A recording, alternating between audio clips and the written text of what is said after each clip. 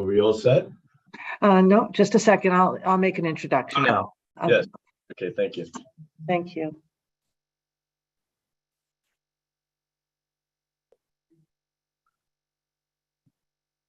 All set, Dave? We're all set. We're live. Okay, thank you. So good morning. This is the convening of the Massachusetts Gaming Commission. We are holding this meeting virtually, so we will do our roll call. Notably, Commissioner Skinner is enjoying her vacation day today, so you won't see her. And Commissioner Maynard is just in flight and will be landing shortly and joining us by phone and then shifting to video. So my roll call will be, good morning, Commissioner O'Brien. Good morning, I'm here. And good morning, Commissioner Hill. Good morning, I'm here. And with me, that makes our quorum secure, and we'll get started. We do have a very robust agenda with a lot of really different topics, and we're looking forward to many outside speakers, so thank you. Commissioner Maynard would be normally introducing the minutes. Item number 2. Our public meeting is number 474 today. It is August 24th, and we will bypass the minutes for now and turn to our administrative update. And then when Commissioner Maynard joins us, we'll go back to the minutes. So our administrative update is not being presented by our interim executive director because he is on vacation, but we are turning right to our Gaming Agents Division Chief Kane. And good morning, Burke. And you do have a PowerPoint for us. Yes, I do. Good morning, Chair. Good morning, Commissioner Hill. Good morning, Commissioner O'Brien. Nice to see everybody. Today, I'm going to give you a brief casino update, followed by some DOR numbers on a PowerPoint for the fiscal year 2023. So let's start with Plainridge Park. As we know, PPC is in the final stages of its sports bar and expansion of the casino floor. There'll be a more complete update coming your way in the next 10 to 14 days. Aside from PPC's many popular slot promotions, PPC has also initiated the Penn Heroes program. Penn Heroes is a loyalty program for the heroes who serve our country and community. Members of Penn Heroes receive exclusive discounts, perks, promotions that aren't available to other Penn Play members. PPC also has initiatives to help serve those who serve us through employment, scholarships, and more. This program is open to active military, veterans, first responders, along with a companion of their choice. Over to MGM. Today, literally right now, 5 years ago, we opened the doors to MGM Springfield. So today marks the 5-year anniversary of the opening of MGM. To honor that, MGM is introducing a $5 commemorative chip to celebrate this anniversary. Additionally, recently, a couple weeks ago, MGM hosted celebrations for the new inductees into the Naismith Basketball Hall of Fame. There's a combination of public and private celebrations all around MGM for these new Hall of Famers. Encore. Aside from the many popular casino promotions held at Encore, Feed the Funnel is coming back to Encore. Last year, with the support of 1,000 volunteers and in partnership with Pack Shack, Encore packed over 400,000 meals that were distributed to local Boston community. And that's a brief update. Is there any questions on that before we go on to the DOR slide? I think we would just add that we congratulate MGM Springfield today on their 5th anniversary. We know there's some celebration occurring today, and we would have loved to have joined the City Council and Mayor Sarno and folks at MGM Springfield, as well as the members of the public that are joining the celebration. With this agenda in front of us, we had to regrettably decline, but our sentiments have been mailed to them. Thank you to Communications Director Mills and Grace Robinson for coordinating that. And commissioners, I don't know if you want to add anything, but we'll have the chance to see them shortly when they present their quarterly report. Commissioner? Commissioner Hill, Commissioner O'Brien? All set? No, I think you handled it very well. Thank you. Okay, all set. Thanks, Well, Burke. Okay, if we can move on to the PowerPoint, I think I'm going to have Andrew help me share the screen right now. Can everyone see the PowerPoint? We can. Thanks, Andrew. So as you can see, for fiscal year 2023, the DOR intercepts at each of the casinos are listed on the top line. 2.1 million at Encore, 530,000, 32,000 MGM, and almost 900,000 at Plain Ridge Park, for a grand total of 3.6 million and some change. And Burke, just a reminder for folks exactly what the DOR intercepts are, because I know that's a big number and an Yes, it important. is, and that's a good point. In Massachusetts, if a patron wins a jackpot of $1,200 on a slot machine, or a table game progressive jackpot, which has over a 300 to 1 payout, the information of the patron's personal information will be run through a DOR system to see if there's any back taxes owed to Massachusetts, and to see if there's any outstanding child support obligations that may be collected.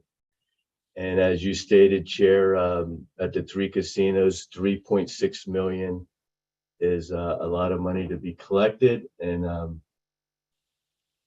it shows that the system is robust and really working. The other lines, expired vouchers, expired lost and found, unclaimed jackpots. After a 1-year period, these numbers are turned over to the Mass Gaming Fund.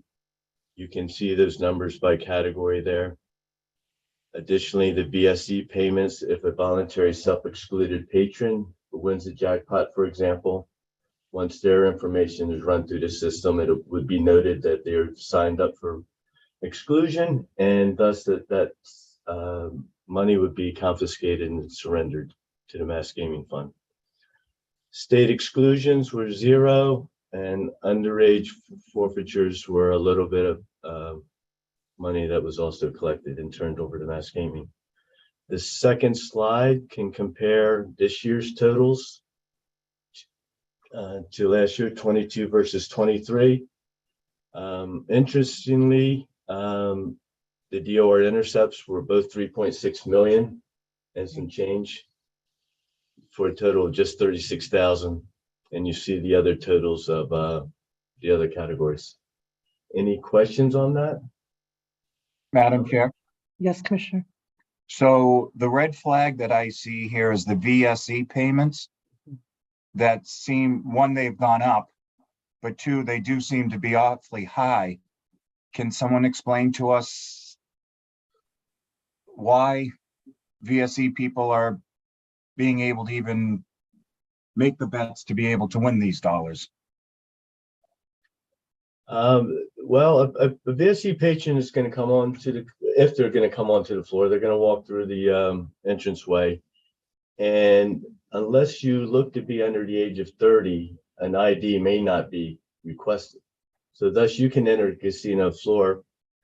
And if you play a slot machine, for example, they would not put in a player's card, and they might be playing for a while. But once the jackpot gets activated, now request for identity is going to be requested, and that's when that's found.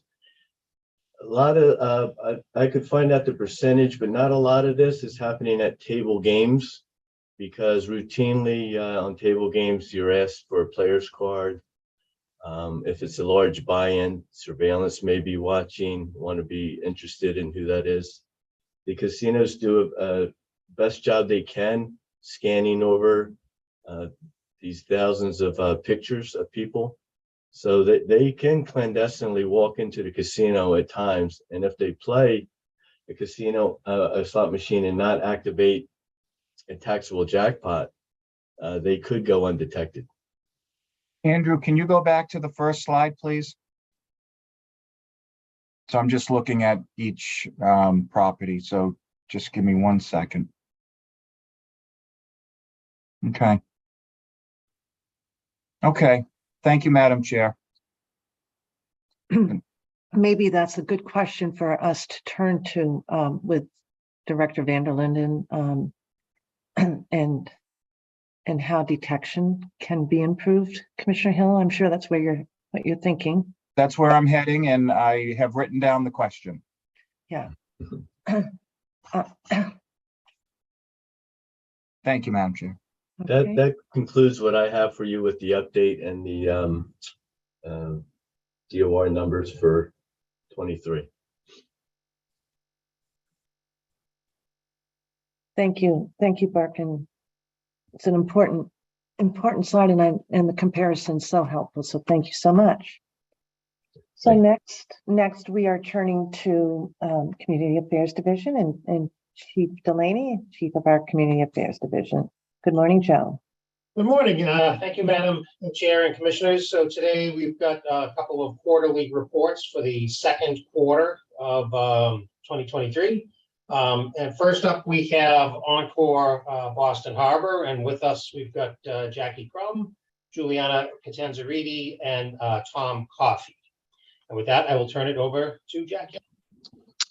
Good morning, Madam Chair, Commissioners O'Brien and Hill. Thank you for the opportunity to be here today and present to you. I'm going to turn it over to Juliana to get started. Sure. So I'm just going to share my screen.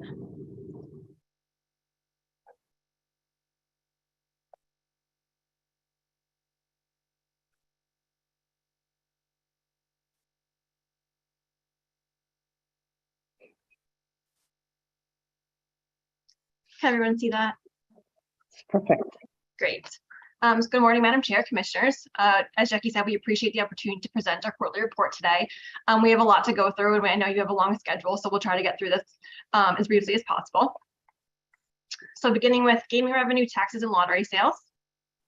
During Q2, EBH had a gross gaming revenue for table games of about $86.5 million, and then a gross gaming revenue for slots of about $105.5 million. This results in a total gross gaming revenue of about $192 million and about $48 million in state taxes being collected. Here is the year-over-year comparison, just for reference. So as for sports wagering, the total Q2 win was about $1.7 million and about $251,000 in state retail taxes were collected. Here we have our lottery sales during Q2, which totaled a little less than $1.5 million. And again, here's a year-over-year comparison for reference.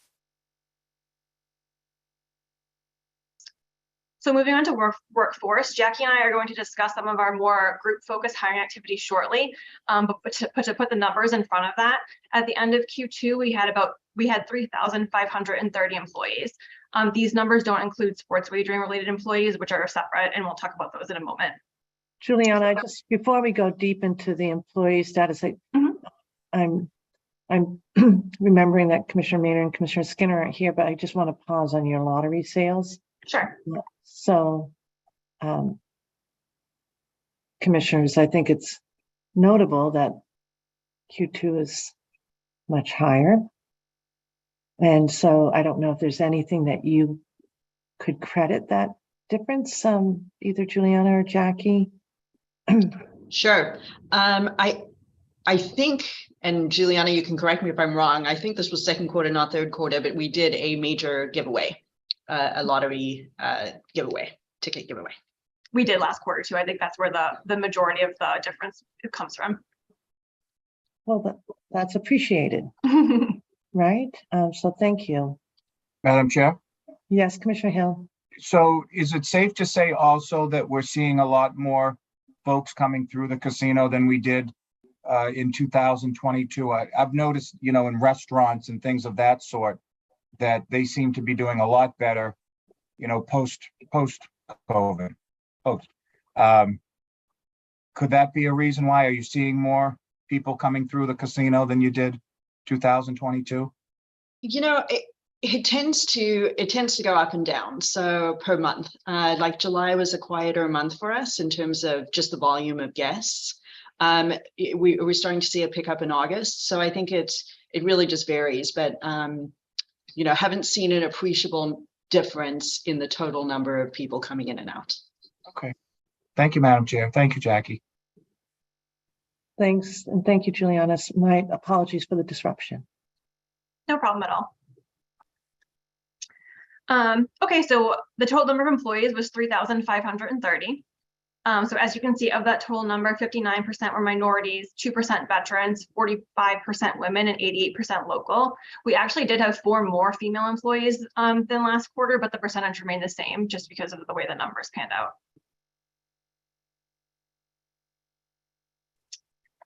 So here's the breakdown for supervisory and above employees from, again, these are not related to sports wagering.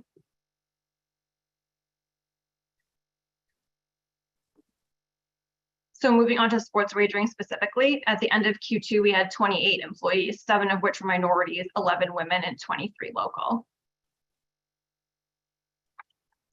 And again, here's the breakdown for supervisory and above employees. So just to talk about our recruiting efforts a little, we did conduct some consciously targeted recruiting last quarter. 2 really large events that were great for us were the Greater Boston Chamber of Commerce Women's Network Lunch. There we were really focused on female food and beverage workers and hiring, and also the Women's Veterans Conference that had more than 1,000 attendees, and we were able to establish a bi-monthly informational session for our potential employees here, which hopefully will benefit greatly. These were part of 38 hiring and recruiting events that we hosted or attended over the quarter. And we also engaged directly with Big Sister, Rosie's Place, and several other organizations as women's focused recruiting sources.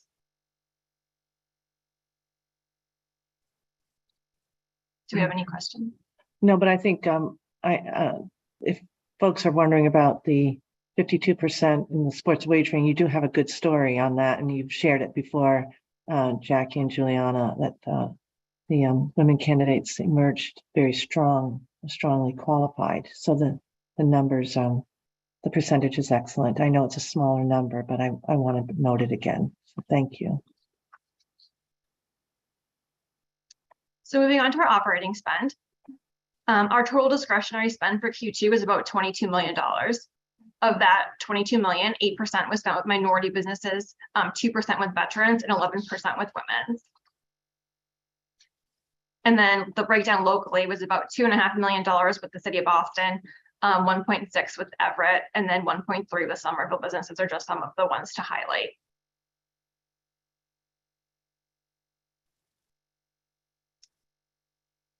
So if there are no questions on this portion, I'm going to turn it over to Tom Coffey, our Executive Director of Security and Investigations, to discuss the minors on the gaming floor. Tom, are you available? I am, I'm here. Perfect. Good morning, Madam Chair and fellow commissioners. As you know, my name is Tom Coffey, and I appreciate the opportunity to go over this important matter. So in this quarter, we had approximately 746,000 visits to the casino, and that information was obtained from casino marketing. That includes players that are playing on cards and not on cards as well. So we had 12 incidents of either underage or minors getting on the gaming floor. And I'd like to break those down into a couple different categories, sort of how I did last time. And 4 of those were children or infants.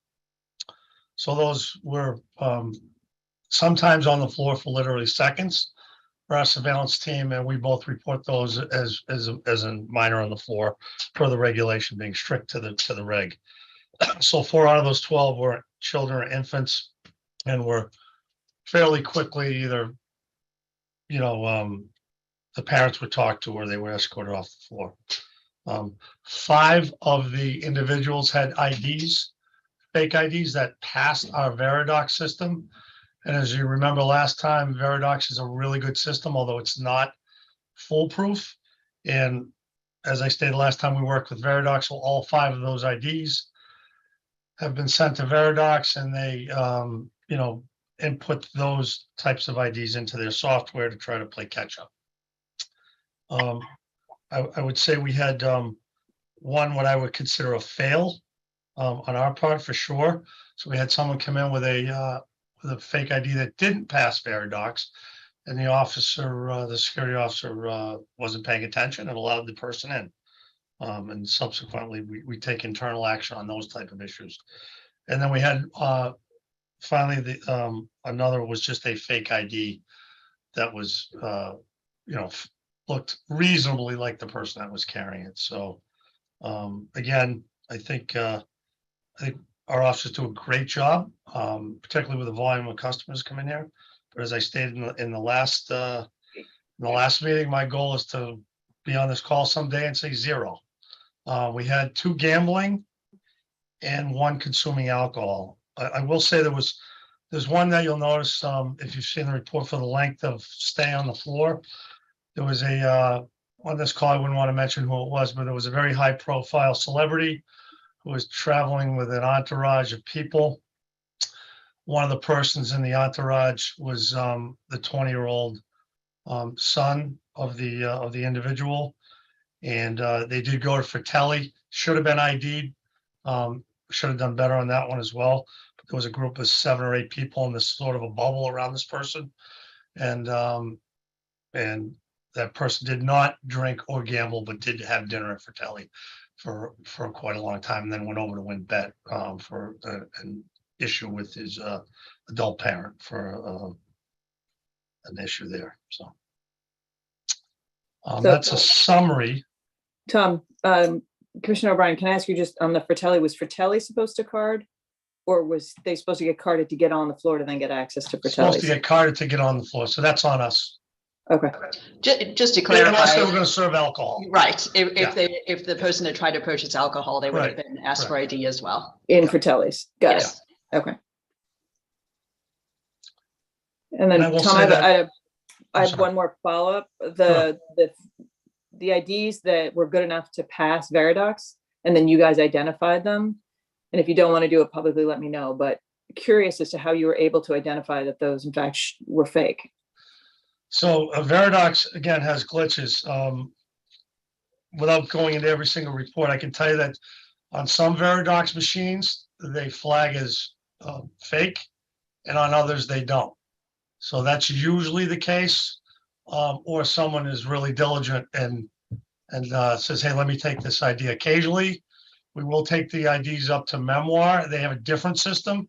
I don't think we did that in these cases, but we have done that in the past. But obviously, a very good question. But most of the time, including these, I would say that they were tried at another Veridox. I know on a couple of these for sure. Okay. Machine, and they did flag. Okay. Thanks. Welcome.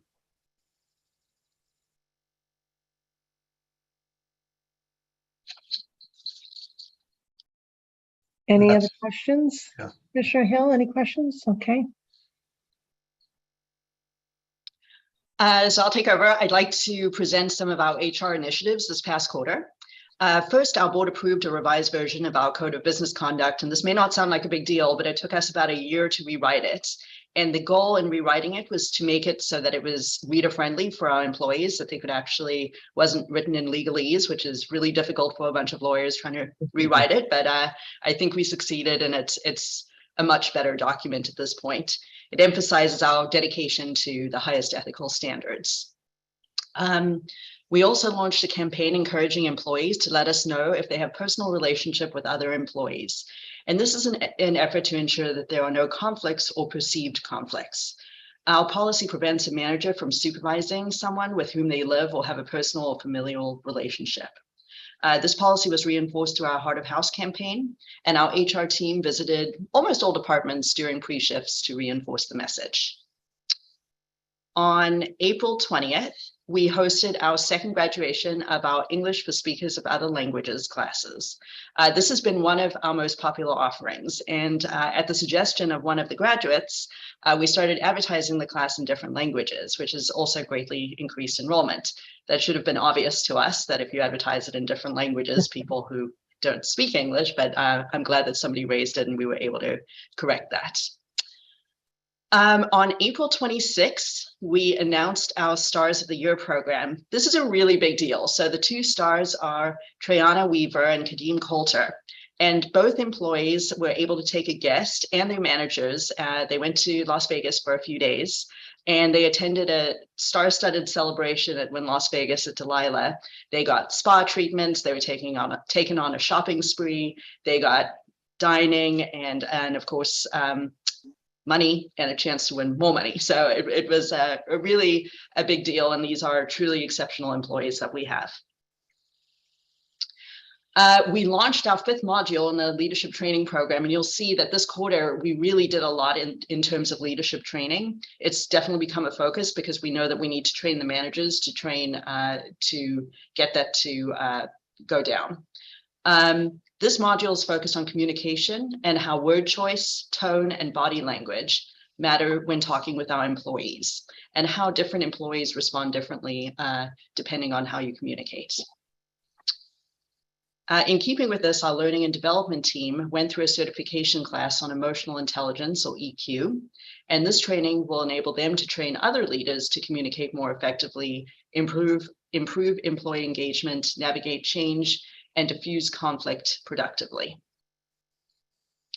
We launched our 2nd round of focus groups in an effort to better understand how we are doing in terms of communicating our culture of compliance with our employees, and to inform and improve this process. The good news is that 100% of our employees stated that the company has made them aware of our policies. What's really interesting, though, is that there doesn't seem to be one overwhelming source of information in which our employees get their information about policies. Rather, our employees identified many different means of communication, including heart of house campaigns, trainings, pre-ship, new hire orientation, and our internal web called The Wire. So I think that reinforced the importance to us of there is not one way that works for everybody. And so we need a broad range of communication. Okay. Next one. Sorry, Juliana. Thank you. We are very appreciative of our continued partnership with GameSense, and thank you, Madam Chair, for your personal recognition of our employees who have successfully incorporated responsible gaming into their daily roles. We celebrate these employees in our heart of house to commend their efforts. In terms of community, as an active member of the Lower Mystic Transportation Management Association, we hosted a bike tune-up station for our employees, and Blue Bikes gave our team members the opportunity to test ride their bikes, and has offered a free annual subscription to all team members in an effort to encourage alternate forms of transportation. We also celebrated Asian American and Pacific Islander Heritage Month by hosting a panel to explore and share the culture and experiences of team members from the Asian continent and the Pacific Islands. We continue to reinforce our preventing harassment and discrimination policy with a video featuring our CEO, Craig Billings. Craig reinforced the importance of speaking up and reporting any instances of harassment and discrimination to ensure that team members feel respected, safe, and have a fun, comfortable, and engaging work environment. In addition to the video message, beginning on May 1st, we also put collateral throughout our heart of house to provide team members with a multitude of reporting options that they have available if they choose to make a report. Likewise, our See Something, Say Something campaign was created to develop a team approach to safety by raising awareness of behaviors that may indicate suspicious activity. And Juliana, you're not allowed to put slides with me in them. Our executive team hosted a pop-up compliance event during which team members were asked questions about our policies and received a Dunkin' Donuts gift certificate for answering correctly, or if they didn't answer correctly, for allowing us to gently educate them. It's a good picture, Jackie. It's a good picture. Our leadership training continued in June with a visit from our Chief Operating Officer and former President, Brian Gilbrantz, who discussed the importance of building trust and confidence with all team members so that team members feel empowered to take ownership and make decisions. We also provided the Myers-Briggs type indicator personality to encourage our teams to understand individual differences, communication, and employee engagement. Finally, we offered sessions with our casino service and sales teams to assist them in identifying common challenges and to increase productivity. In terms of promotions, in May, we were very excited to host our grand opening of Rare Lounge, which is now open 7 days a week and is truly a very special place. Some other pictures of the opening celebration. In Q2, we continued our TRU patron charitable contributions, raising approximately $26,000 for Casa Myrna, Last Hope Canine Rescue, Pan Mass Challenge, and the Urban League of Eastern Massachusetts. In addition, in Q2, our employees volunteered over 2,700 hours serving organizations such as Boston Area Rape Crisis Center, the Mystic River Watershed Association, Camp Harborview, and Cradles to Crayon. We also raised money during Pride Day, which was donated to Fenway Health. So I think, if there are any questions? Commissioners, Commissioner O'Brien, Commissioner Hill. I don't have any questions. I did want to say, Jackie, it's nice to see the conflict of interest training that you guys are moving forward with there. I really appreciate seeing that. I have no comments at this time, except a great presentation, and thank you for your hard work. Thank you. Yeah, I'd echo both commissioners. Excellent presentation today, Juliana and Jackie and Tom. We appreciate the thoroughness. Thank you. Thank you. Thank you. Have a good day. You too. All right, back to Chief Delaney. Yeah, so next up we have Plain Ridge Park Casino to present their second quarter report. And we've got North Groundsell with us, and Heidi Yates and Kathy Lucas. And with that, I will turn it over to North for PPC's presentation. Thanks, Chief Delaney. Good morning, Madam Chair. Good morning, Commissioners. Plain Ridge Park is pleased to present our Q2 2023 update. And as Chief Delaney mentioned, joining me today are Heidi Yates-Akbaba, our Vice President of Finance, and Kathy Lucas, our Vice President of Human Resources. I'll pass off to Heidi, who's going to walk you through the financials, and then I'll be back to you for the compliance portion. All right. Good morning, Madam Chair, Commissioners Hill and O'Brien. I'd also like to offer congratulations to our fellow licensee MGM on their 5th anniversary. That's always a big achievement and always good for the Commonwealth. For Plain Ridge, you can see our retail sports wagering, 630,000 for Q2. This is a little lighter than Q1, and that was to be expected as major fall and winter sports completed their championship and playoff series, and we've moved into a summer light pattern of sports wagering. Our gaming revenue continues to surpass our prior year. So you can see that we're 39.1 million in Q2. State taxes collected are 15.6, racehorse 3.5, total taxes a total of 19.1. This is an increase in taxes paid over prior year of 1.2 million and an increase in revenue of 2.5. Our lottery sales. So we're also pleased to show that we have improved over Q2 of prior year, coming in at 645,000, an increase over 2022 of 160. Like Encore, our marketing team also did do a promote during this time, but we also did have sales for a Mega Millions jackpot that hit and one for Powerball that hit in April. And then we had early sales also for the $1 billion Powerball that hit in July. So our spend by state. So the total qualified spend is $1,478,000. Prior year was $1,074,000. That's an increase year over year of $404,000.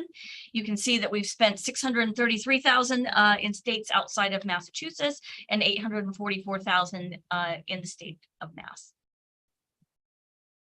Our local spend. So our host and surrounding communities, which are always very, very important to us. Of that 844,000, 86,000 was spent with our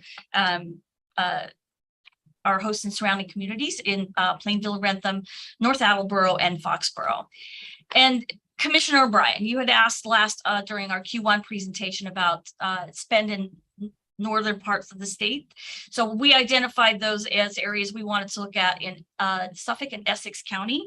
And that spend for the Q2 is $291,000. our vendor diversity. So we have hit our goal in Q2. You can see that we're right on the market for WE spend, and veteran spend surpassed that goal. We are off a point on our minority spend, and this is related to a new vendor that we are looking to use that had not quite finished their licensing process with the commission during this quarter, and we are now able to use as we move through the balance of the year. And then this is just the hard numbers that support what we were just talking about in terms of hitting our goal. You can see that, again, the WBE and the VBE are right where we expected them to be. There is the shortfall in the MBE, and total diverse spend and qualified spend are very similar to what we spent in Q1 of 2023. Great, thanks, Heidi. So on the compliance part, in Q2 of 2023, PPC prevented a total of 235 guests from entering the gaming establishment. And of that group, 25 were minors, 47 were underage, and 163 had expired, invalid, or no identification.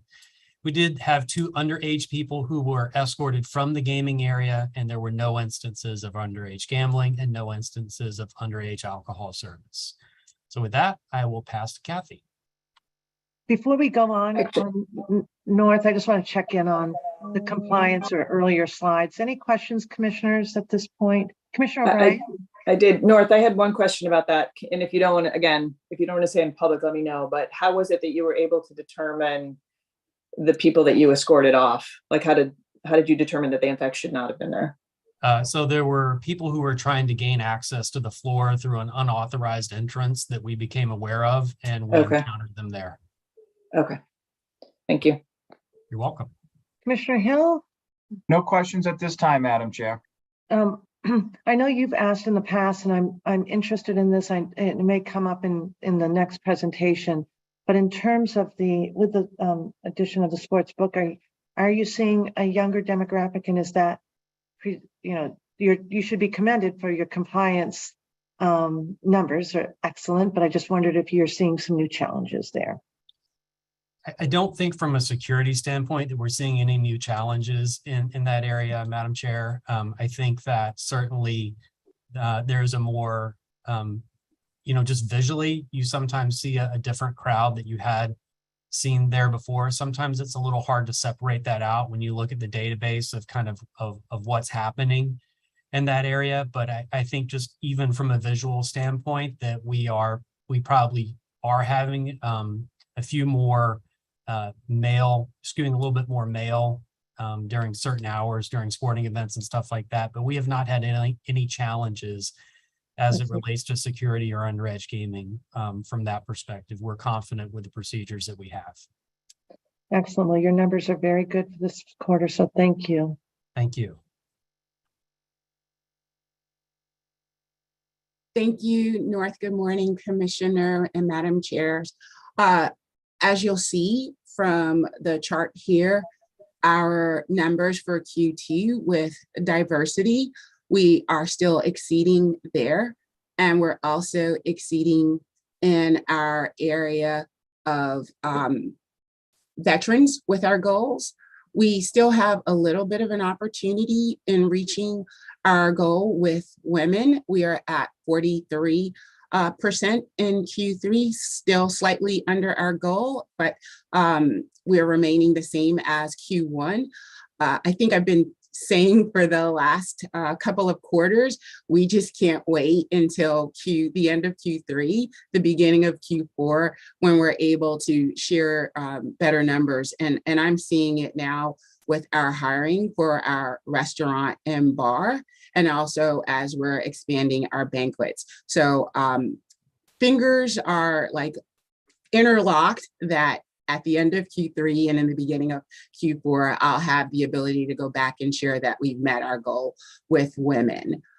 We slipped a little bit on the local area, and I think a lot of that is we're seeing a little bit of an insurgence of team members coming from the local Rhode Island area, and I think a lot of that has to do with our referral program.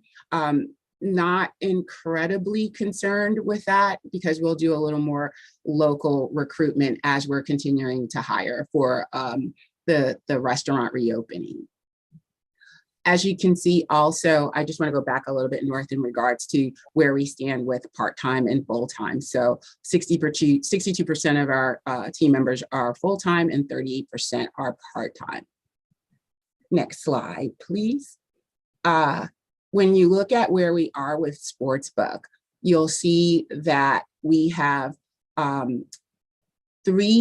17% of our staff is diverse. We're showing no one in Q2 as a veteran.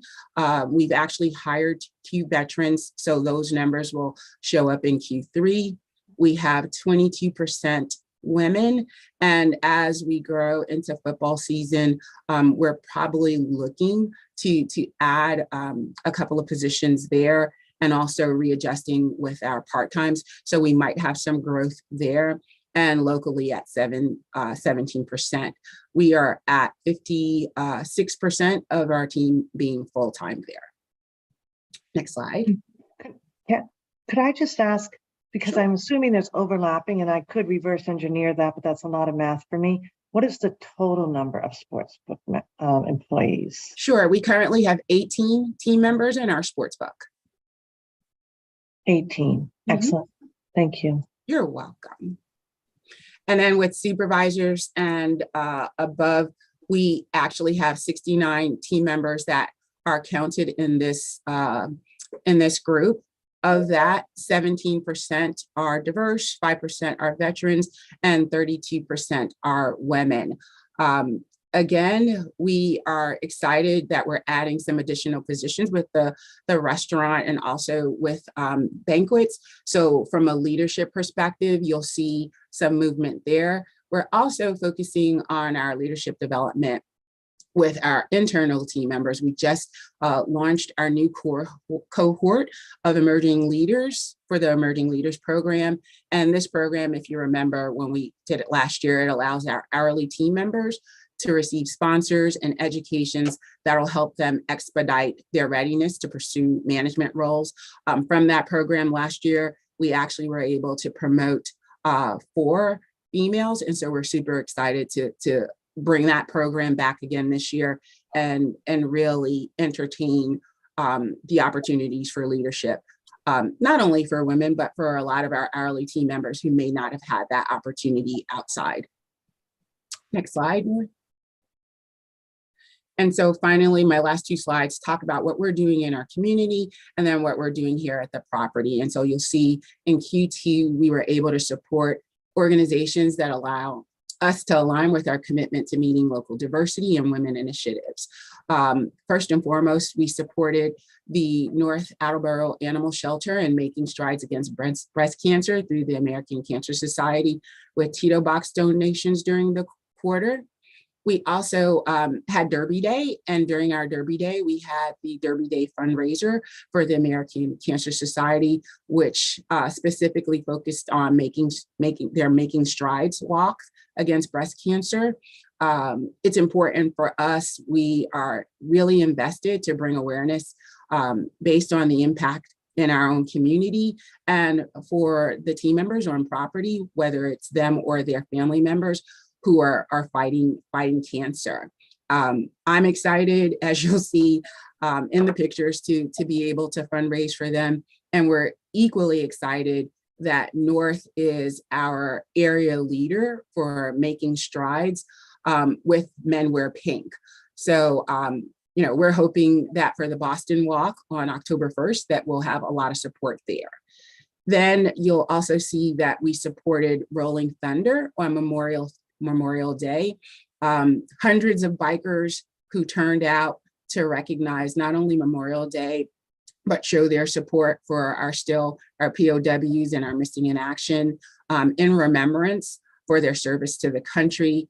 And we also supported locally the Plainville American Legion with their annual flag laying for Memorial Day. And with both of these organizations, we provided donations to help them with their cause. Next slide. And then for team members and here at the property, we're super excited. We celebrated our 8th anniversary this year. We had some internal activities for that and also guest-facing activities for that. Just truly exciting to be a part of the community for 8 years.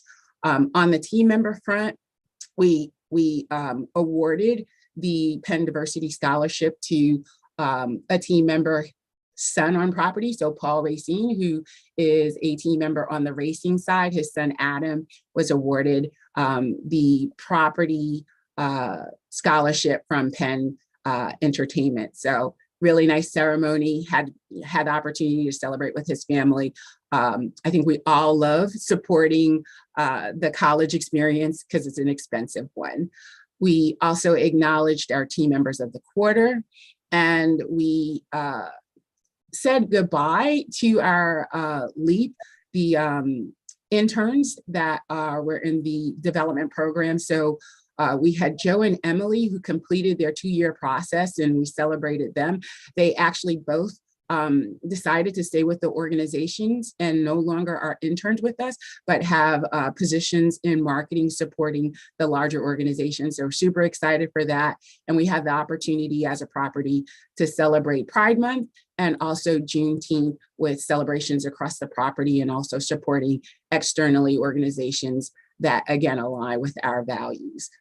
So with that, I'll turn it back to North unless you have any questions for me. Questions, commissioners? None at this time, Madam Chair. Thank you. An excellent presentation. Thank you so much. North? Yes, Madam Chair, that wraps up our presentation for our update for Q2. As Kathy said, we've got a lot going on here at property, and so we're looking forward to coming back to you shortly and sharing what's happened in Q3. Okay. Chief Delaney. Madam Chair, can I just ask one? Did we hear when the restaurant was going to be opening? You have a keen ear, Commissioner Hill. We did not, but we're looking forward to sharing that very soon. I think we'll be able to share some news with the world on that one very soon. Thank you. You're welcome. And I think that is a matter that needs to come in front of us at some point. It is. Thank you. Yes. All right. So Chief Delaney, are you all set? Yes, I am. That completes our report. I'll be back later to talk about Community Mitigation Fund, but for now, that finishes our report. Our quarterly reports for our casino facilities. Thank you so much. Turning now then to Sports Wagering Division. Item 5, I can't even count the number of sub-items, Director Band. It's both overwhelming, but when I see that you've got both Crystal and Andrew there to assist you, I know it's going to be well run. So Madam Chair, we have a smorgasbord of items for you today. That's right. That's right. I'm here today with Crystal, the business manager, and Andrew Staffen, who's our interim sports wagering operational manager. I will let them take it away. Crystal, I guess you're kind of first up. So looks like we're gonna, good morning. It looks like we're just gonna continue to roll into the quarterly reports from PPC to Penn Sports. And I believe we have Adam Cates. He will introduce the crew. You hear Adam? Yes, there he is. All right, great. I can start for PSI. Or Sam. Whoever, go ahead. It doesn't really matter. Good morning, Madam Chair, Commissioners, MGC staff. It's nice to see you all again. I'm Sam Haggerty, Deputy Chief Compliance Officer and Regulatory Affairs Counsel for Penn Entertainment. And we're really excited to present our quarterly report to you today, our first quarterly report for PSI in Massachusetts. And as Crystal said, I have here with me Adam Cates, who's the head of compliance for Penn Sports Interactive. And I also have Greg Cordovardi, who's our VP of Finance for Penn Sports Interactive. So without further ado, I will turn it over to, I think Adam's going to share his screen for our presentation. And give me 1 second, Sam. I'm just trying to get some technical difficulties out of the way here. No problem. Good morning, Adam. Good morning, Greg. And good morning, Sam. Good morning. Good morning, Madam Chair.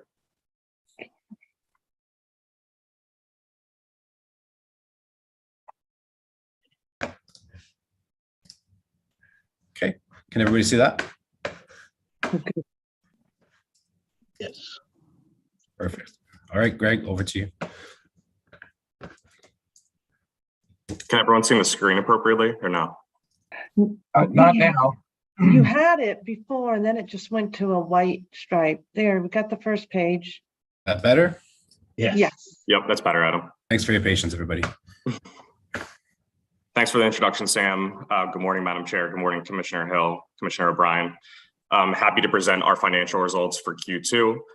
As you can see on the slide here, our sportsbook generated 4.7 million in revenue. Taxes a little less than 1 million for Q2 on 59.1 million of handle. Obviously, our first full quarter since our online sportsbook launch was successful, and as Heidi alluded to earlier for the retail sports section, we're seeing sports seasonality come into play here as we move into the summer months away from the key March Madness and sports seasonality in Q1.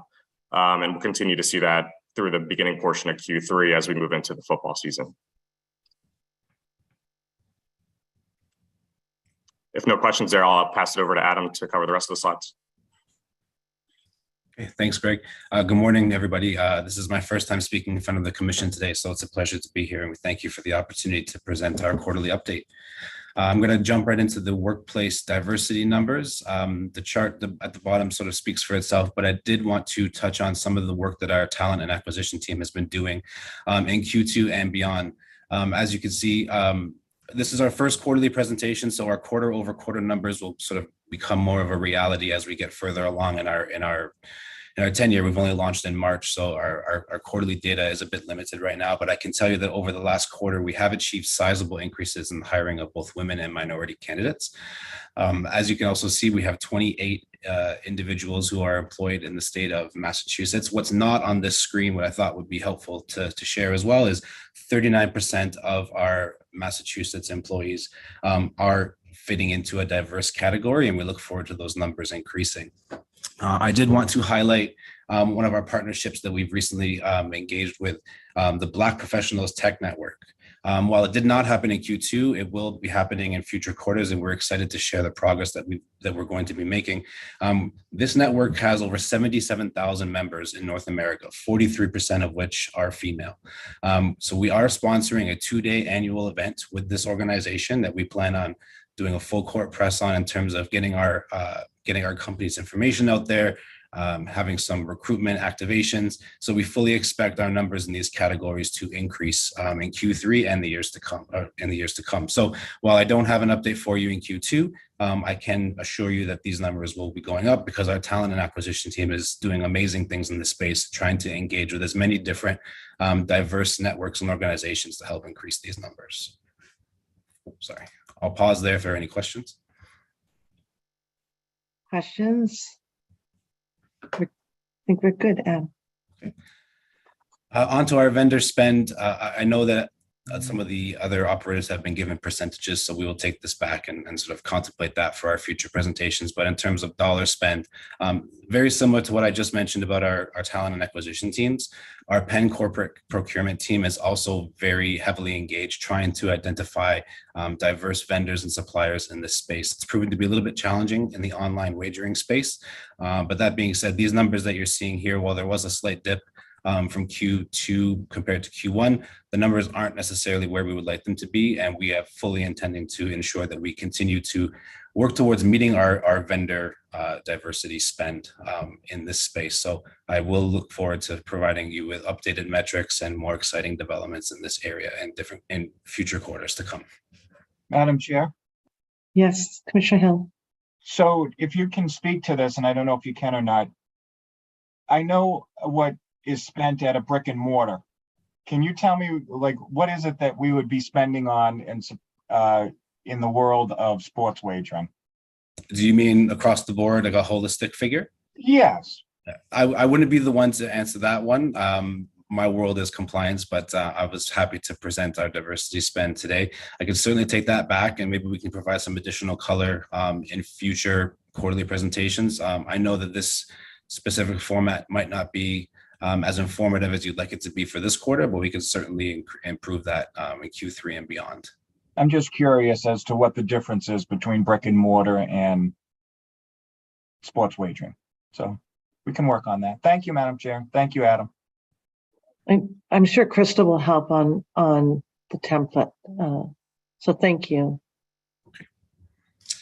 Moving on to my world, which is compliance. As you'll see here, so we're focusing on underage activities. So we are in the online space. So I did want to make it very clear and give some assurances that, you know, everything that you see on the screen, the 11 instances that we had, none of which involved underage individuals successfully registering for an account. We've got a very strong set of controls at the KYC and account registration phase. So all of these 11 instances that you see in front of you, our internal investigations team does a fantastic job of trying to identify different behaviors or transactions, which may give us reason to believe that there are other individuals who are potentially associated to an account.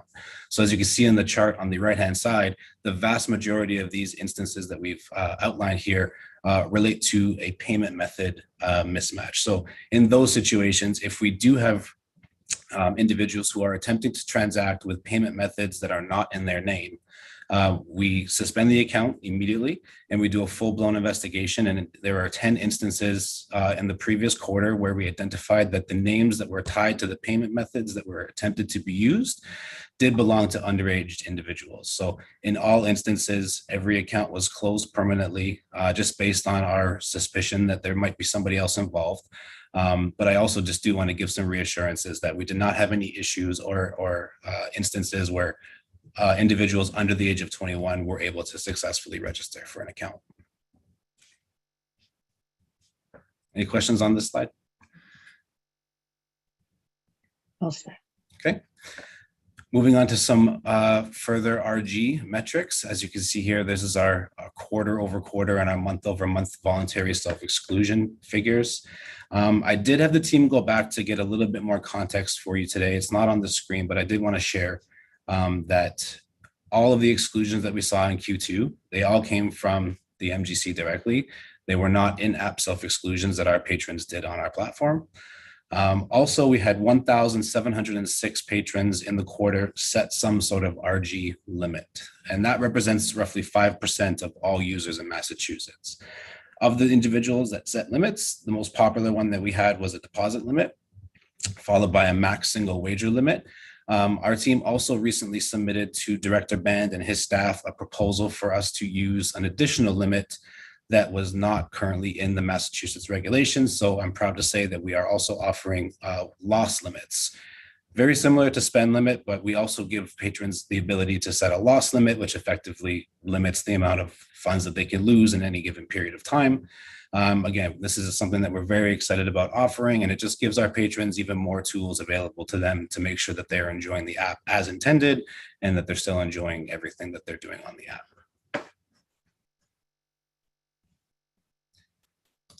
Okay, that wraps up the compliance portion. Onto lottery. So in June of 2023, through our contacts at Plainridge, we were able to meet with the lottery, and we discussed some fantastic ideas that we're looking forward to implement in the future. While it did not happen in Q2, I can kind of give a bit of a sneak preview about what we're offering in Q3 and beyond. The lottery was very excited about the opportunity to work with us, and beginning in this month, actually, our contacts at the PPC were able to facilitate some lottery ticket giveaways. So we invited all of our Penn Interactive clients in Massachusetts to attend the property to claim free lottery tickets. We're also giving out lottery tickets to any guest that visits the property and signs up for the Penn Interactive online wagering platform or the Penn Play loyalty program. I'll have some more details to share with the audience that it reached and how effective it was in subsequent presentations. But in Q2, that was our first introduction to the lottery. So while the events that I just mentioned didn't happen in Q2, we're very excited about the progress and the trajectory that we're on with lottery going forward. And wrapping it up with community events and charitable outreach.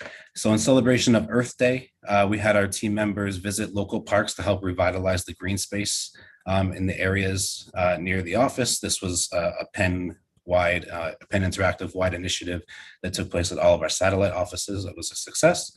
Another event that took place that we were very excited about was we partnered with Major League Baseball's Toronto Blue Jays team, And we had over 100 team members attend a 2-day event where the Blue Jays had busloads of children from different backgrounds and different schools come and have, various activities on the field, meet some of the Blue Jays staff.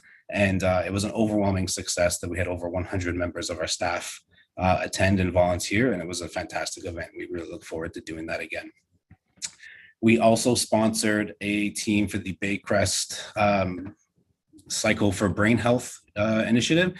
This is a fundraiser that helps support innovation and research into brain health and the various effects that happen as you age.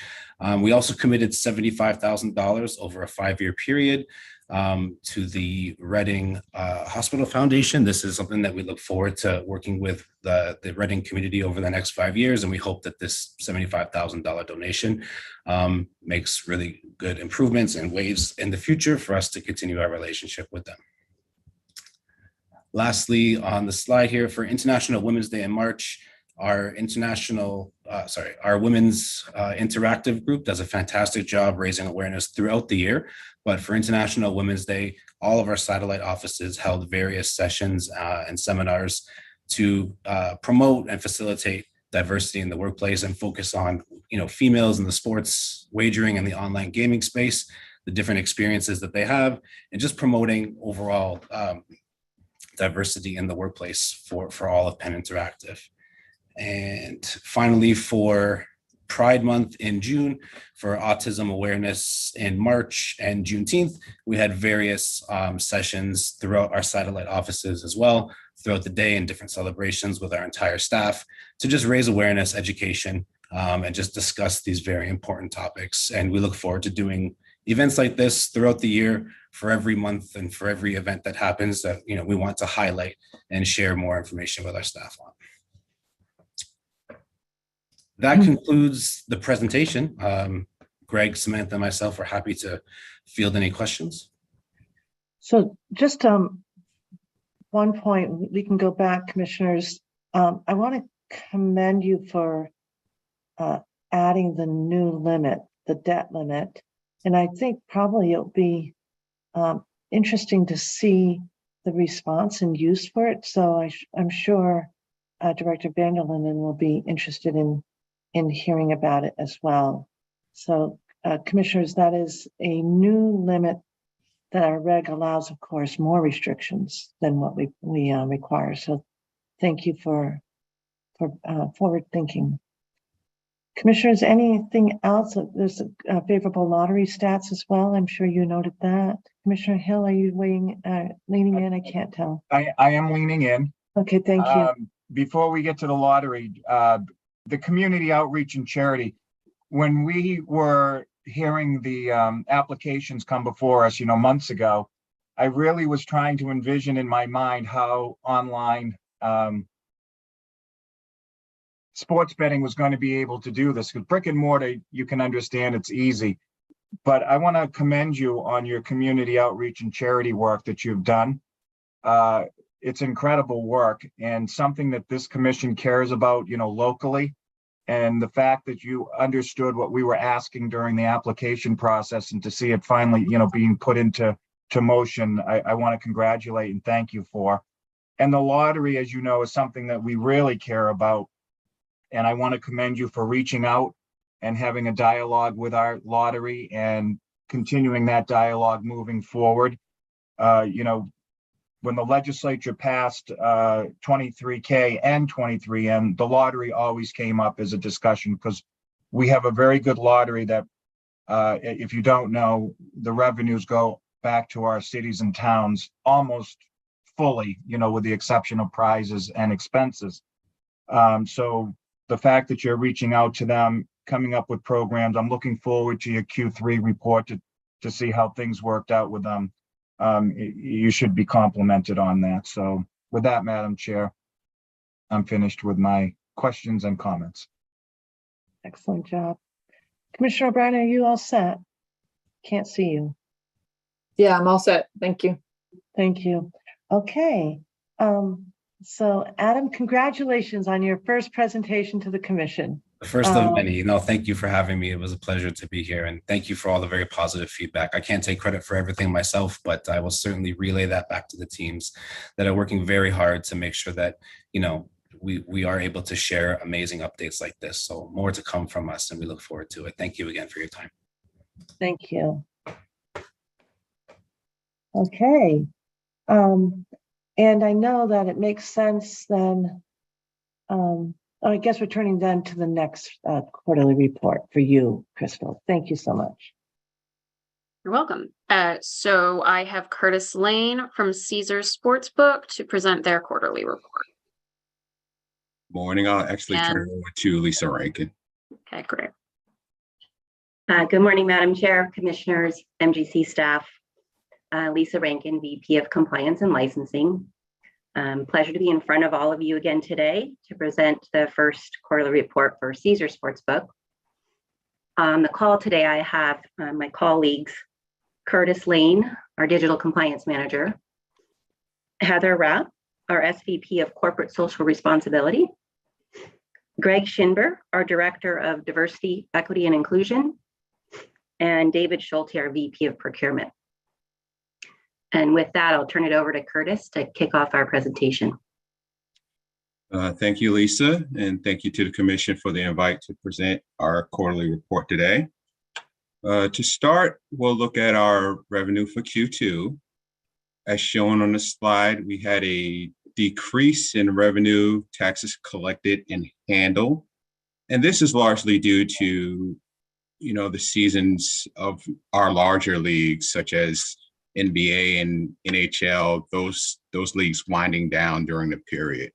But we expect an uptick in all three of these buckets come the start of the NFL season in Q3. Are there any questions on this slide? Okay. If not, I'll, oh, sorry, go ahead. All right. Just checking in to see if whoever just spoke, could that be Commissioner Maynard? No? Okay. Okay. Thank you. If good, I'll proceed. I'll throw it over to Heather Rapp, our Senior Vice President of Corporate Social Responsibility, to discuss workforce diversity. Good morning, Madam Chair, Commissioners, and staff. Thank you so much for having us. We're excited to share results after our first quarter. Similar to what we shared in our application process, we wanted to talk about our workforce diversity as Caesars truly embraces diversity. We aim to create an inclusive working environment that truly celebrates all of our team members as individuals, and wanted to highlight our company goals to increase the representation of women and people of color in leadership roles as we are on a path to achieve full gender and racial parity. So as you can see on the bottom of this slide, our 2025 goals are outlined as 50% of management roles will be held by women within both the mid-level, which is considered supervisor and manager, as well as senior leadership, which is considered director and above populations.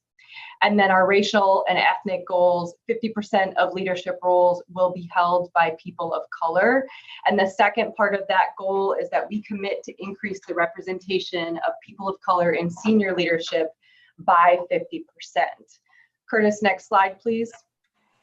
The ways in which we'll achieve this there's a range of actions and tactics that we use to really reinforce this culture across all of our communications, training channels, and ensure that there is equitable access to these programs for all team members. A few of those that I'd like to call out: attracting diverse candidates. We extend our searches to historically Black colleges and universities, as well as other schools with diverse student bodies. And then eliminating bias from our hiring process using inclusive language in our job postings, and also focusing on building diverse candidate slates. Through driving inclusion and retention, we have our inclusion assessments among our team members through our team member surveys. And we're also very focused on our employee resource groups, or in our case, business impact groups, or BIGs, which are groups that bring together self-identifying team members and allies to support each other. Lastly, developing our team members through advancing our leadership development and succession planning for team members with DEI in mind. Really, DEI is woven into our culture in many different areas. We provide training, sponsorship, mentorship with a DEI focus or lens, and focus on expanding our human resource policies and processes. Next slide, please. So if you take a look at our goals, we recently released our 2022 performance against our goals. What you see here is the performance in 21 is in the middle column. The performance in 2022 is in the right column.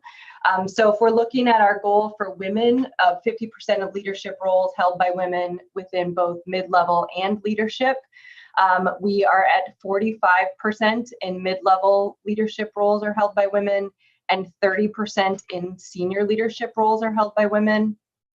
You can see there's a slight decline there from the senior leadership from 32% in 21 down to 30%. That is a function of the data in 21 did not include our Caesars Digital team members as we were still going through the acquisition with William Hill. Those team members are in fact included in the 2022 numbers. So we do recognize that it pulled that down a little bit. Obviously, it's our focus to get back to where we were and continue to grow. Our racial and ethnic goals performance for 22, we have 43% of leadership roles are held by people of color. And when we say leadership, that is supervisor and above. And the second part of that goal was to increase the representation of people of color by 50%. We actually exceeded that goal and increased the representation of people of color in senior leadership roles by 106% against the 2020 baseline. Again, a little bit of that is a function of the data being slightly different from 21 to 22, but we are focused on maintaining that performance as we move forward. Any questions on that? Okay, I will send it over to Dave Schulte for supplier diversity. Good morning, Madam Chair and Commissioners. This is my first opportunity as well to present to this commission, so I thank you for that opportunity. And as it would happen, technology has failed me and my video camera is no longer working on my laptop, so I'll need to get that addressed quickly. Within Caesars in 2022, our operational and capital spend with certified diverse suppliers totaled 7.1% and 9.3% respectively against our total spend. We currently are going through an audit of these numbers, and so that 10.51 that you see located on the in the graph may fluctuate up or down once that audit is completely completed. The Caesars Sportsbook, we continue to participate in the company's DEI initiatives and overall goals pertaining to the minority-owned, women-owned, disability-owned, LGBTQ-owned, as well as veteran-owned businesses. As previously advised, the Caesars Sportsbook expenses are primarily covered by centralized services that are functioning within Nevada and New Jersey. But with that, we intend to continue to source and look for Massachusetts vendors wherever possible. To do this, we are developing an internal supplier dashboard that will allow us greater visibility of available certified suppliers as well as non-certified suppliers within the state of Massachusetts. And this dashboard is going to be opened up to our strategic sourcing teams and our procurement teams, which then gives them a viable place to go and look for Massachusetts suppliers, diverse suppliers throughout our company. And that would be both within our brick and mortar casinos throughout the country, as well as our Caesars digital sites.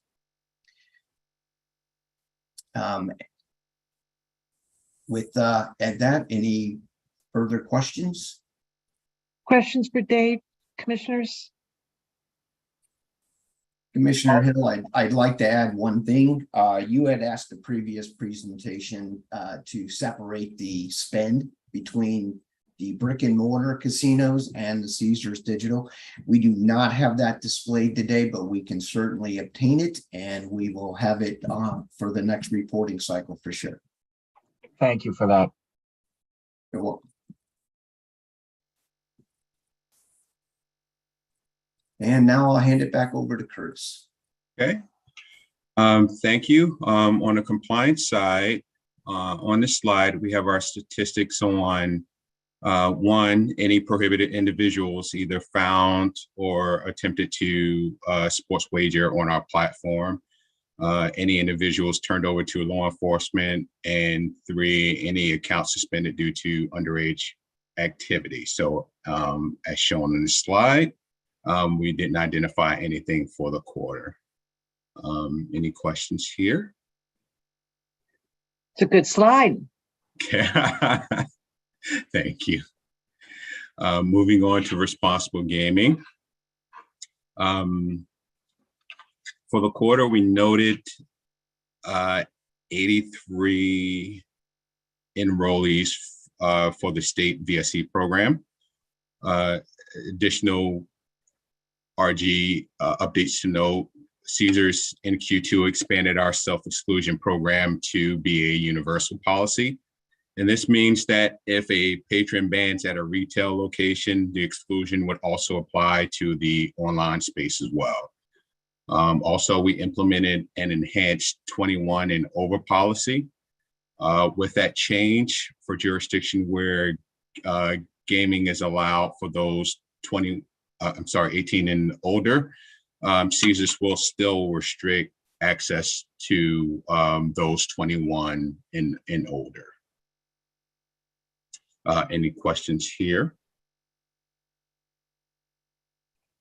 Okay.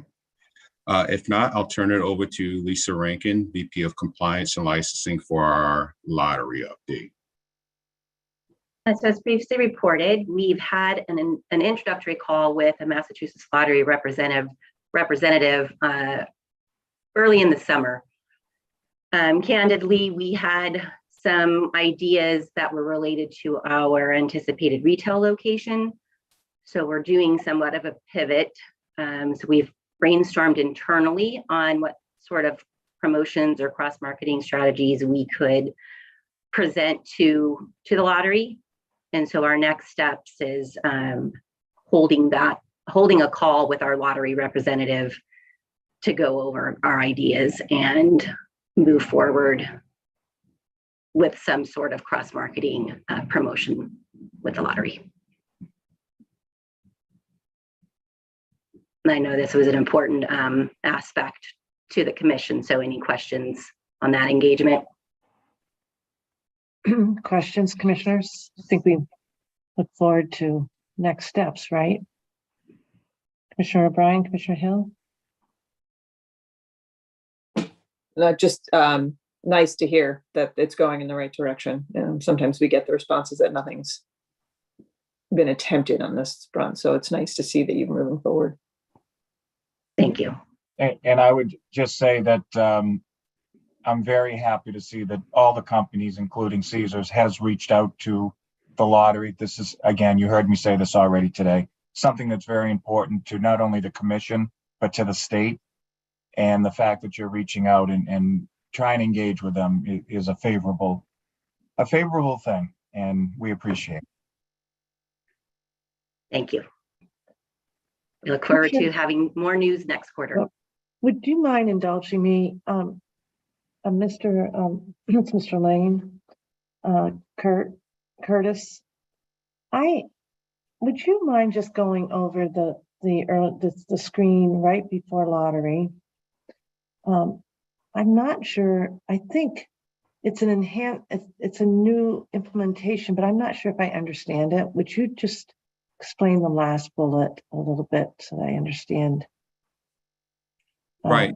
And in some of our jurisdictions, because Caesars is pretty much has a lot of jurisdictions across the United States there. In some jurisdictions, particularly in the tribal areas, 18 is the minimum age for gaming.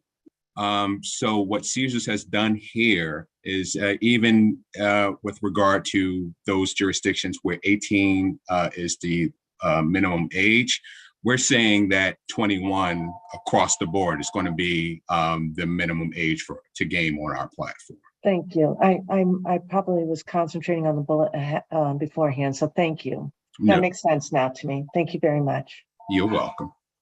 Okay, and back to you, Lisa. I think you were going to shift to the responsible gaming. I don't. Yeah, I think if lottery is done, we can move over to community outreach. Yeah. Thanks, Lisa. Wanted to share with the commission what we've done as far as community outreach. Directly in Massachusetts, we have partnered with the Massachusetts Military Support Foundation, which is led by President and CEO Don Cox. We provided financial support in the amount of $50,000. Fantastic organization. The mission is to provide programs, services, and goods that help satisfy the needs and well-being for veterans, active duty military, and their families. We also really seek to harness our skills and the skill set of veterans and the skills that they acquire throughout their military career and how those can be applied into the business world. We have our veterans recruitment program called Enlisting Heroes, and we partner with various organizations across the country as well to identify ways that we can help veterans transition from their military career into a successful career with Caesars Entertainment. So excited to partner with Don and his team at the Massachusetts Military Support Foundation and continue to have conversation in ways that we can identify additional opportunities to leverage the partnership. Next slide. I also wanted to touch on a few nonprofit partners that we support through our Caesars Foundation, which is our private charitable foundation. These are our national partners that have outreach across the country. We've been a longtime supporter of Meals on Wheels. We celebrated our 20th anniversary with them last year. They received a Caesars Foundation grant in 2023 for $300,000. As you may be aware, Meals on Wheels Massachusetts has 24 different chapters across the state, which provide both medically tailored and culturally appropriate meals to seniors.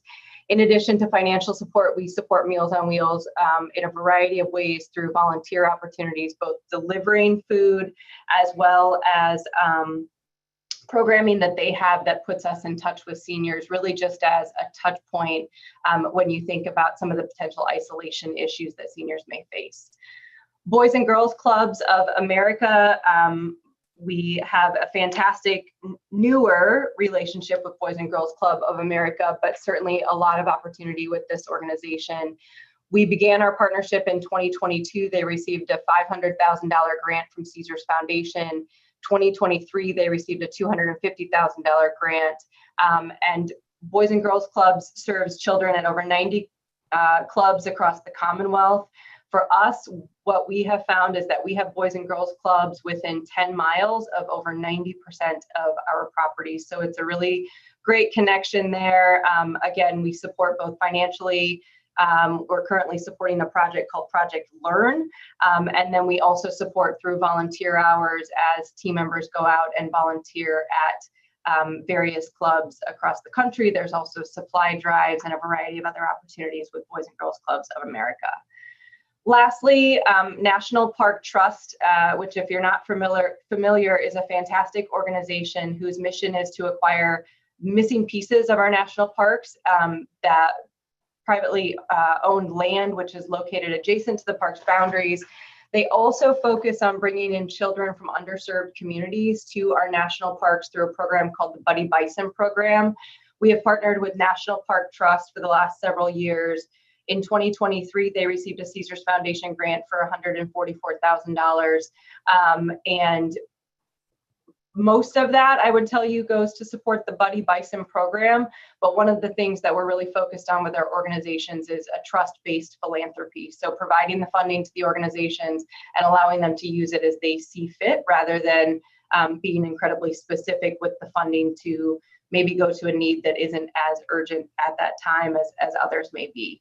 National Park Trust preserves the Minuteman National Historical Park and also provides buddy bison programs at Adams School and McKay Elementary School near Boston. Any questions I can answer on community outreach?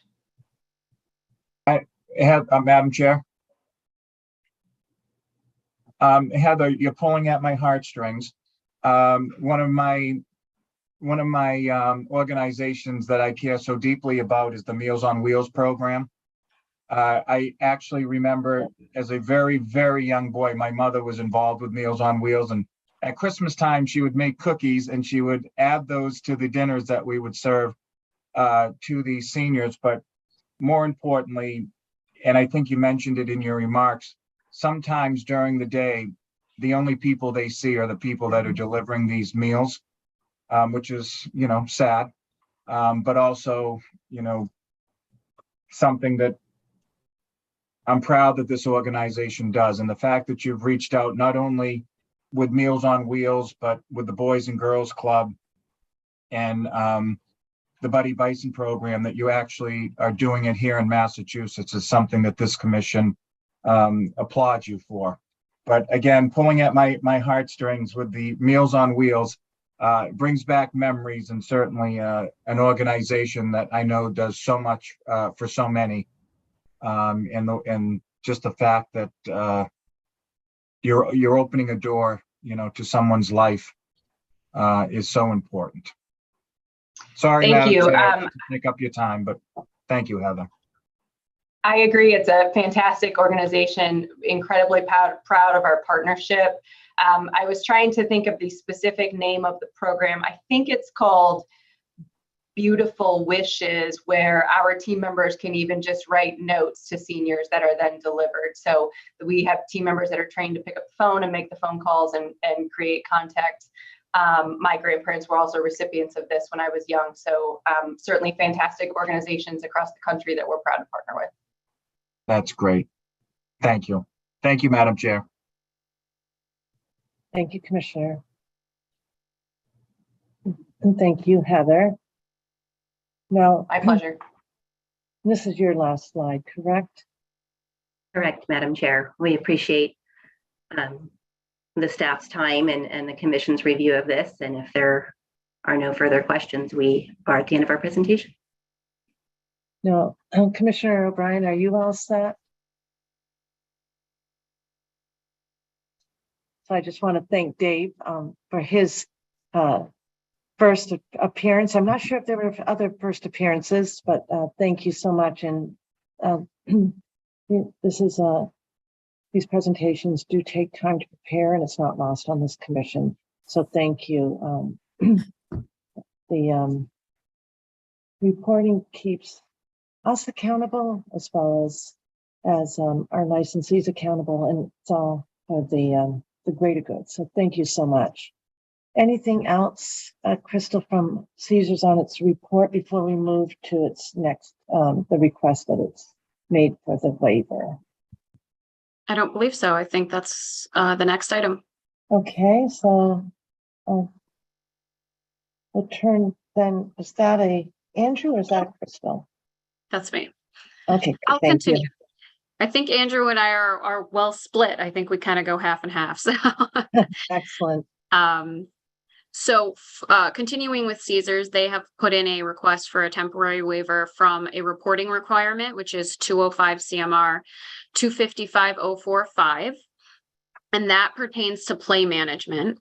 They're looking for their request to go through October 15th, essentially to design the report and the various data points, which require some technical implementation. The sports wagering division understands they need to build this report. I think our only concern is getting the data in the meantime, which we're not sure whether they are able to provide manually or not. But if they couldn't, when we've discussed this with Mark Vanderlyn from Research and Responsible Gaming as well, we would just want to make sure that once the report's designed, we could get the data that was from July, August, and September. Retroactive, right? Okay. Yes. Commissioners, you have this document in front of you. It's on page 107. That's the memo from Business Manager Boschman. Question, is it, Mr. Lane, are you presenting on Commission, this? yes, Commissioner, if I Thank may step in here. The data that the commission is looking for is something that we don't track manually. We'll have to rely upon the system to supply the data points that you guys are looking for. So as such, an automated report at this time is our only option. And just based off of the other initiatives that we got going in Caesars Sportsbook, we're shooting for delivering that on October 15th, thus the waiver request. Commissioner Hill, Commissioner O'Brien, questions? I understand the request and I don't have any questions at this time. Commissioner O'Brien. So I guess my question is, it could be partially for legal too, is how long has this been in effect? Asking this information of Caesars, of all the operators.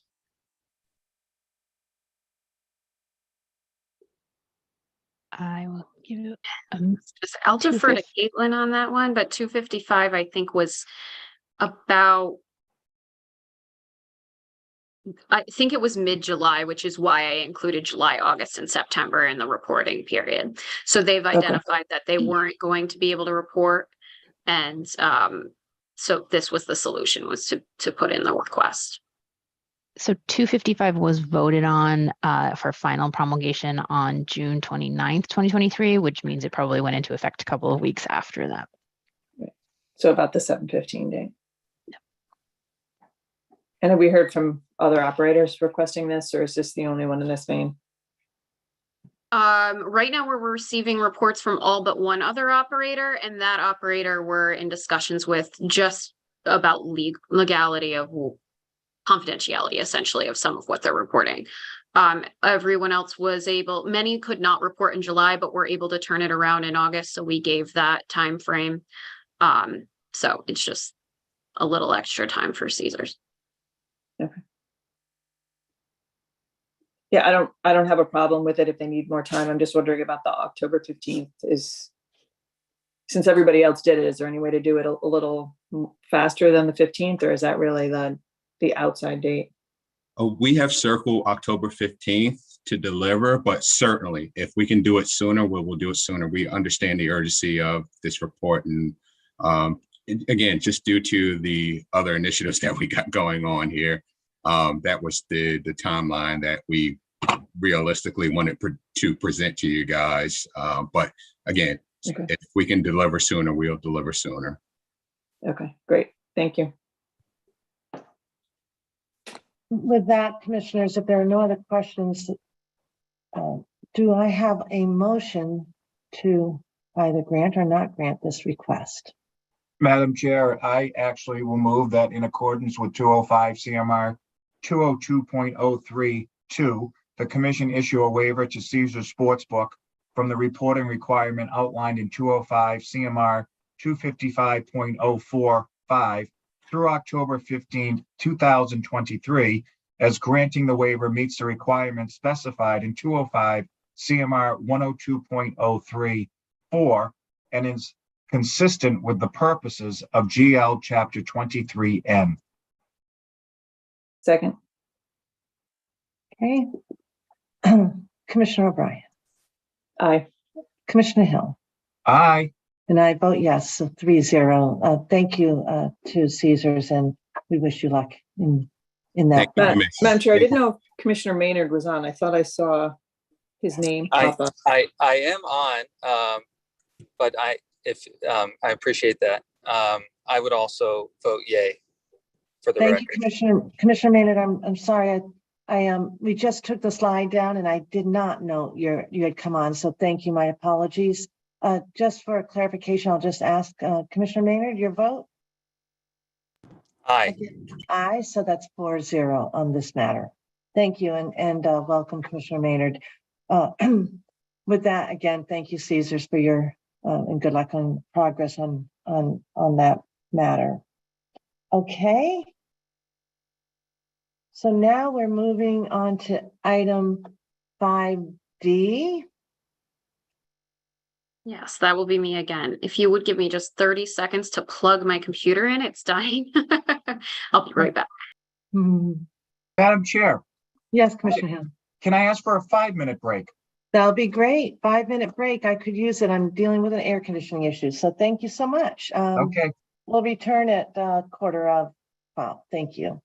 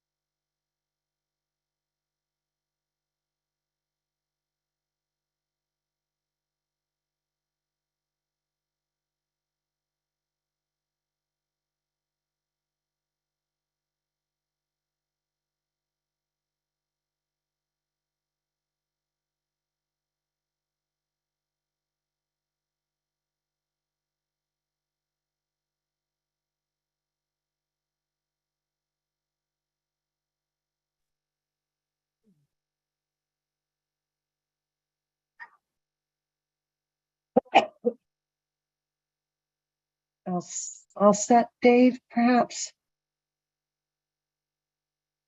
All good. Excellent. And I believe Commissioner Maynard, you're going to stay on mobile for right now, correct? Yes, and I will be on screen as soon as possible. No problem. Thank And Commissioner Maynard, if you don't mind, we'll stay on item 5 and turn to your minutes later when you're on video and we get through the sports wagering division. Does that work? I appreciate that a lot. Thank you. Okay, excellent. All right. So thank you for that short break. We're holding this meeting virtually, so I should do a roll call. Commissioner O'Brien. I am here. Commissioner Hill. I'm here. Commissioner Maynard. I am here. And the 4 of us are here, and Commissioner Skinner is enjoying a nice day off on her vacation week. Okay, so next then we have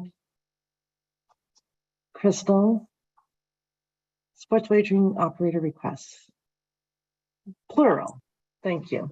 Plural, yes. So continuing with our waiver requests, we have received several requests from our operators in relation to the 205 CMR 257, the sports wagering data privacy, which go into effect on September 1st. And they were voted for finalization on August 8th. The significance of the requests right now has to do with overall evaluation and needing to really do some discovery to provide accurate requests on what the timeline would likely look like for 257 implementation. So the initial requests for the majority were asking for 60 days, which would be on or around October 31st, to do some of that scoping and initial work to come back with requests that would then identify a timeline as to which the true waiver date would need to be through. In addition, we received a couple of requests which were related to 205 CMR 23802, which is the reporting component for 257. So in line with that, we would just whatever the commission approves as far as waiver times, we'd match the waiver times so that the reporting component also matched the waivers for 255.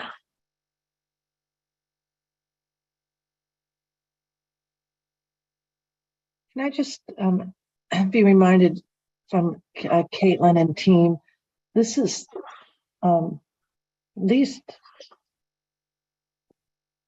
257 is, we're still waiting on comments, correct? Am I all done? No, 257 is done. It's the data privacy regulation and it goes into effect September 1st. And, you know, Mina, Attorney Macarius from Anderson and Krieger has been very involved with both the data privacy reg and evaluating some of these waivers. So he's happy to answer questions too on this.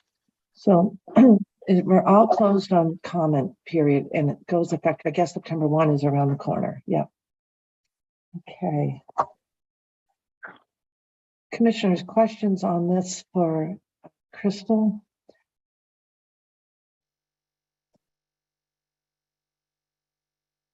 We have the memo is again at page 110. Yeah, so Crystal, can you walk through, are there any peculiarities? And is it just a date? It looks like there's some detail in maybe Better's request specifically. Is it anything different or narrower? I'm just trying to get a sense of the nuances between the requests or whether it's all the exact same request, just varying dates. So essentially, they all were requesting about a 60-day period to evaluate. Some of them, the dates were a little off because of when the waiver came in or whether they were considering it from this date. And like I said, Penn Sports and Plainridge came in with an October 15th date. That would give them a few weeks earlier to submit, but it was the same contemplation. They just needed time to scope. They needed the full evaluation. So ultimately, we would prefer that it be the same uniform date so we can come back to you with all their waivers at the same time for this particular regulation. Betters was slightly different because they need to develop a form for 257 and they were giving a time frame based on that, but their waiver is just through December 30th. So ultimately it would be covered in this uniform date. And then if they needed more time, they could come back with that waiver. That's how we were looking at that. Though you could certainly grant Better's waiver and then just do the uniform waiver for rest of the controls. Commissioners, if you recall, this is our data privacy regulation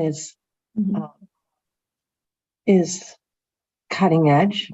And in the conclusion of this memo,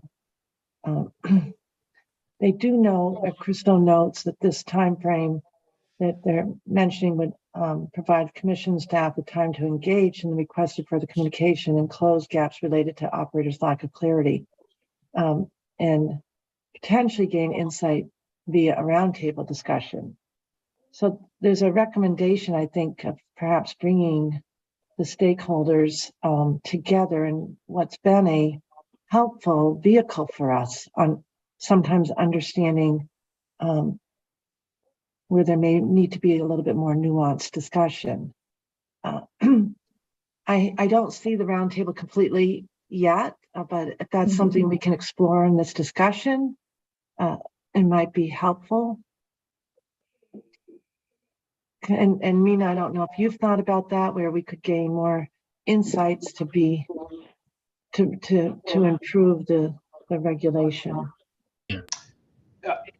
Yeah, Madam Chair, thank you. We have thought about it and talked a bit with Crystal and Bruce about it as well, where it could be useful. I think one thing that the commission could certainly invite for conversations at the roundtable is I see sort of 2 to 3 buckets, depending on how you divide them, but dividing them up first within the regulations. The regulations have affirmative obligations of new security protocols or enhanced security and data privacy protocols that operators are asked to implement. And what I understand from the waiver request, having reviewed them, is that they're looking for time to be able to do the technical work or identify, scope out the technical work that needs to happen to create those processes. So I think that's one topic for the that could be a topic for a roundtable, is making sure there's an understanding of what the regs say. It's not a comment period, of course, it's to understand what they say and to try to implement them. The second set of requirements in the regs is really not a matter of building new things or adding new protocols. It's about restricted and prohibited behaviors that the reg identifies. For instance, the targeting of particular populations using data that might be available through patron accounts. With respect to that, I think it will be helpful for a roundtable, and I think this is part of the ongoing reporting that the commission has asked for in the regs, is to understand if there is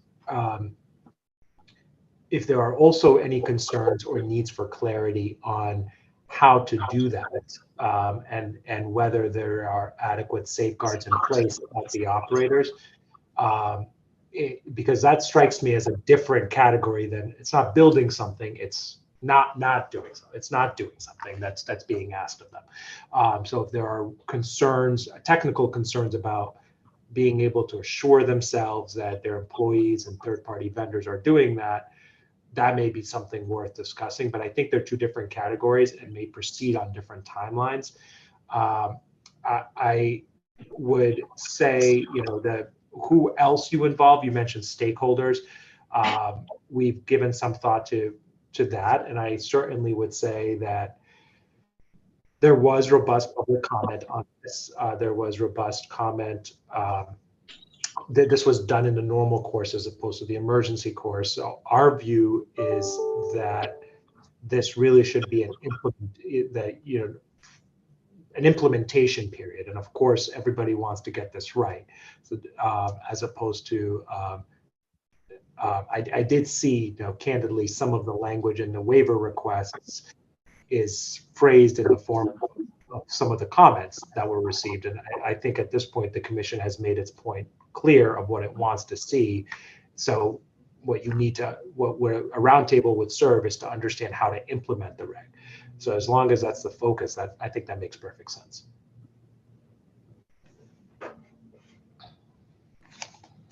So I guess the other question that I had was, is there anything that they can actually implement? Is this a whole cloth? I mean, are there certain things that they can implement in the immediate future come 9/1, or is everything in here something that they need to October 30th to even assess? I don't believe anything would be able to be implemented in just 2 weeks, but Yeah. the waiver request would be to come back with what they can implement sooner rather than later. And then we'd be looking at, depending on how you prescribe that, how many different dates or how many different, I recommend that we look at them having some sort of reporting component as to how they're going with this, if they have like a lengthy plan. But they had indicated parts of this would take some time and parts might be able to be done sooner, but at this point they can't tell us that. So the request is to come back with all of that information in 60+ days. Madam Chair, and if I may just add to that, to Commissioner O'Brien's question, I think it is, if I'm reading, again, this is an implementation question. I guess I would still urge in the early days of that 60 days, if possible, if you are going to have a roundtable, to again focus on making sure that we're talking about implementation of new things that have to be done versus prohibitions.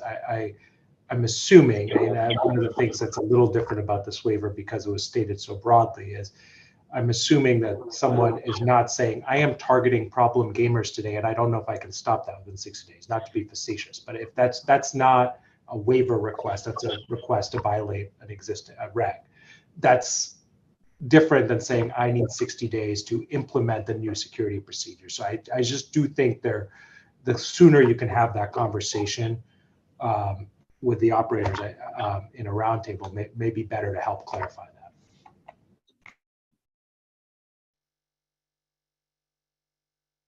I guess that's what I'm struggling with. I understand some aspect, of needing to go through and come up with an implementation game plan, but this was also done in the normal course. And so I think, to Attorney Macarius's point, I don't want there to be roundtables re-litigating what was in there unless they come back and say to us, look, there's absolutely no practical way to implement. That's a different question for me and a different conversation. So, conceptually needing some more time to come up with a plan, I understand, but I guess I was hoping that given how this came before us, they would have had a little more clarity on exactly what the challenges were before they asked for the date out. Were you able to glean in, oh, sorry, Crystal, No, go ahead. if you were able to glean from their, the conversations you've had, are they struggling mostly with technical issues to implement the first prong that Mina talked about, which was, enhancing the data security protocols? Or are they struggling to comply with the new prohibitions? In other words, are they struck by the prohibitions? And I see Director Band is also leaning in. They were struggling with almost all the issues. They actually met as a group, and to a licensee, they were having trouble figuring out how to implement this, and that's why they asked for the more time for this. They were actually trying to help each other as to how they were going to implement, and of course, everybody's software is different, and each one felt that they needed more time to approach us intelligently and not have problems with their software after they made some of the implementations. Yes, I think there were several different facets of challenge. So first, they were asking us questions that we still need time to work through because they were trying to identify what some of their challenges were and exactly what the commission means by some of this. Yeah. And then, so we need some time for that. But then second, it didn't seem so much the prohibitions to your question, but it did seem heavily with re-implementing the data privacy piece and the opt-in. The opt-in is going to take a specific amount of not just time to technically do, but to identify exactly how it impacts not just the general software, but then each component of the app, the wagers, what they would have to be asking for the opt-in on, and then making sure that actually functions throughout the player experience. So there were several elements that I had heard, and of course, I speak some of this language, but I'm not the expert here. So many of them were saying it might be helpful to get some insight, not just from us and the commissioners via this roundtable, but from data experts outside. Mina, did you say there were, before you go on, did you say there were three? Because you mentioned the enhanced data security protocols and then the restricted behavior and whether it's a tech issue versus a non-compliance issue. Is there a third? Did you mention a third for the roundtable? So I created 3 buckets and I combined 2 of them. I think the sort of enhanced data protection has sort of 2 ends. There's a patron facing side and the back of house side. So I kind of mush those together, but there are what they need to be able to present to in their platforms versus not. To Crystal's point, though, you had asked Madam Chair about sort of stakeholders and thoughts we've given to that. One conversation we did have with the team internally is it may make sense for some of among the stakeholders that'd be really helpful would be data privacy experts from the operators, obviously, because they have to implement it, but from outside the operators, whether that's at GLI, other vendors, and certainly it kind of goes without saying, I know the Attorney General's office has had interest in this, their involvement, either in the roundtable or as a separate. I'm sure they'll want input. And I think in speaking with Grace, I identified GLI and the AGL as well as outside experts. Well, commissioners, what do you think? Do we use the the collaborative tool of a roundtable here to learn? And I think that anyone who's listening or hearing that our focus is on, we have a newly adopted, it'll be in effect September 1 regulation that needs to be implemented. With that, should we be listening at the same time? I will never be against a roundtable because I learned so much from them. Yeah. So I certainly would be happy to say to you that, yes, let's move forward with that. Yeah. Commissioner O'Brien or Commissioner Maynard? I think, Madam Chair, Jordan, I think that I'm more in the camp of let's make sure it's focused on implementation. The other thing I was thinking about when Mina was talking about experts and is, I think it would be interesting to have an independent expert on the tech to explain how heavy the lift is or isn't in regards to what we're looking at. I mean, it's hard for me to put in perspective. I saw the word years in Crystal's memo. Is this something that really can be done quickly and it's just a matter of resources? Or is this something that can't be done quickly? And, remember that we got this entire industry launched in Massachusetts in less than 8 months. So when I see the word years, I get a little nervous. So that would be something I would look for in a roundtable, but I do support the idea. Commissioner Maynard, in the past, we'd ask those types of questions of GLI. I don't know if if you're thinking of GLI or another independent voice, I mean, if we can find another voice or perspective in addition to GLI, they would, I think, you have that memory too, perhaps Director Band, or do you recall we've asked GLI exactly how difficult things would be to, from a tech point of view? Other ideas, Commissioner Maynard? No, and I'm not thinking of anyone specifically. I'm just thinking of whoever comes in to speak to us. I would want them to be able to do it in an independent fashion. Yeah. Not tied to any one operator. That makes good sense. Okay. So data privacy expertise, tech expertise. Commissioner O'Brien? Yeah, I think, I don't know if it was Caitlin or Mina who said this. My concern with Roundtable again is just making sure we're staying in the same process, which is this was the decision to implement. The question is questions about implementation. And I would want there to be balance in terms of the tech representation that's being talked about, whether that's the AG's office who has that internally, whether it's some other entity that's not GLI even, who participated in drafting regs with us. So I will want to make sure that it's very narrowly tailored to the question of implementation and not going back policy-wise to re-argue, as opposed to really limited to tech and capacity to implement. I had the same reaction to the reference that somebody might be asking to bump this out into 2024 or the end of the year. That was troubling to me.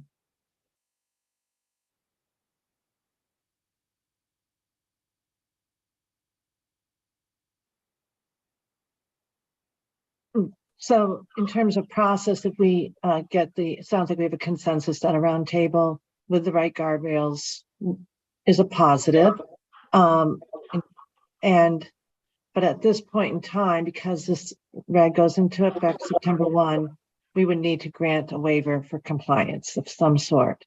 The dates are somewhat different. Recommendations, Mina, on how to proceed with that, maybe, or Caitlin? Caitlin, if you have anything to add, certainly. I think our thinking is it may make sense to have a 60-day waiver with a clear understanding that there is a during that 60-day that operators are asked to provide further detail and implementation plans, and with the intention for the commission to be holding additional roundtables, discussions, et cetera, during that time. Yeah, I think that sounds right. Sort of an implementation timeline, not just a plan, but a timeline of when they can meet the various requirements, not just we'll do it all by X date.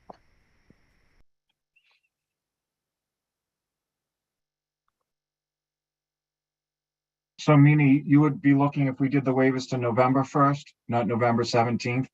Did I hear that right? The reason we chose November 17th was to give them the 60 days and then come back to a commission meeting. So that would give legal and ourselves time to evaluate them once they came in. Plus I looked at the commission meeting schedule. So the November 17th is really like in line with your public meetings. Otherwise they'd have less than 60 days.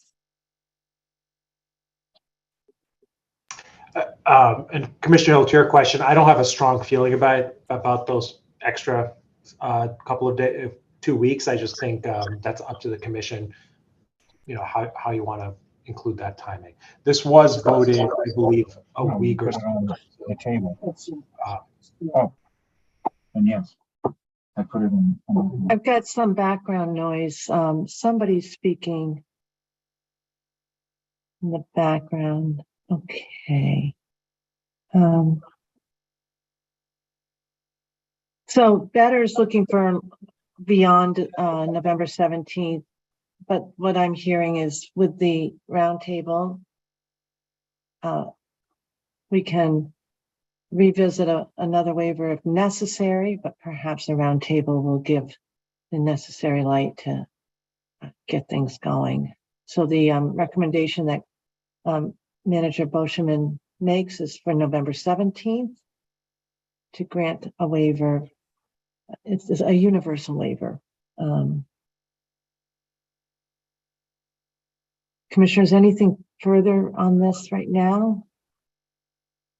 Grace and Trudy will start looking at possible dates for that round table.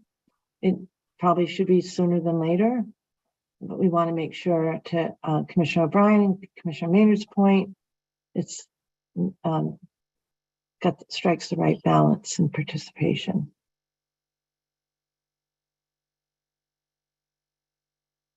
Okay, do I have a motion then, if I'm not hearing any further questions for our sports wagering division? Madam Chair, Thank you. I move that in accordance with 205 CMR 202.03, just want to make sure I have the right one. Yes. I move that in accordance with 205 CMR 202.03(2), the commission issue a waiver to all licensed sports wagering operators from the requirements outlined in 205 CMR 257 and in the internal control requirements outlined in 205 CMR 238.027L and 205 CMR 238.027M through November 17, 2023, as granting the waiver meets the requirements specified in 205 CMR 102.034 and is consistent with the purpose of GL Chapter 23M. Any further discussion? Oh, sorry. Do I have a second? Second. Okay. Oh, you can have it. Commissioner O'Brien has seconded. Is there any further discussion on this? Okay, Commissioner O'Brien. Aye. Commissioner Hill. Aye. Commissioner Maynard. Aye. And I vote yes. So 4-0. Thank you. Now we're turning to House rules. This is now shifting to Andrew. Yes, good afternoon, Madam Chair, Commissioners. Good afternoon. And before we get started, I just want to acknowledge that Andrew Steffen joins us. He's wearing a couple important hats right now. And today he is wearing the interim sports wagering operations manager hat. Director Band is there smiling because he knows that Andrew also plays a big role in the casino side of our work. So welcome in this capacity, Andrew. Yes, thank you, Chair. Thank you to everyone.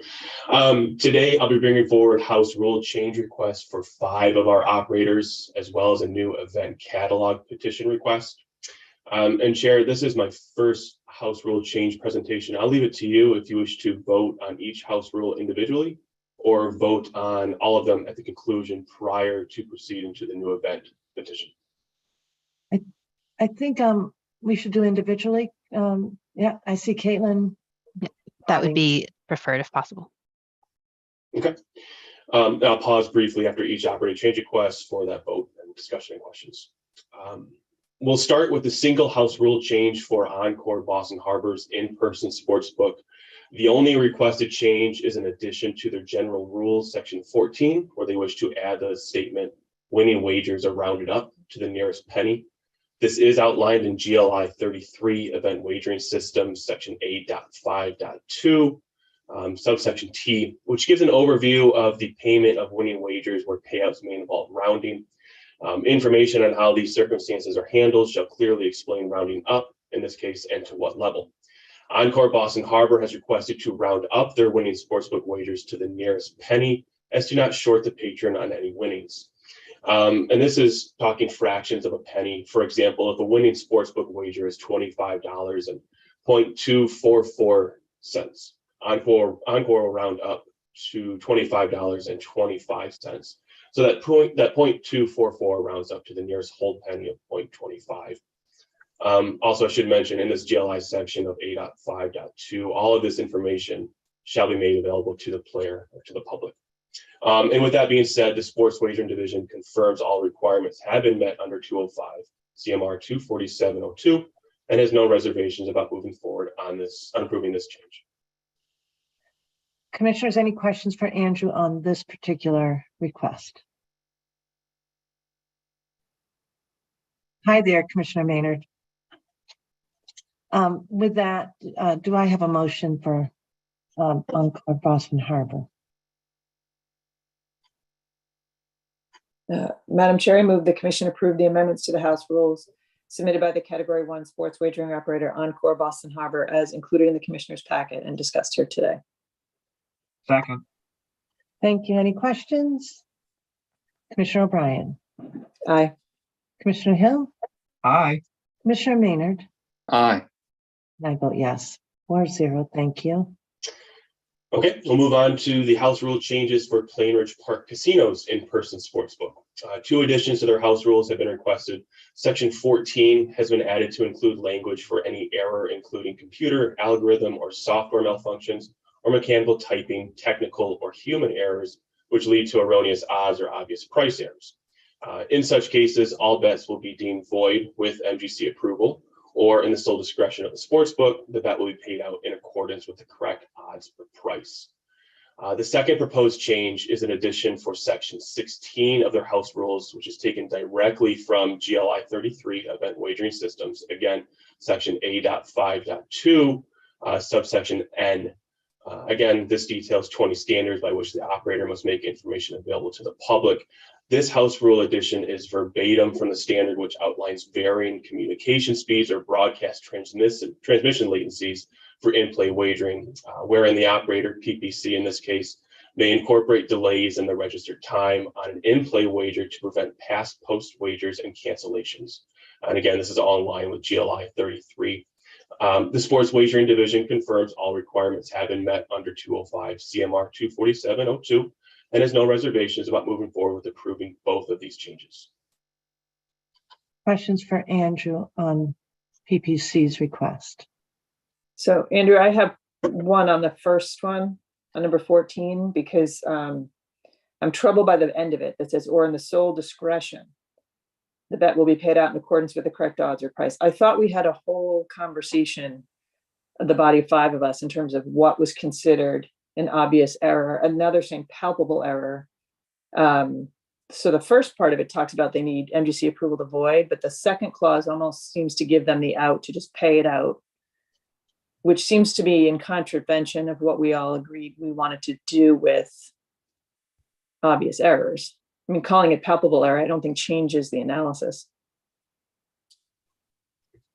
Yeah, I'm going to turn to Director Band if you're able to help me out here. Yeah, I kind of thought that's what we kind of agreed on, is what Andrew stated here, is that they could pay it out if, you know, was that if I'm not, didn't misunderstand what we did. No, it was the question. So the result of what they call palpable error in the first instance lines up with my memory, which is they can come to us and say, this was a mistake, but we want to vote. And we go, yeah, got it. But then that last clause basically seems to be the exception that swallows the rule, that basically says, or in their sole discretion, they can choose to just sort of amend it and pay it out. So that's, and I don't know if legal remembers how we did this, or I hate to do this to Andrew, because I know Sterling might have known this out of the top of his head, and he walked out the door with this knowledge. But I just want to make sure that that language is not kind of the exception swallowing the rule that we all agreed we wanted to apply to these obvious errors. Did we, for the payout, I think, did we expect them to come back? Anyway, Caitlin, I don't remember. I think the issue was if there was an obvious error, or what they considered to be an obvious error, and they wanted to cancel the wager, they have to come to the commission in order to cancel that wager. I'm not sure that the commission dealt separately with if there was an obvious error and they wanted to pay it out. I think they would pay it out if they didn't cancel it, right? So. Yeah. Well, but it says with the correct odds or prices. It's not, I'll pay it out to you as mistakenly done. Oh yeah, no, error. I think it's and that I think runs. Yeah, I think they have to come back. I don't think that. I think they need to rewrite the end of 14 to say, or in their discretion, they request to come and pay it out. But I think they still need our permission to do it. And I'm not opposed to them having that as an option. Yeah. But I feel like as written, it kind of, They need to clarify it more, they need to rewrite the end of it to basically that with MGC approval should encompass both of those clauses, I think, Okay. both of those options. we'll get them to rewrite that it does, I agree. Yeah, to make it clear that they have to come back to us either way. Yep. Okay.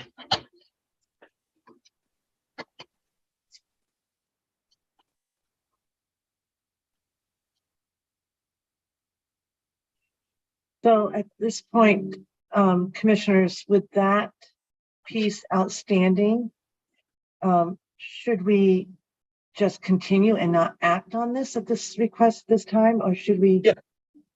Or should we make the other change? Would it be helpful to focus on the other change and vote on number 16?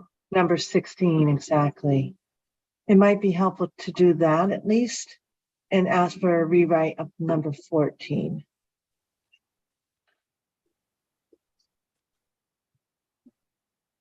We could do that. Commissioner O'Brien, I'm wondering if it were to be paid out in accordance with it's the really where the benefit falls, right?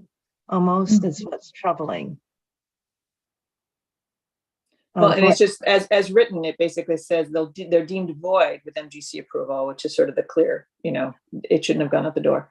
And this is or in the sole discretion, the bet will be paid out in accordance. It seems to remove us from the process entirely, which was not what we as a body said we wanted to happen with obvious error. Yeah. Anyway, so we could turn to 16 if everybody's comfortable with that one. Yeah. We'll bring the A part back to you, number 14. Yeah. Okay. So are there any questions on section A, number 16?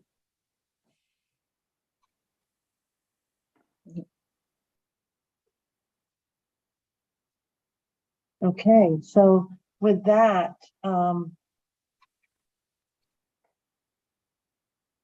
it's a little bit of a finessing the motion. I'm happy to move. Thank you, Commissioner. I move that the commission approve the amendment to the House rules submitted by the Category 1 sports operator Plain Ridge Park Casino as specified as section A introduction number 16 and included in page 185 to 186 of the commissioner's packet and further discussed here today. Second. Thank you. Any questions or concerns about that? All right, Commissioner O'Brien? Aye. Commissioner Hill? Aye. Commissioner Maynard? Aye. I vote yes. So 4-0 on that partial request. Okay, yeah, we'll work with Plain Ridge Park Casino on rewriting number 14. Perfect. Thank you, Angela. Yep. Next, I'll cover House rule changes for MGM Springfield's in-person sportsbook. In your commissioner's packet, I have a memo which briefly summarizes the changes for their customer care and settlement rules, as well as changes for their baseball, boxing, and mixed martial arts, American football, and golf rules. However, I have also included a comprehensive overview of all requested changes within Exhibit A. Some of these rule changes are additions to pre-match baseball wagers, outcome of first pitch, and minimum length of play for a golfer. Very standard language updates for these events. And after a full review of MGM Springfield's requested changes, the Sports Wagering Division confirms all requirements have been met under 205 CMR 24702 and has no reservations about moving forward on approving these changes.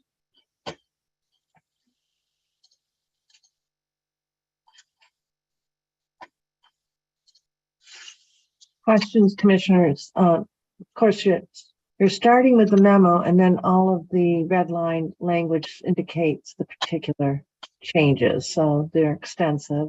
Correct. Pages in your packet is pages 189 through 191.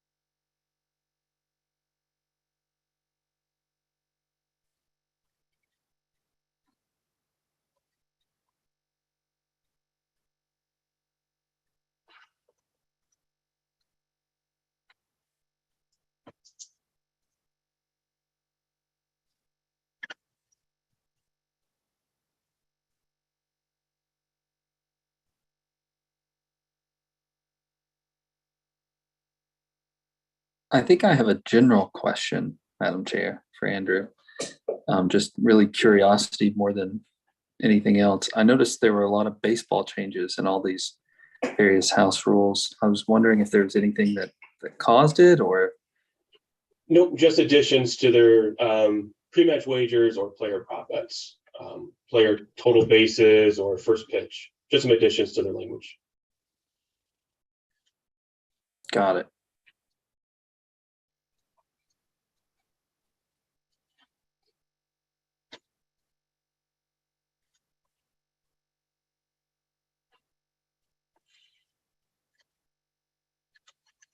Madam Chair, I have no issues with anything that was proposed by Andrew or MGM at this time. Okay, and Commissioner O'Brien, have you had a chance to do a last review? You're all set then. Then, commissioners, if there aren't any further questions for Andrew, are you prepared to move? Madam Chair, I am prepared to move that the commission approve the amendments to the House rules submitted by Category 1 sports wagering operator MGM Springfield as included in the commissioner's packet and discussed here today. Second. Thank you. Any discussion? Commissioner O'Brien? Aye. Commissioner Hill? Aye. Commissioner Maynard? Aye. I vote yes. So 4-0. Moving on to 5H, Andrew? Yes, similarly, BetMGM has requested several changes to their house rules. Again, in your packet, I have a memo which briefly summarizes the changes, as well as a more detailed overview of all the requested changes listed in Exhibit B. BetMGM plans to launch its Same Game Parlay Plus feature at the end of this month across all their sports books. Many of the updates to their house rules include language for this feature, which I'll go into detail in just a second, as well as similar changes to their customer care and settlement rules, and also changes to baseball, boxing, mixed martial arts, American football, golf, and soccer rules. Again, many of these changes are similar to MGM's in-person sportsbook, as well as additional language for that Same Game Parlay Plus feature throughout. And to go into a little more detail on that, the Same Game Parlay Plus feature, this is a parlay that includes at least one same game parlay and an additional straight selections or additional same game parlays from other events. So for example, tonight the Red Sox play the Astros in Houston. You place the same game parlay wager on the third baseman Red Sox Justin Turner to hit home run and the Astros first baseman Jose Abreu to get a hit. This, as you know, is a same game parlay. Now for a same game parlay plus, you could add a wager from another event. So you have your same game parlay with Turner and Abreu. Now let's say you want to add the Nationals to beat the Yankees tonight as well. This would now be called your same game parlay plus, as it's adding another event out.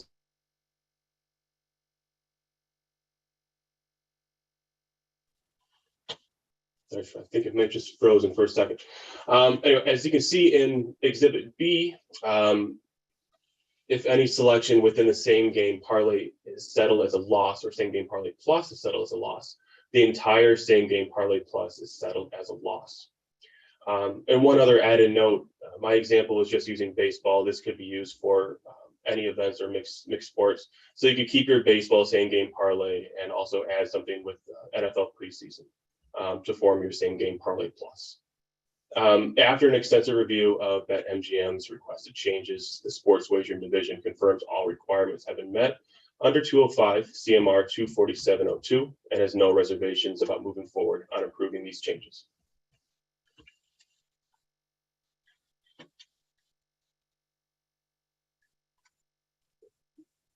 Any questions for Andrew? Again,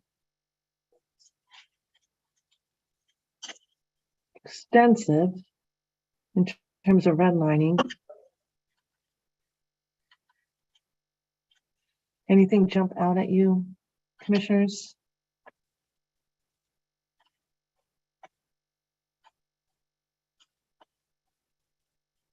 No questions for Andrew? No. Okay, then if we're prepared to move on this request, I'll take a motion. Madam Chair, I move that the commission approve the amendments to the House rules submitted by the Category 3 sports wagering operator BetMGM as included in the commissioner's packet and discussed here today. Second. Any discussion? Okay, Commissioner O'Brien, Aye. Commissioner Hill, Aye. Commissioner Maynard, Aye. and I vote yes, so 4-0. Okay. Last change request here, House rule changes for FanDuel. Again, in the memo in your packet, I've summarized the changes for dead heats, the 4 events of American football, basketball, cricket, and ice hockey, as well as technical and grammatical corrections for Australian rules, baseball, and the motorsports sections. I've also included a much more detailed exhibit outlining all of these changes FanDuel has requested to their House rules, which is in your packet in Exhibit C. For example, in their dead heat section, they have included a calculation. For American football, additions have been made to specific markets such as college football regular season wins, first drive parlays, and first play of the game from scrimmage. The 2 largest overhauls are changes to their House rules for cricket and ice hockey.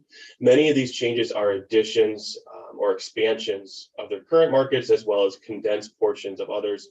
And you can see some green line in there as well. That's just some language that's been moved around within their House rules. Finally, after a full review of FanDuel's requested changes, the Sports Wagering Division confirms all requirements have been met under 205 CMR 24702 and has no reservations about moving forward with approving all of these changes.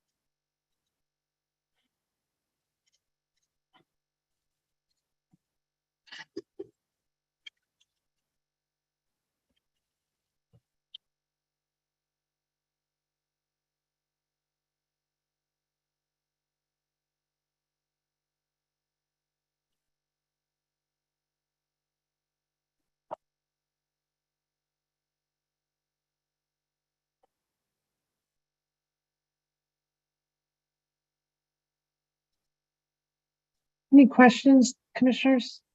Commissioner O'Brien, are you leaning in? Yeah, I only have one, and it's, again, Commissioner Maynard said more curiosity than anything else, but on page 203, when they talk about markets denoting a start time, anything delayed more than 2 hours of the official start time. I think of baseball games maybe that, are there like league caps on how late they kick these off? Because I can see a rain delay in a day baseball game that might run past that. Just curiosity more than anything else. I think Commissioner O'Brien, within that section where they listed 2 hours, that is for football. Football only? Yes, football only. I'm unsure about baseball, if there is a time limit for those, but that 2 hour edition was for specific markets for American football. And then is that the max they'd ever delay a football game? It's 2 Just hours. curious. No, I meant like the NFL. Oh, I'm unsure about that. I can look it up for you. Oh, okay. Just curious. Thanks. Commissioners, we spent a little bit of time discussing the NFL draft. There's just a couple of changes there. There's no implications of concern, right? Right. The all-in section, I have to tell you, Andrew, I don't know if you can just explain it a little bit more to me. Yeah, I may have omitted that all-in section within these within the red line. Just from a practical point of view, the implication, what of those 2 changes? Draft, exact order, markets, betting is all in.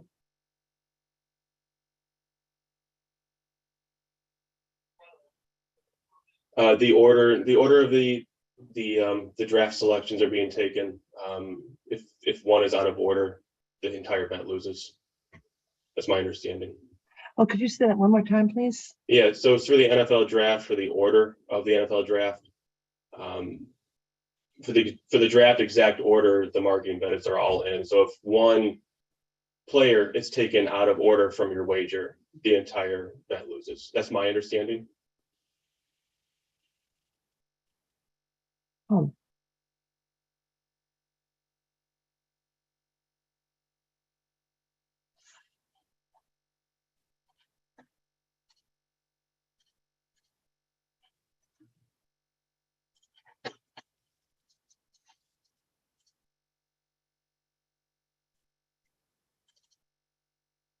Any other questions, commissioners?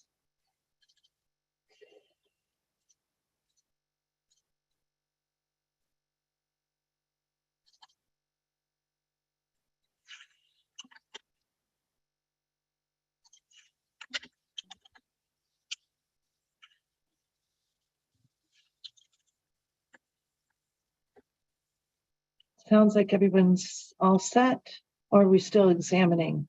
There's quite a few again here with context from Andrew. Any concerns or questions, clarifications?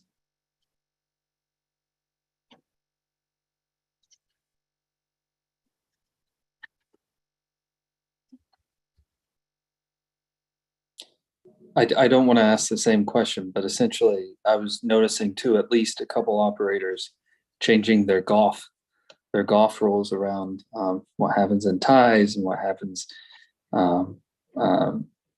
depending on if someone pulls out early.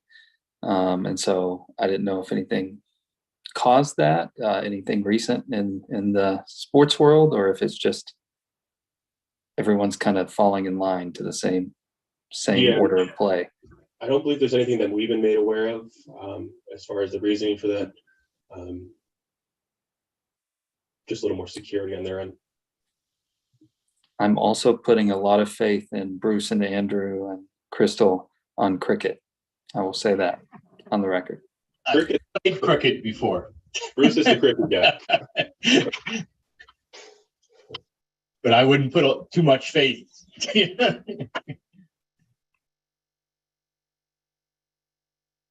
With that, do we have a motion?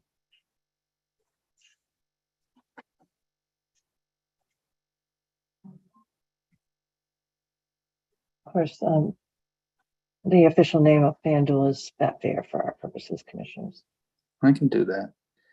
Madam Chair, I move that the commission approve the amendments to the House rules submitted by the Category 3 sports wagering operator Betfair Interactive US LLC, doing business as FanDuel, as included in the commissioner's packet and discussed here today.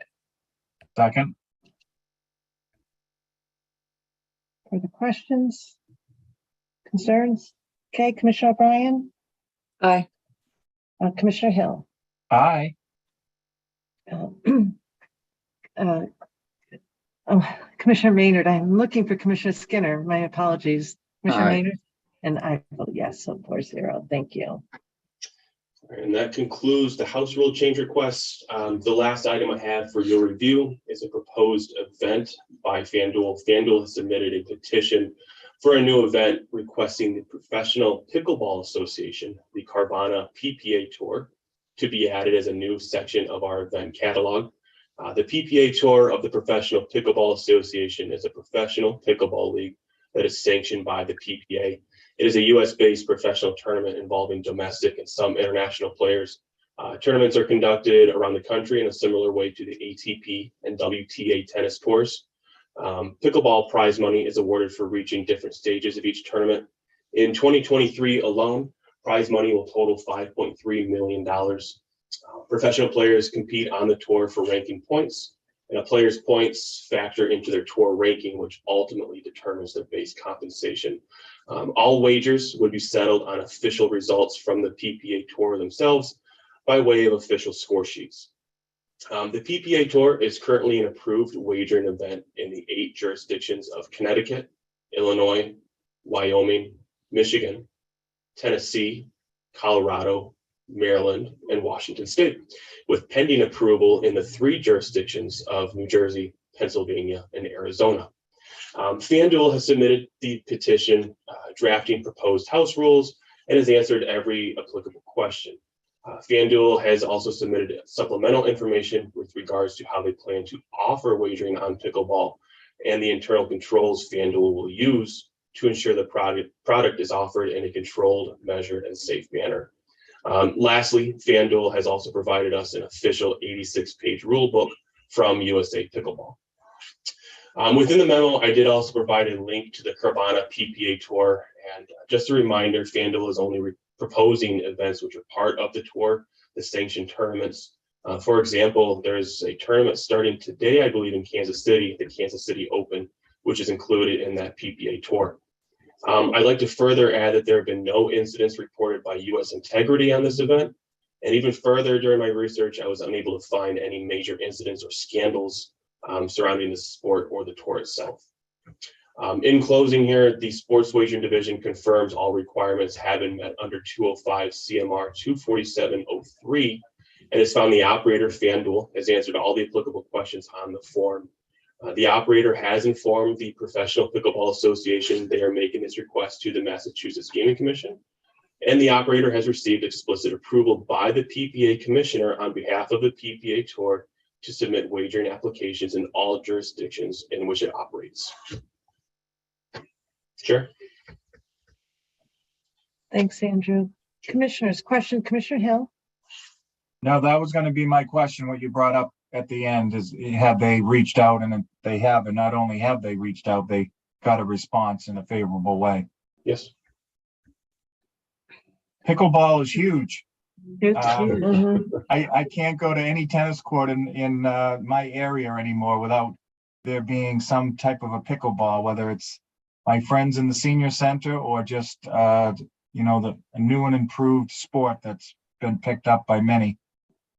Yes, it's rising in popularity. During my research, I've been finding it's one of the fastest growing sports. Even I can play it, Andrew. Yeah.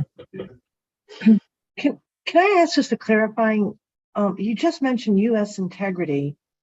When I looked at the integrity revision on that page 236 in our packet, it almost sounds as though FanDuel is working prospectively on integrity matters.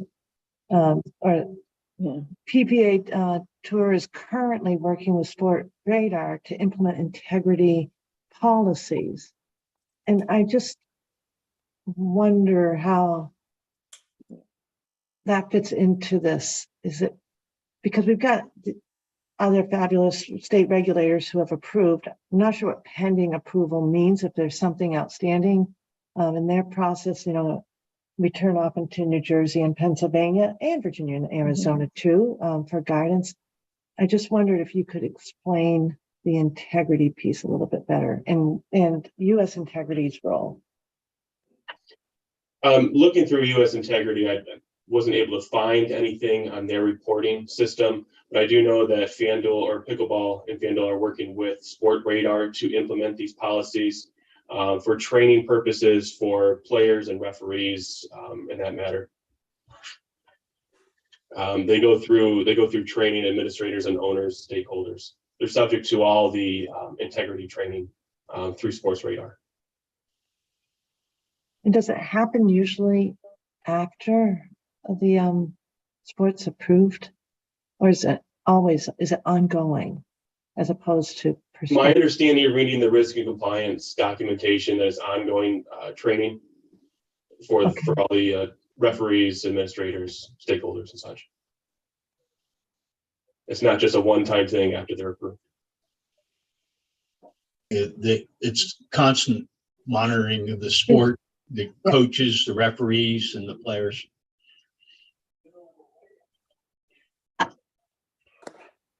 Yeah, Madam Chair, I had the same questions that you did. The language of currently working with to implement seemed prospective to me.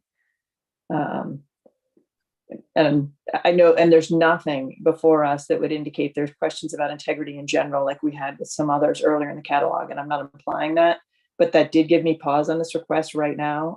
I was curious, Andrew, if you knew, still pending in New Jersey and Nevada, that struck me too as to why it hasn't been approved there yet, what the reasoning for the still pending is. What that means. Yeah. What that means is it tied to the questions that we just raised in terms of when you get your Sport Radar, when you get your integrity finalized, we'll come back and flip a switch? I'm just curious. I will follow up with the compliance team over at FanDuel. I'm unsure why they're pending in those 3 jurisdictions. Pending, and again, I'm wondering if this document that follows your memo looks like it's dated July 28th, so it's current. I just wonder if it was choice of language or if this is standard process. Commissioner O'Brien, it caught my eye. I know, for us to be adding something in a catalog where New Jersey and Nevada have not yet struck me, and then that language about the prospective. So that's the only hesitation that I had with this request right now is it a little premature for me once they get a little more clarity on that. I don't have any other issues with it.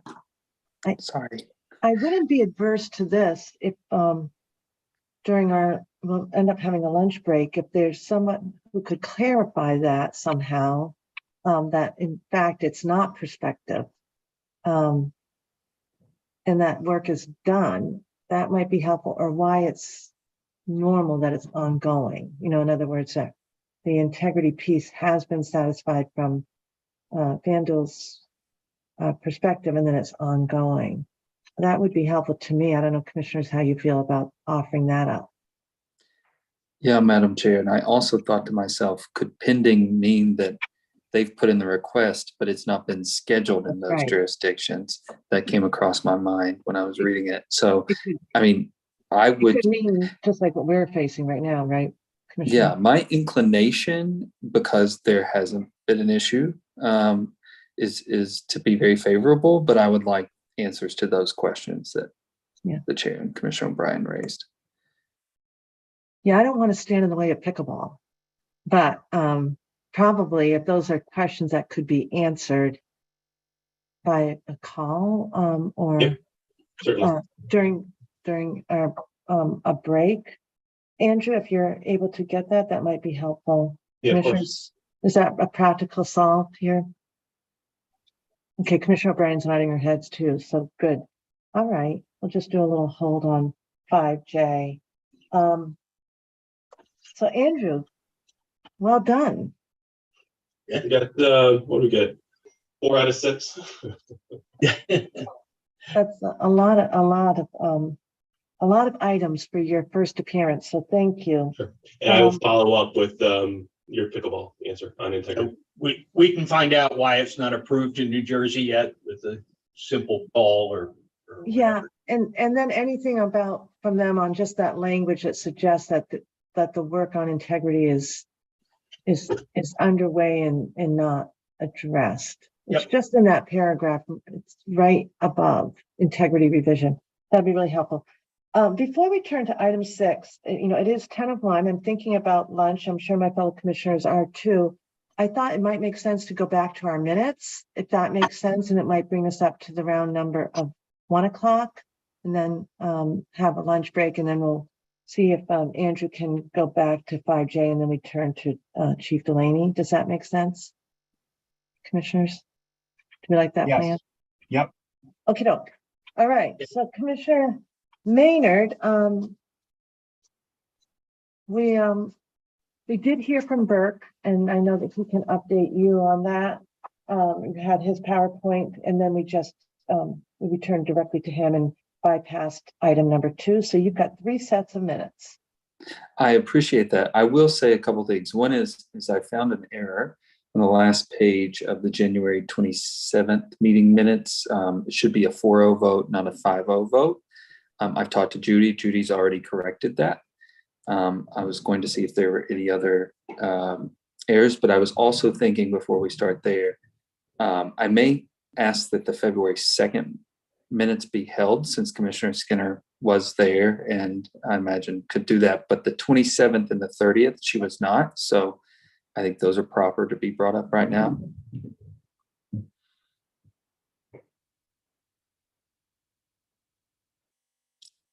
Is that good? That is good. So why don't, should we, commissioners, if you had the chance to review them, we could hold, a fair point, hold on the February 2nd minutes. Are there any edits or questions regarding January 27th and January 30th? No. Okay. All Could we right, bundle them together in a motion, perhaps? happy to do that. Thank you, Commissioner. Madam Chair, I move that the commission approve the minutes from the January 27th, 2023 and January 30th, 2023 public meetings that are included in the commissioner's packet, subject to any necessary corrections for typographical errors or other non-material matters. Second. Second.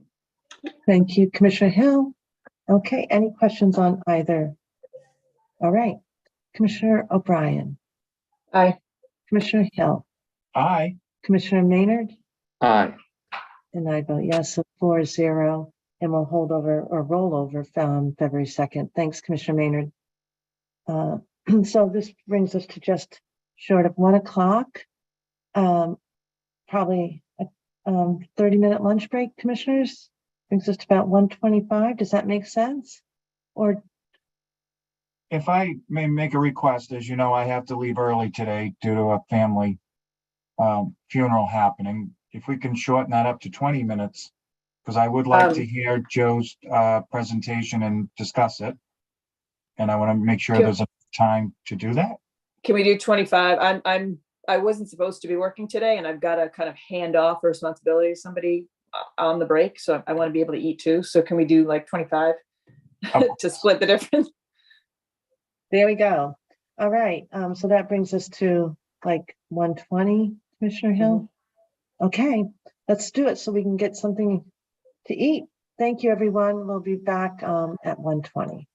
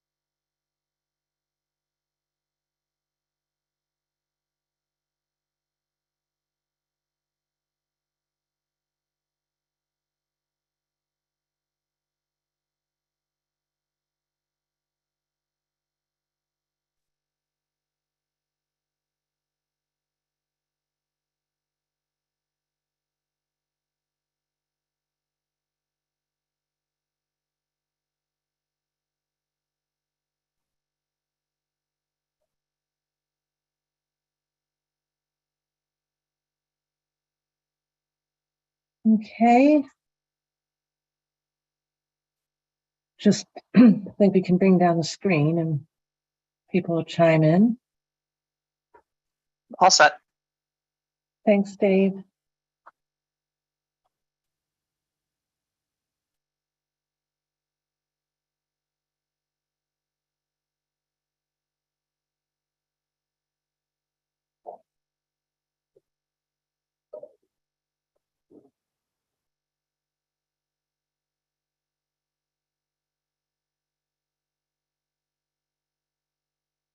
Okay.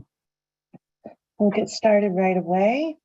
This is a reconvening of the Massachusetts Gaming Commission, and we'll do a roll call because we're holding this meeting virtually. Commissioner O'Brien, good afternoon. Good afternoon, I'm here. Good afternoon, Commissioner Hill. Good afternoon, I'm here.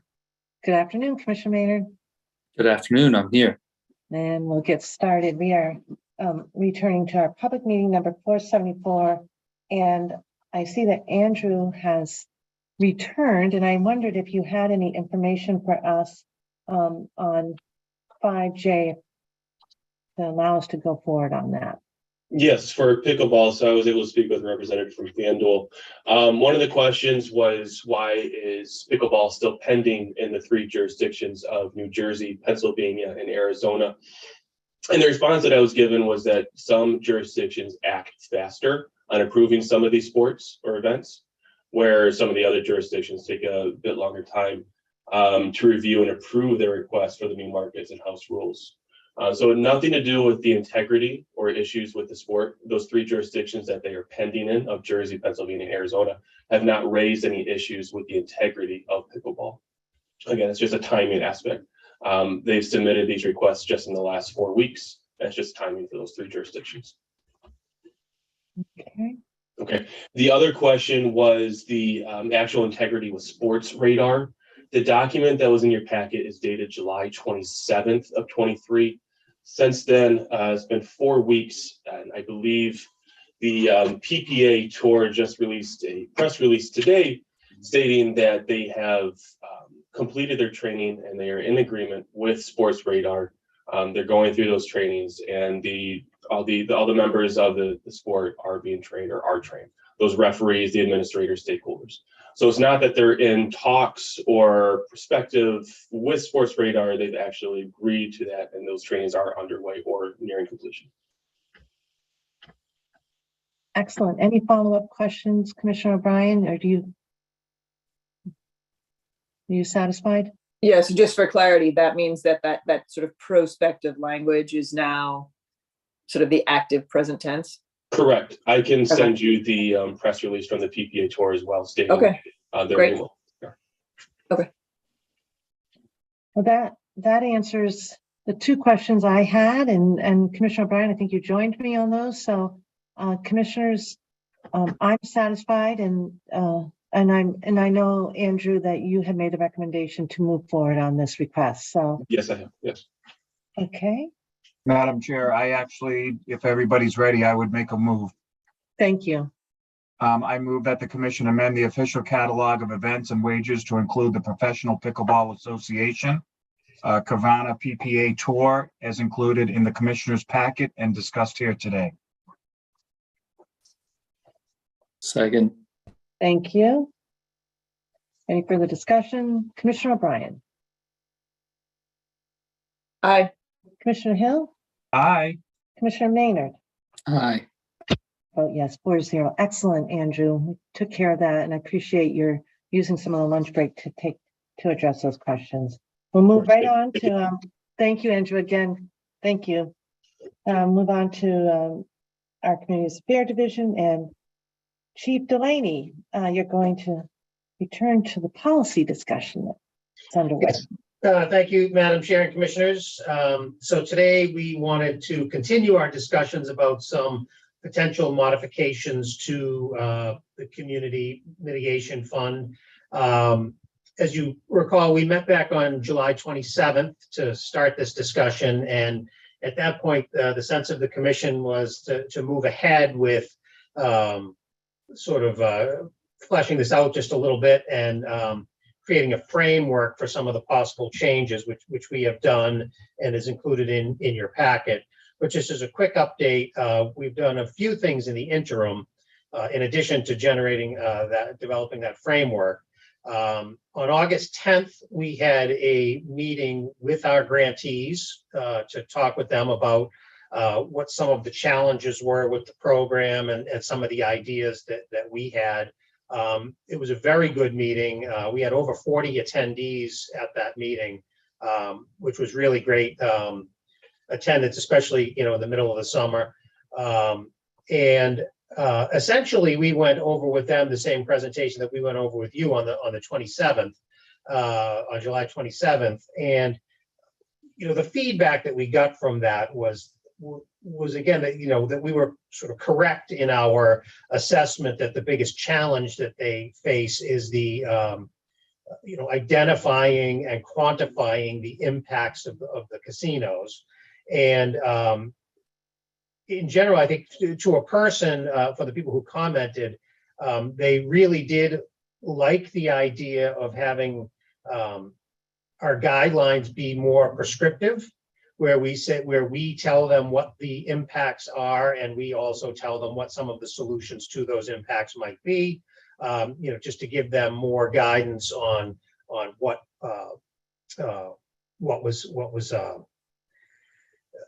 acceptable. And then also there was a lot of definite interest in the idea of a block grant approach. The comments that we received back on that were that again, we talked about the capacity of some of these communities to be developing grant applications and so on when there's no guarantee that they'll get the money. Several folks commented that they felt that a block grant approach would sort of level the playing field a little bit amongst the communities that, where we have some communities that have dedicated grant writers who take a lot of advantage of the program, and then you have these communities who don't and have not been able to take advantage of the program. So there was definitely a lot of good comment in that area. And also this week on Tuesday, we held our local community mitigation advisory committee meetings and our subcommittee on community mitigation. And Commissioner Hill was in attendance at both of those meetings. And I would say that the comments that we received were very similar to what we received when we met with our grantees. The idea of having a more prescriptive guidelines was universally agreed that would be a good thing to do. And same thing with the block grant approach. The key question that came out of all of this was, well, what is the formula going to look like? Everybody wanted to have some idea, well, what does that mean for us? One of the things that we did hear from, particularly from Springfield, was that they felt that the host communities should get a larger share of the money because they take up a much larger burden of those impacts. So, again, the comments were generally positive on the notion of a block grant approach. So what I thought I would do now is just kind of walk through the framework that we put together, and that is in your packets, starting I think at page 240. So what we've done, as you all know, Community Mitigation Fund, we get 6.5% of the gaming taxes go into the Community Mitigation Fund from the Category 1 facilities, and also 6.5% of any fines that are generated from those facilities. So what we looked at here is saying that a block grant approach probably can't work for all of the things that we do. A block grant approach works for the municipalities, but for those things like the workforce development programs that we have and district attorneys' offices and so on, a block grant really wouldn't work for those. So what we are proposing is having sort of a two-piece approach to that. And the first, we're calling it the Municipal Block Grant Program, which would be for all of the eligible communities. And then what we're calling, for lack of a better word, program set-asides. And those set-asides would include the workforce program that we currently run, the district attorney's offices, the Hamden Sheriff's Office, if we decide that we're going to continue with that. And then any regional agencies, the regional planning agencies, and so on. Now, on the municipal block grant side, what we're proposing is that all of the monies generated by the casinos would go into that block grant program. So right now in Region A, we're generating about $12 million in funds. In Region B, it's about $4 million. And so, and what we also looked at is the Category 2 facility, which is of course Plain Ridge Park. They actually are within the boundaries of Region A. And given the amount of money that is in Region A, we felt it's probably appropriate for those communities to use Region A funds. Historically, we've kind of split it up between Region A and Region B. But since there's such a discrepancy in the amount of funds that Region A generates, it seemed more appropriate to do that. But again, that's not a question we need to decide today. That's really going to be a policy question that we would be bringing up later.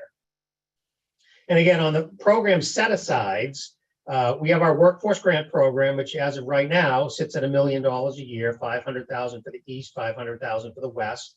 In the interest of trying to get more money out, we could consider increasing those amounts. Again, a policy question that we don't need to decide on today. And also district attorney's offices. Right now, only the Hamden District Attorney's Office has come in for money. And I know with Commissioner O'Brien, we're going to meet with some of the other the DAs and try to gauge their interest in participating in this. And we think there's a really good there's money here for them, and they should probably be taking advantage of that. So we're going to try to grow that piece of the program just through having additional DA's offices participate. The Hamden Sheriff's Office, again, that's a policy question. We won't really talk about that particularly today. And then, we put on here regional agencies. We haven't really thought too much about if we want to try to set some money aside for, the Pioneer Valley Planning Commission and the MAPC. And so anyway, what we're looking at there for the funding source is, right now we have balances that, unused balances in the fund. And our thought was that we could dedicate those funds to these set-asides, and then essentially those surpluses would reduce over, some period of time. So that is so that's the basic approach to doing that. And I think on the program set-asides, with the workforce grant, I think we would put that out just as we do now, as being competitive and saying that, we have money available in Region A and Region B. With the district attorney's offices, I think we would just set aside a certain amount of money and tell the DA's office, we'll come up with an application form for them to fill out and so on, and what we want to see. So I think that side should be pretty straightforward. So I'm going to focus the rest of this presentation really on the municipal block grant program and what we think that might look like. Joe, just before we continue, can you remind me, and Commissioner O'Brien, maybe you remember, have we ever had any of the district courts reach out for No. any relief? I don't know, Eileen, if the DAs, if we're talking to the DA's offices, if we should also be thinking about that. I don't know if there's data to support the court. So yeah, I think, well, firstly, the law itself particularly spells out DA's offices. It does not talk about the courts. District court. Okay. All it says is in public safety agencies, including the district attorney's office, police, fire, EMS, things like that. So that might be a little bit of a stretch. Yeah, I guess I felt that at one point we had gotten something. My apologies. Yeah, no, I mean, and I think we could certainly have legal take a look at that and see if that fits within the framework of 23K. Yeah, Commissioner O'Brien, you were leaning in. I don't know what you were thinking. I didn't have a memory of us hearing from the courts. Okay, thanks. Okay, so moving on, so what would this municipal block grant program look like? So what we would envision this as being, we would get a single application from a community covering all of the projects that the community is proposing to use the funds for. And this, so the application would be broken down into categories as we do now. So we would still have, several categories. And of course, the funds going out to the communities would be based on a formula, which we'll talk about formula, some of the things to consider in a formula in a little bit. And right now, so we're proposing 5 categories. And those are transportation, community planning, public safety, gambling harm reduction, and also specific impacts. So those are essentially the categories that we have now, with workforce development as being an additional one. And we kind of pulled that out of the block grant piece. And what we are proposing here in this memo is having kind of a targeted minimum in each one of the categories, similar to what they do with the Community Preservation Act, and in this case, we're saying 15% is the target for each of the 4 categories with nothing under specific impact.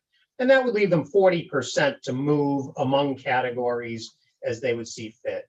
Some of the comments that we got on this were saying that, that may not really fit particularly well with every community. And our idea is we don't want a community to just take the money and put it into transportation or public safety or something just every single year, where it becomes almost like a general fund kind of expense, even though it would not be. And so I think maybe for the first year, we would put a target on there and say, if you're not going to do that, you need to explain to us why you're not going to do that and how you might meet that in the future or something like that. Maybe we don't say that that's a hard and fast rule this year, but we want to see the money spread around to the various categories is what the long and short of it is.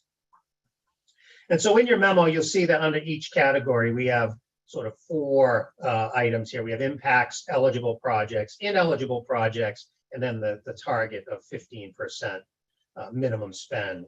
And for just illustrative purposes, I put together, again, a framework, not a final guideline, but on what these guidelines would kind of look like.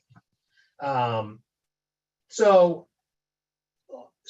for I did the one for transportation, and so what we're saying in the example is that that we've reviewed all of the traffic studies for all of the facilities, and we've reviewed a bunch of research that's been done on traffic. I've looked at 4 or 5 different studies that show sort of what the impacts of increased traffic are on local roads and public safety and things like that.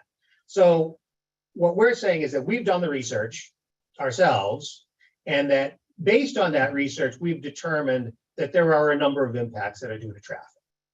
And so the first impact they were saying is increases in traffic are likely to cause increased congestion along the major routes that lead to and from the casino. I think that's almost self-evident.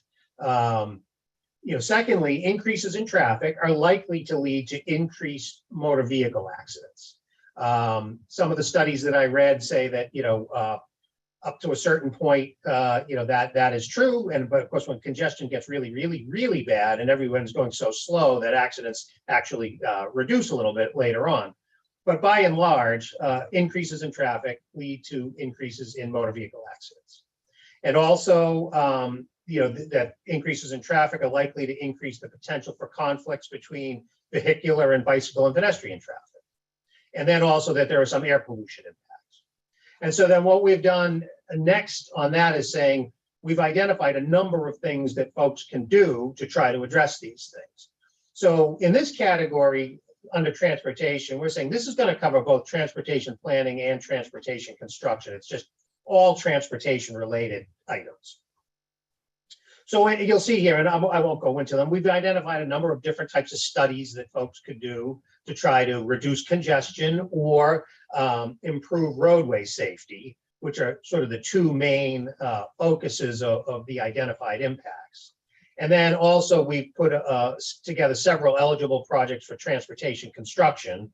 And as of now, we're proposing to keep the cap on transportation construction at 1/3 of the project costs, as we do currently. And in there, we talk about bike share networks, the things like Blue Bikes and so on, which we've, all of these things that you see here are things that we've funded in the past. Road and traffic signal construction, to improve safety or reduce congestion, trail construction, bike paths and so on, bus lanes, things of that nature. And then when we talk about ineligible projects, here we're saying that, things like simple repaving projects, those don't really address the casino impacts. Improving the condition of a road is fine, but that's more of a municipal type expense than something that's addressing a casino related impact. So we're saying that those shouldn't be eligible unless, of course, that repaving project is also improving safety. They may do repaving with some complete streets kind of things that help, improve traffic flow or improve safety. So, we would consider some of that, but, it needs to be, it can't just be primarily to be a repaving a road. Projects primarily associated with aesthetic improvements. Again, we love it when people spruce up their communities, but that doesn't necessarily address an impact of the casino. And obviously projects that don't address impacts that we identified. And then, with police costs associated with traffic safety, we're saying that, we funded a lot of those speed boards and other things, which are traffic safety issues, but those really should be funded under the public safety category. So we're going to try to steer people into the kind of the right place for those things. So that's what essentially the framework would look like. Now, we are right now working with Mark Van der Linden and Bonnie and their team. They have a consultant that they've been using, company called Brio, that we're going to use as well. And they're going to do some literature searches for us in jurisdictions outside of our jurisdiction, other places in the United States and Europe, and places that are similar to what we are. There's been many studies done by many people, but we want some help in that, particularly on the public safety and the gambling harm reduction, and to a lesser extent on the community planning, to help us identify known impacts of casinos. We have all our research that we're reviewing, but we thought we would try to expand this to a wider group to say, hey, if there are impacts that have been identified at other casinos, is it reasonable to conclude that would be an impact here? Maybe some things that we didn't think of. So we're working with them on the other categories to do that. And then we come down to the block grant distribution formula, which is, this is going to be, I think, the secret sauce in here that everybody's going to be interested in. And initially what we've done is saying, what should we be looking at in developing this? So the first thing is, distance from the casino. I think everyone would agree that the further away you get from the casino, the impacts of that casino are reduced, from not only from a traffic impact, but from crime or any of the other things that you tend to see. That further away you are, the impacts would diminish. Traffic distribution is another one that we think we definitely need to consider. If you look at the way traffic is distributed, it has a larger impact on certain communities than it does on others. And just using Encore as an example, the Boston City line is almost right there at the entrance to Encore, and 70% of the traffic turns right, going directly into Boston. So, Boston is handling a much larger share of the traffic impact than any other community. So, I think we need to consider that, as traffic is one of the larger impacts of the casino. But when you look out in Springfield, 100% of the traffic goes out onto Springfield streets. And then it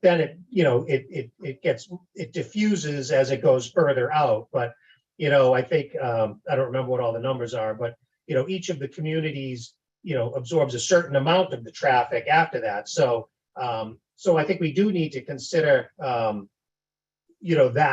impact, and it's not going to be the same in the East as it is in the West. I mean, it's just geographically, it's different. Physically, it's different. And by the same token, MGM Springfield has the interstate right there. So a very large portion of their traffic jumps right on the interstate. So how much of an impact is that on the local community? So those are some of the things we need to consider. Some of the other things that we had questions on, and I think we're going to do a little bit more research on this, and we'll need to, and again, these are kind of policy questions that don't need to be answered today, but would be if we move ahead with this. One is, should employee residency impact the payments? I think we can get that data from our licensees, anonymized, that say, hey, there's 300 employees that live in Springfield and 200 employees that live in West Springfield, or whatever the number might be. And should we think about that as a consideration in a formula? The other, should we tailor the formulas for each region, or do we just want to have one for the state? I mean, I think you'd probably want to just have one formula, but the two regions, particularly on the category 1 casinos, they're very different from one another. The locations, the access to highways, and sort of the distance that some of the surrounding communities are from the host community. So something to think about. And again, should the host communities receive the largest payment, as they bear the largest percentage of the impacts? Again, that may be true, but those communities also do receive direct payments from the casinos that are some substantial amounts. So I think we need to look at what host and surrounding community payments are, and how that plays into it. And then also, should there be a minimum amount of money received by the communities? And I think our group thinks, yes, there should be. And that would probably be different in each of the regions, in Region A, Region B, and in the Category 2. And I think we would look at each one of those and see what what those minimums should be, because different amounts of money are generated in the regions. And then the last one is again, it's a policy question that we ask every year about, should the money generated in Region A stay in Region A, and should the money generated in Region B stay in Region B?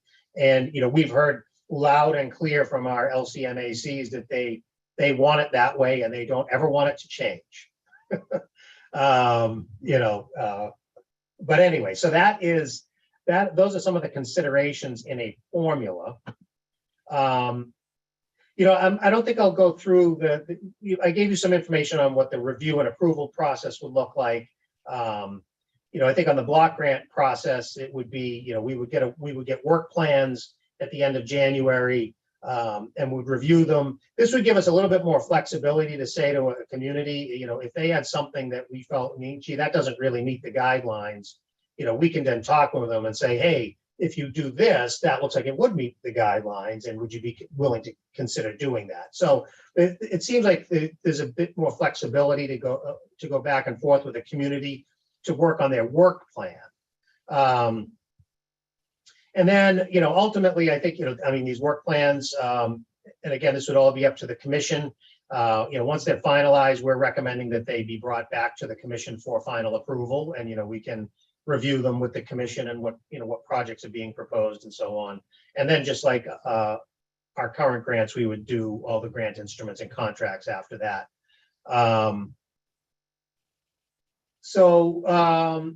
And then I did list out for you a bunch of policy questions. We don't want to talk about those today, but these are just some of the things that have been raised over the year, and we will be coming back to the commission with all of these policy questions in a more detailed fashion. But one that I just did want to highlight was, we had a couple of different requests from folks to allow administration costs to be covered by the grant. We haven't normally done that, except on our workforce grants. And on our workforce grants, we allow 7.5% to be used for administration. Most grants do allow some administrative costs. And again, that's money that we can get to the communities that we're not getting to them now if we do allow that. So something to definitely consider. And so with that, that's really the end of my presentation. We put this down for a vote. And again, I'm not sure it absolutely needs a vote. I think it's, again, we can just get a sense of the commission whether or not you want us to move sort of to the next step of this process, which essentially the next steps here would be to come back in September with all of our policy questions. And at this point, we would come back with our policy questions that need to be addressed by the commission. We would have what I'm going to say is a rough draft of our guidelines, more than a framework, but certainly not finalized. And then the third piece that we would come back with in September is a distribution formula, or perhaps 2 or 3 different, kind of examples of what it would result in.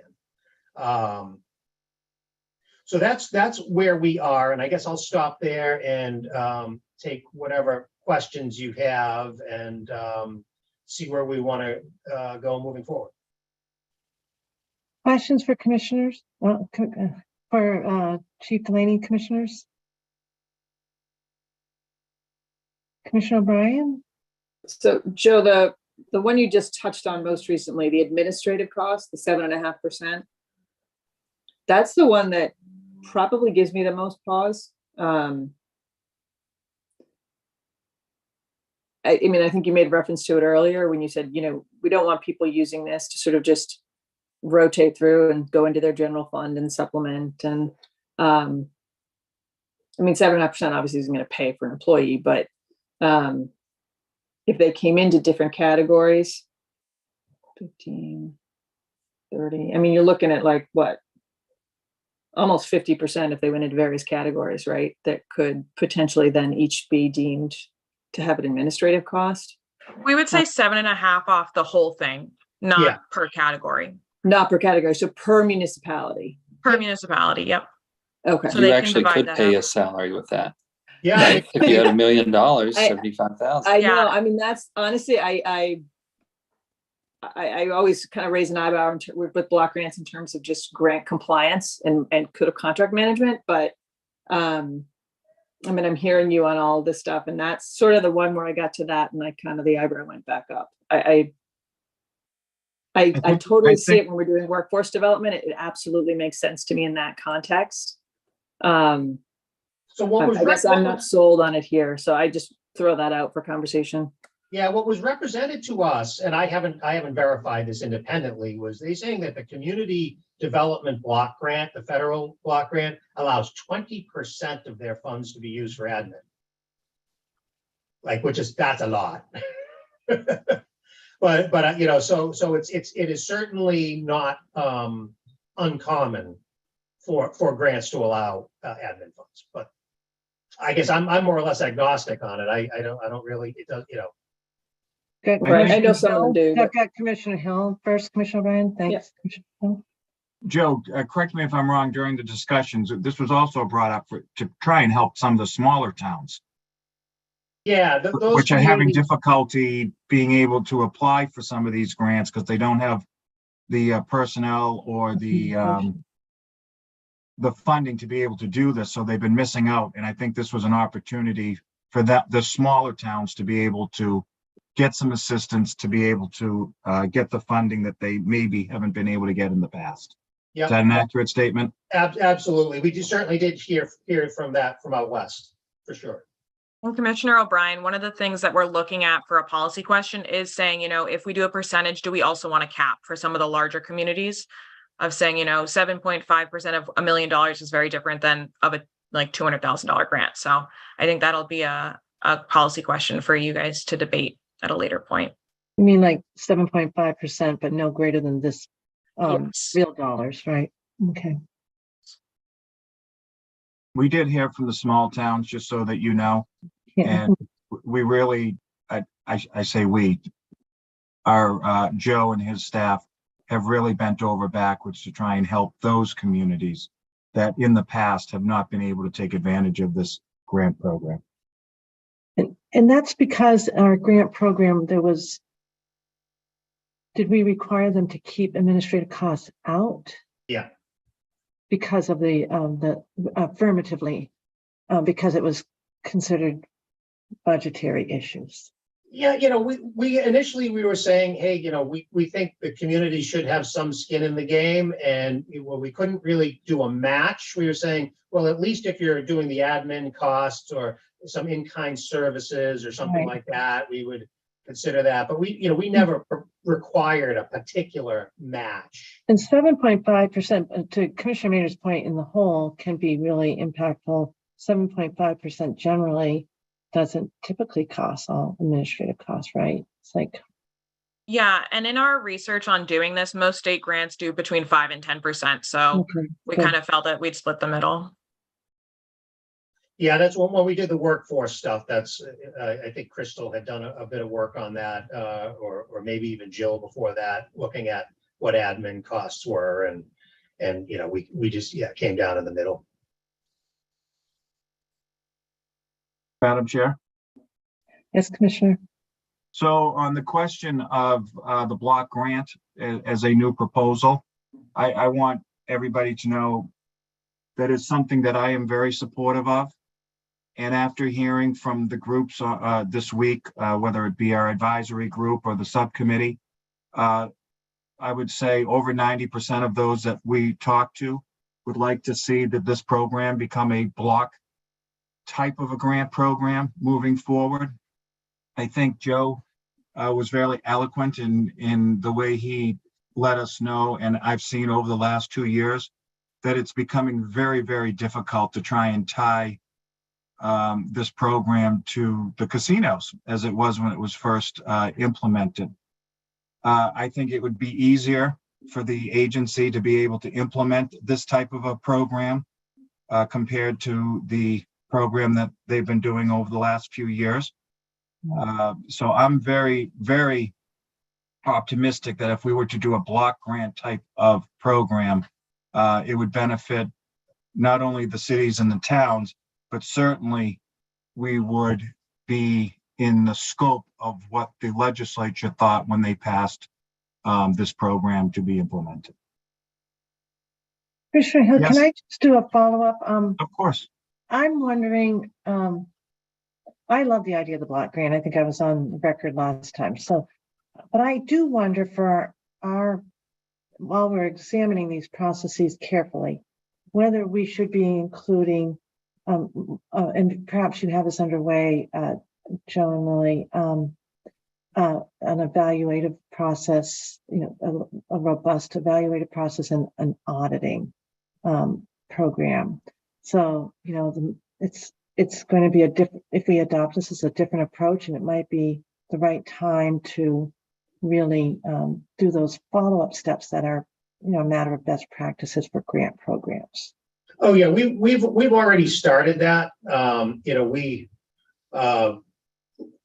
Last winter we started doing that, particularly out in Region B. We met with most of our communities out there and walked through closeout procedures and their record keeping requirements and all of those various pieces.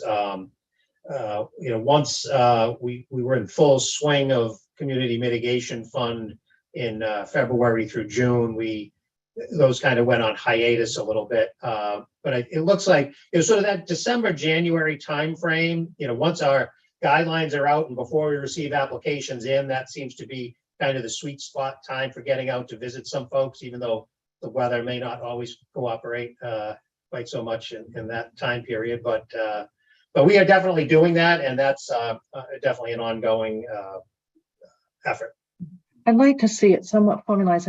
I understand the audit piece, and that's so important, right? As stewards of these important funds.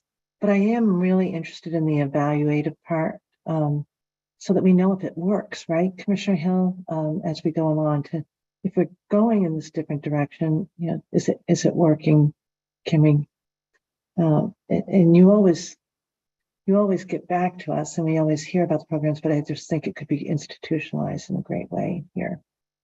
Yeah, I think like anything, we will continually look at how it performs, how well it performs, if it performs, look, if we get to January 31st and half of the community still don't apply for it, it's like, well, what can we do? We'll pivot again, right? We're looking at this as, in some ways, we're saying this is sort of it's an inelegant phrase, but like a last ditch effort before having to go back to the legislature for changes. If we do this and then this doesn't work, then we have to rethink everything. Commissioner O'Brien? Yeah, so I had two questions. One, similar to what the chair just mentioned in terms of compliance. My background coming from the AG's office, you would very often get allegations of misspending of grants that didn't have sort of specifics on them or specific reporting requirements back. So I'm thinking again about that administrative cost. Like, did they have the responsibility to have that person tag their timesheets, that says, yeah, I spent, this much of my week on managing and implementing a grant, or, are there going to be things like that, either advisory directives, mandates on the grant? Sort of question one. And then answer that one. And then the other one was something that Commissioner Hill had said that I wanted to follow up on. Well, yeah, so right now we require quarterly reports from all of our grantees, and we will continue to do that. And the other thing that we do is, this is all done on a reimbursement basis now. We used to do it where we gave them some money up front and then gave them more money and gave it in tranches. But now we're saying with your quarterly report, you get a payment. So if we don't get your quarterly report, you're not getting your payment. So that is one good method to keep people in line. But yeah, I think with I'm not sure, Lily, and maybe on the workforce, do we track their 7.5% admin costs particularly? Yeah, we have different breakdowns and reporting requirements for them, so I'd be happy to look at what we're doing over there and see how it could, play out here, or look at some other grant programs and see how they're tagging it. I think that a lot of the folks that we have funded that are related to the grant are full-time positions. So they're, it's kind of like they're very clearly doing programmatic work. So I think it's a good question, and be happy to look into a couple different avenues that we could do that. And I think we can definitely do that, in their reporting. If they're utilizing funds for admin purposes, they're going to have to submit to us whatever, some tally of the hours that the person spent on the project or whatever it is. Yeah, I think that's fairly standard for most grant programs. That I'm sure we can crib that off of someone. Yeah, I think much like the police patrols where they're, very easy to, kind of code them in, and they do submit coded in timesheets. I think that, there are some opportunities for us to figure out a way to have that represented in the data. Right. And then my other follow-up was Commissioner Hill made the comment that, close to 90% of the people that came in this community said they want the block grant, et cetera. And I'm just curious, what, if anything, was the other 10% agnostic, or were they raising concerns with it? And if they were, what, if any, were they saying that said, don't do it? Well, I don't think anybody really said don't do it. That's right. We heard from the DOR, Sean Cronin, who's on our group. He said, well, why are we sort of trying to get this money out? Like if people aren't coming in for it, why are we trying to sort of push it on them? And and I think my explanation back to him was saying that, look, even our own researchers have a difficult time drawing a bright line between the casino and an impact. Often you'd see in Christopher Bruce's studies, well, it's likely caused. We think it's caused by that, but there's not often this perfect Right connection. line, right. So if our researchers have difficulty doing that, how is a community on their own going to say, here's an impact and here's what all the documentation that we have to justify this impact? Because I mean, that was essentially the way that our program worked. You tell us what the impact is. You can't just say there's an impact. You have to demonstrate that there's an impact through data or whatever it is. It can't just be sort of an anecdotal kind of thing. And, you know, that expectation of the communities is probably unrealistic. You know, and they also, there is a reality here that, you know, somebody said, well, maybe we fixed all the impacts. There are some impacts that will go on forever, as long as there's a casino there. The district attorney's offices will handle an increased caseload due to arrests that happen at the casino that wouldn't happen if the casino wasn't there. And that will never stop. You know, so yes, you may address some of the impacts on traffic and other things, but there are definitely impacts of the casinos that will go on, and that will never be fully addressed. So I understand the thought there is like, you know, but I think the reality is that as a commission, we need to try to help these communities define the impacts and define the solutions, and then let them basically do the implementation of these things. And that's, I think, what this program is really trying to do. Yeah, and these aren't going to be like exclusive, right? So sort of like, I think conceptually what I thought you're saying too is we're going to sort of give you the guaranteed impacts that we see unquestioningly when we're looking at this. That doesn't preclude a municipality, right, from saying, look, here's this obscure thing peculiar to our locality that's, you know, that's also going to be considered. And is it under the old analysis? Well, so yeah, that's I didn't really explain that. We do have the fifth category, which is specific impact. So if they have something that has not been identified, they can identify it, and yes, they would have to provide some justification for that. I'll give you an example of last year. Was an example where Saugus doing the street trees for air pollution. We've never seen anything like that. And, you know, they came in and it's like, oh, this is interesting. Right. And at first you're almost like, really? But then, you know, you read the analysis and they're saying, hey, you know, there's this many more cars on the road from the casino with this, you know, that has this many pounds of carbon dioxide, et cetera, et cetera. You know, you do some of those calculations, you're like, well, wow, that really is an impact. And this is a way to address that impact. It's perfectly legit. So yeah, we would absolutely consider all of those things. And I again, one of the points is saying when you're submitting a work plan, it's a little bit different than submitting an application.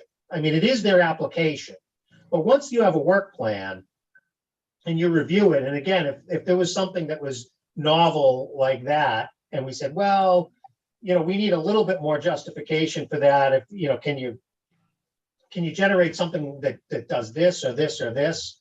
You know, we have the ability to do that with a work plan. We didn't really have the ability to do that with the application. Before we were asking questions of them, and at times we're trying to, through the question, lead to an answer, but we often didn't get the answer that we were hoping to get. Right. You know, so I think this process will be, it will be more collaborative in a way. I mean, so that's gonna, you know, that's gonna make more work on our side a little bit, but I think it will be a lot smoother than the other process that we had, which was sort of review everything, send letters out to everybody and wait a few weeks to get them back, and then review everything again. And all of a sudden it's June and we got to get this thing done. You know, so I think this process should be, I think, smoother, if not necessarily easier.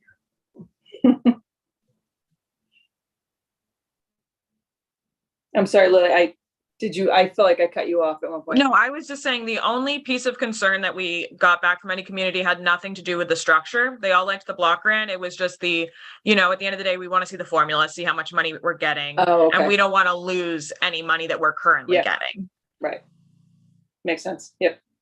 And look, the reality is that depending on what the formula looks like, there could be some communities that get less money than they get now. Because, you know, we were giving money to many communities who weren't coming in for anything. You know, so again, we're not getting into what the formula looks like today. We're going to spend the next month, assuming we're given the okay to go ahead on this, to come up with that. And look, that's when it's, you know, you guys are going to earn your salary on on making decisions on what these formulas to look like. Hey, Delaney, did you just say that that's how we're going to earn our salary? You will definitely be earning your salary. Thanks. It's just after a couple of long days just this past week, I think, yeah, we look forward to your formula. That's what I'm saying.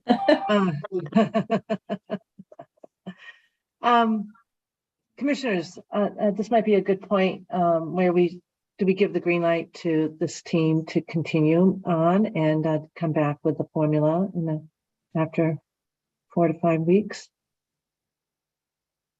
I would like for that to happen. Yes. Commissioner O'Brien. Yeah, I had this ingrained opposition to block grants, but I hear Commissioner Hill, I hear Joe, I hear Lily, and so I'm okay going forward, you know, coming up with the formulas. Commissioner Maynard. I totally support anything that we can do to make it easier for these communities. And I did tell Joe this, so I want to say it on the record, and that is, you know, when you look at the program and you really dig in, there are a lot of things that have happened that would not have happened without this program. So, you know, when I think back to the legislation and I think back to Governor Patrick signing it, I think it was totally envisioned that this would exist and this would exist in this way. And that's why we're trying to get the money out the door. And as long as it's used in a proper way, as Commissioner O'Brien brought up, I totally support it. You have your green light, and Great. Thank you. Very thorough memorandum. Thank you so much. Well, and thank you, commissioners. I do think, you know, and look, when we get to September or even October, you know, if things for whatever reason go sideways on this, you know, I think we'll still be able to run our program, you know, as it exists. But you know, I think as a fallback, you know, I mean, we can take this year's guidelines and go out if things don't work out. But we're going to do everything in our power to get this thing done and move it forward. Good. So should we move on to item 6B then? Yes, that would be great. Thank you. Okay, excellent. Well So done. Thanks, Lily. So this should just be a pretty brief discussion. North Attleboro received a CMF reserve grant of $100,000 back in 2021. If you recall, in 2021, we were telling communities that you need to spend these reserve funds or we're going to take them back. And so North Attleboro came in to do a study of Kelly Boulevard, which is just down the road a bit from PPC. And in the interim, after that grant was signed, a developer is proposing a 300 plus unit apartment complex on Kelly Boulevard, and through the planning board and others was required to do a study of Kelly Boulevard.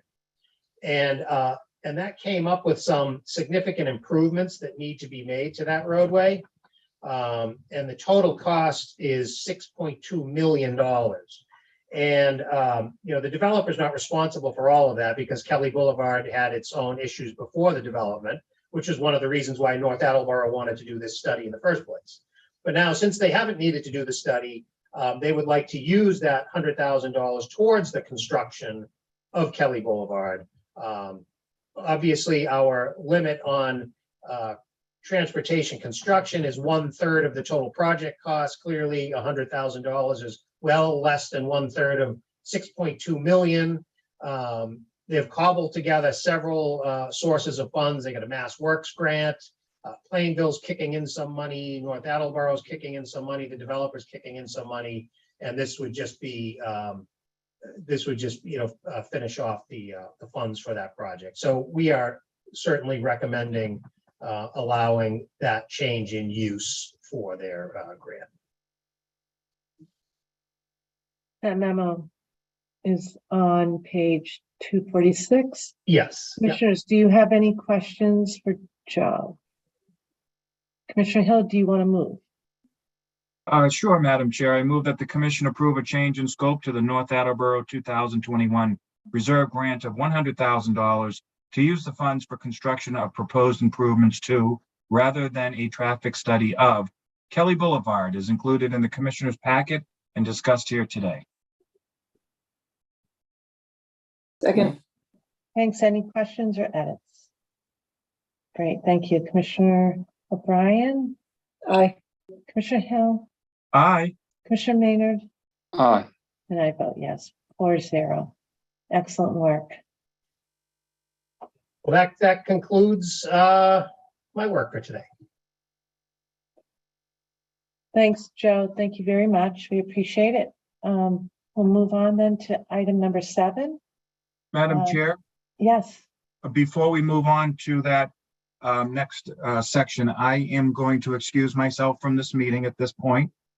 I apologize to you, the commission, and the public for having to leave.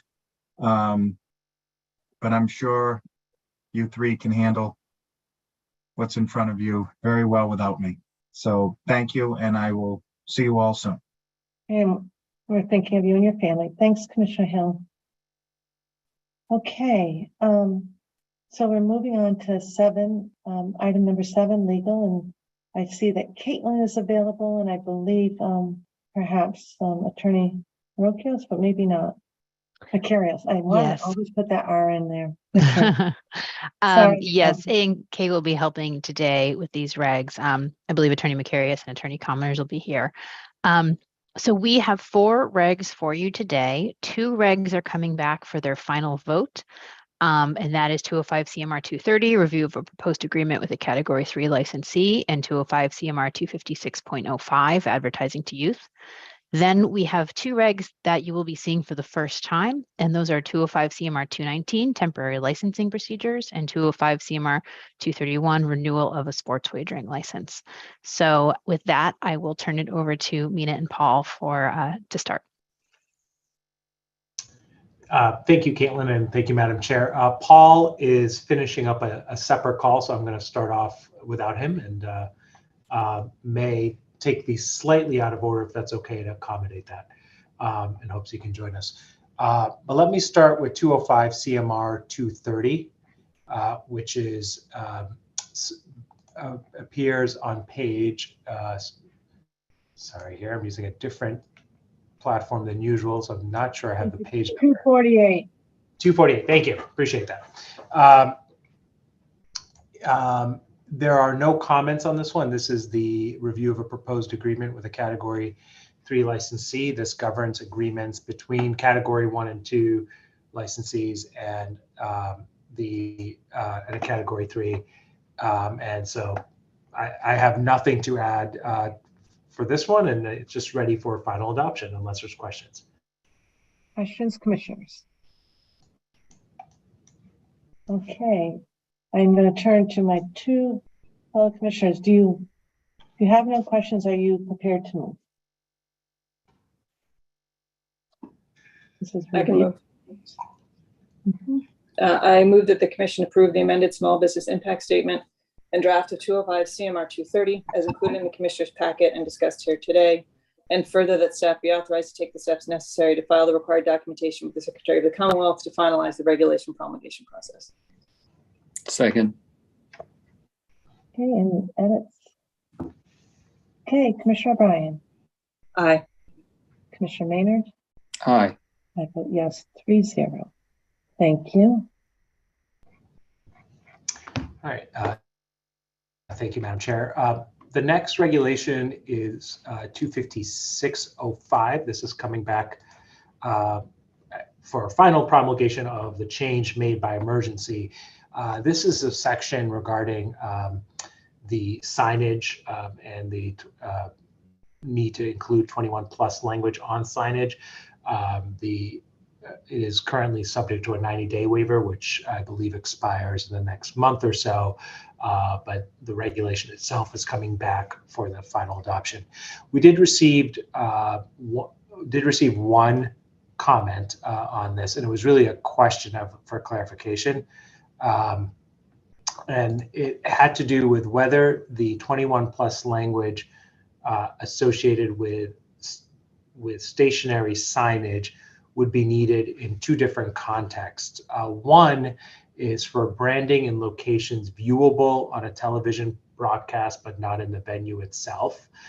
The example given is the top of, say, an NBA backboard at TD Garden.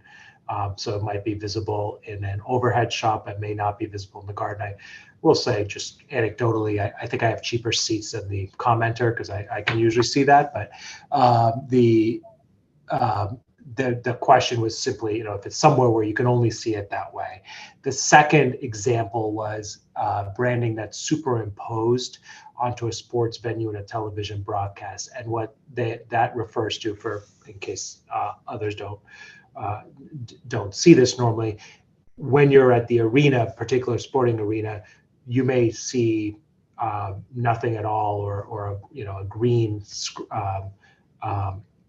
wall, but at home one might see an ad or a branded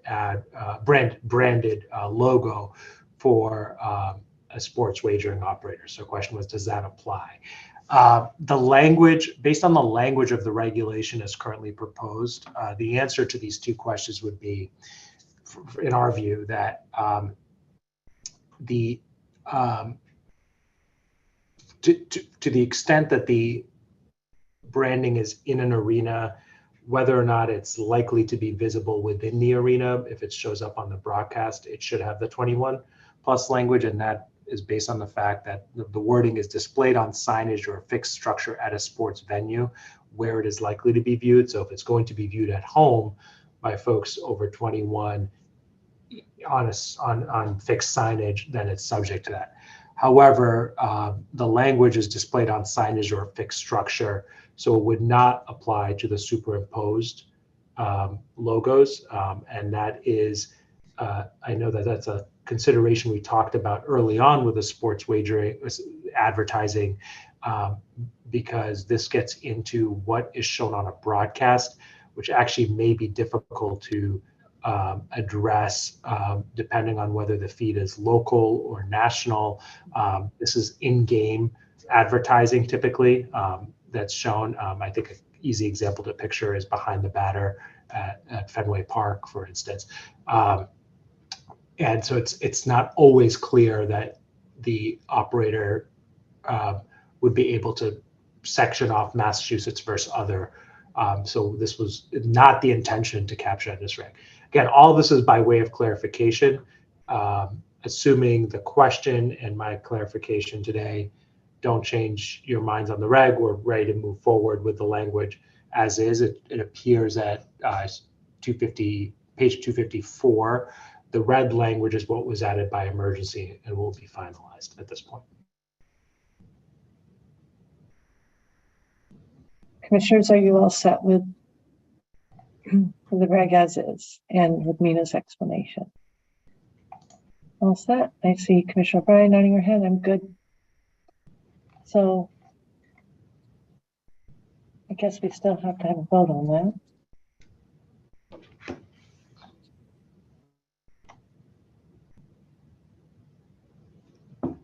7B. If you're prepared to move. I can move, Madam Chair. I move that the Commission approve the amended small business impact statement and the draft of 205 CMR 256.05 as included in the Commissioner's packet and discussed here today. And further, that staff be authorized to take the steps necessary to file the required documentation with the Secretary of the Commonwealth to finalize the regulation promulgation process. Second. Okay, any questions or edits? Just a reminder that this is under the advertising to you reg. Right. Okay. Commissioner O'Brien. Aye. Commissioner Maynard. Aye. I vote yes, 3-0. Okay, moving on then to 7C. Thank you, Madam Chair. So starting at page 259, excuse me, there is a memorandum followed by 2 regs that I'd like to explain a little bit together. They're related. 205 CMR 219. It's a revised version of that, an amended version of that, and a draft 205 CMR 231. Both of these relate to the renewal of temporary and full sports wagering respectively full sports wagering licenses. The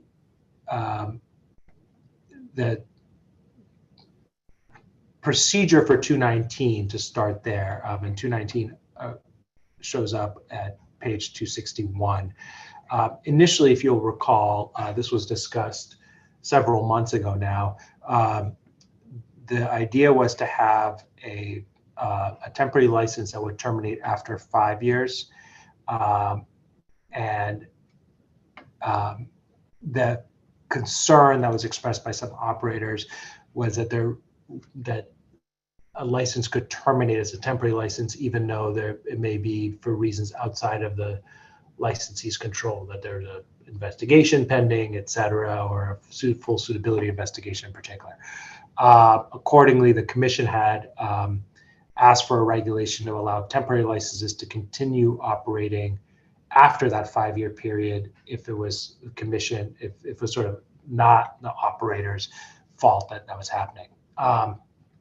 So the way we have sought to address that is just to be clear, and this sort of tries to balance constant renewal and getting to a full license, is to, one, have essentially a 1-year limit duration for a temporary license before it's renewed.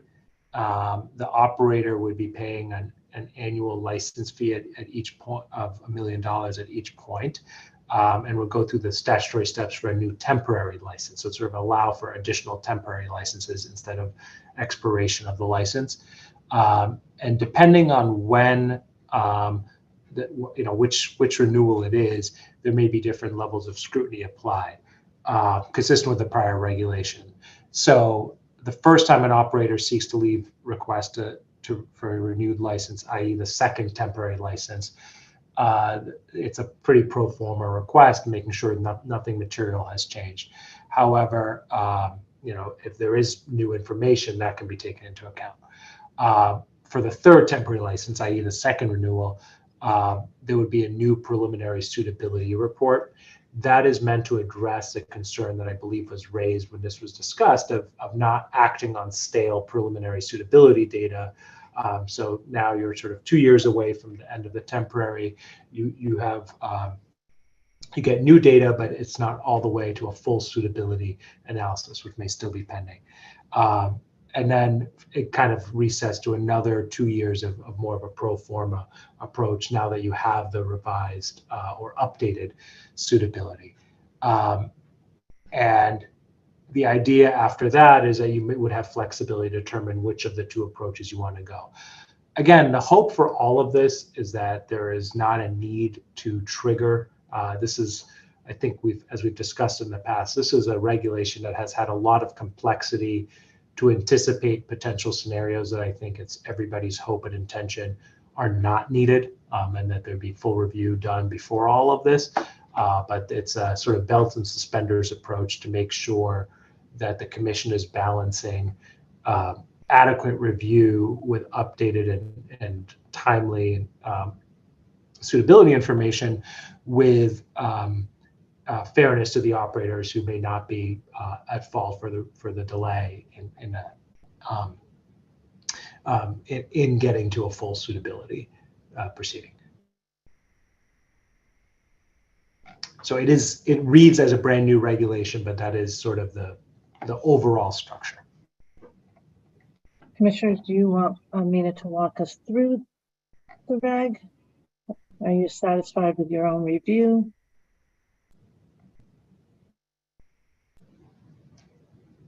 So Mina, is this, I feel like we've read this before. Is this just a rework of kind of, I feel like we've been talking about this for ages, but this is yes, it is a rework of a prior one. It's hard to say that the reason we didn't provide this as a red line is I think it would be a lot of moves. It's just too much. And too much. Yeah. But yes, it's a rework to reflect that earlier comments. I think what happened the last time we talked about this, which feels like ages ago actually at this point, was at the outset when sort of deciding what a temporary license would look like and understanding that we'd come back over this summer after temporary licenses were issued to think about what these are going to look like several years into the future from now.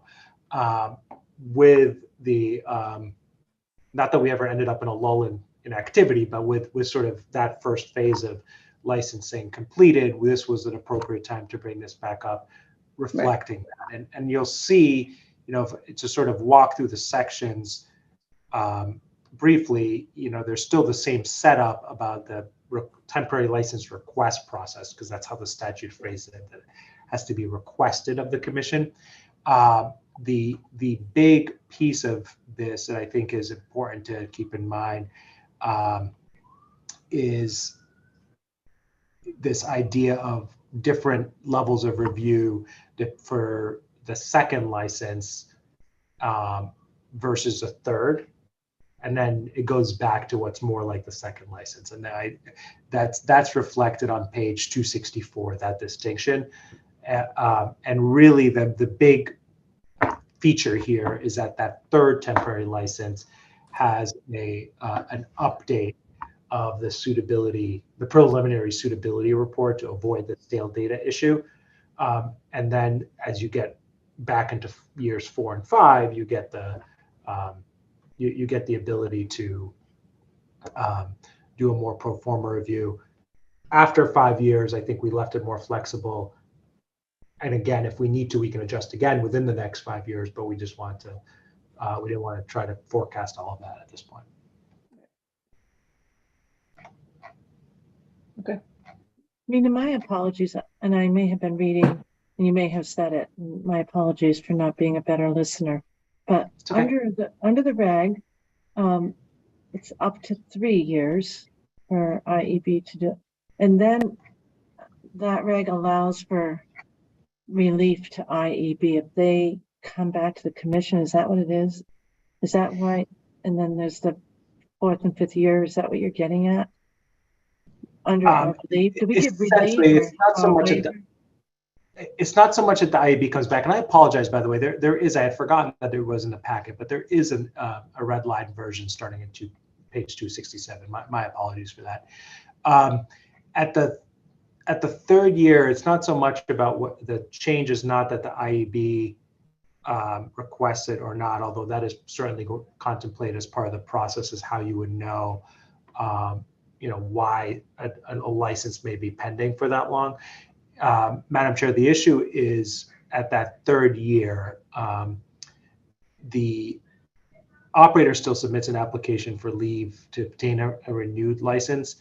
But this time, rather than just a pro forma kind of acknowledging whether or not there have been material updates, the IEB actually goes through the process that it would have in the past year for preliminary suitability to make sure the preliminary suitability report is up to date. They'd essentially go seek the information again, make sure it's up to date, as opposed to relying on a more pro forma review to make that there have been no material changes, or certification there have been no material changes.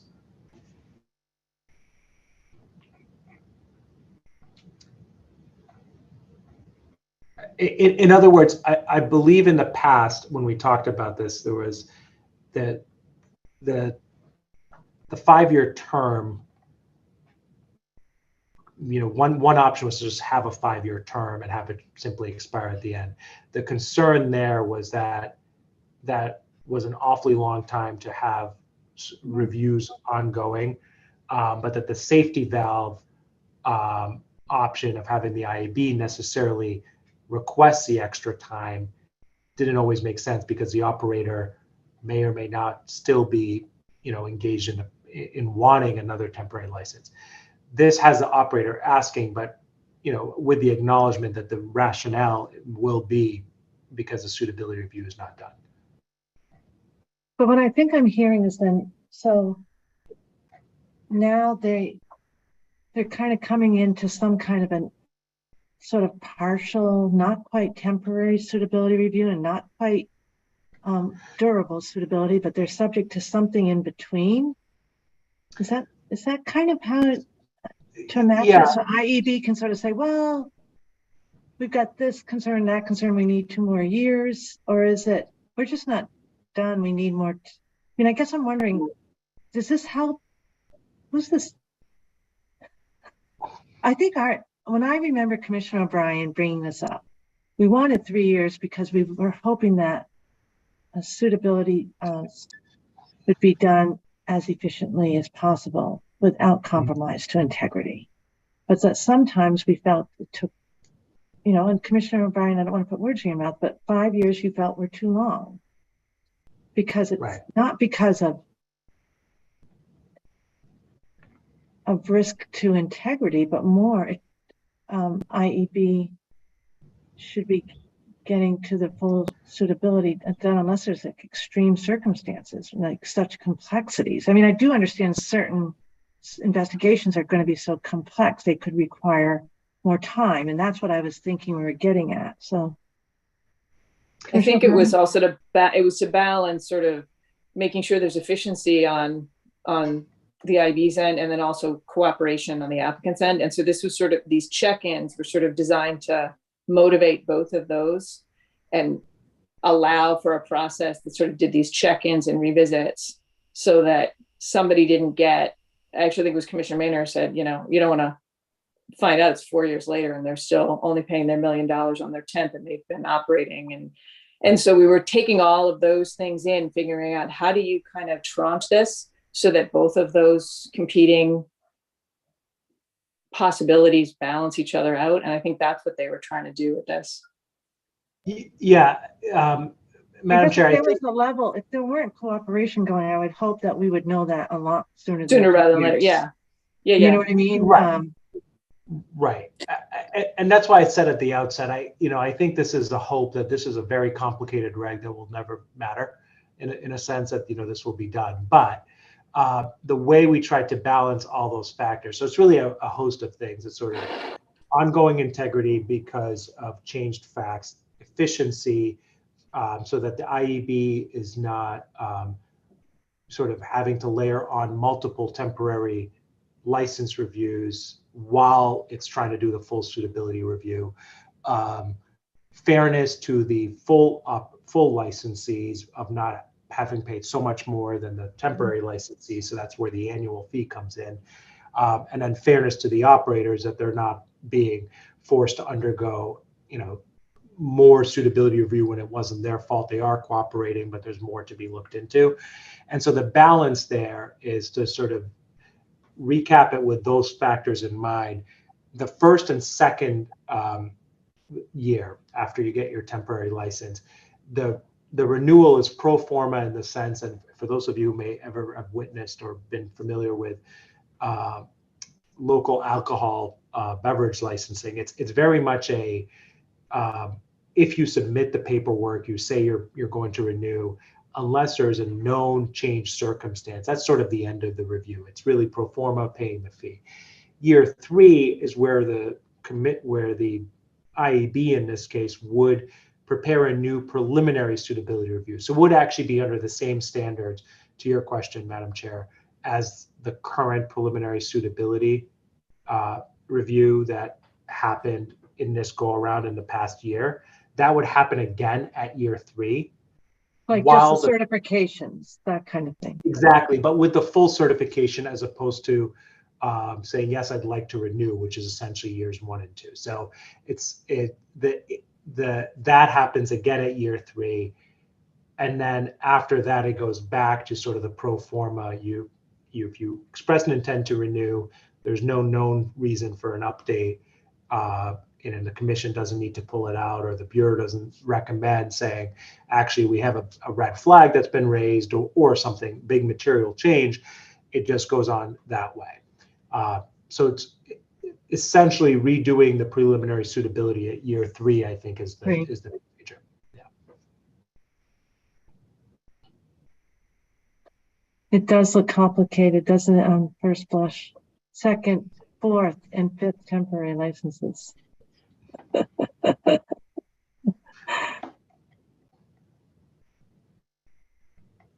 Madam Chair. Yes, Commissioner. My memory is very similar to Commissioner O'Brien's, which is this was really trying to solve for a practical problem that could come up, but that no one hopes comes up. And at the end of the day, I remember being really, really worried about, kind of like a lot of people hold their breath with simulcasting every time it comes up and waiting to see. I worried about the licensees, right? Sitting around waiting to see, wait a minute, am I able to operate on this date or am I not? And why? So yeah, it's complicated. I hope it's an insurance policy we never have to cash in.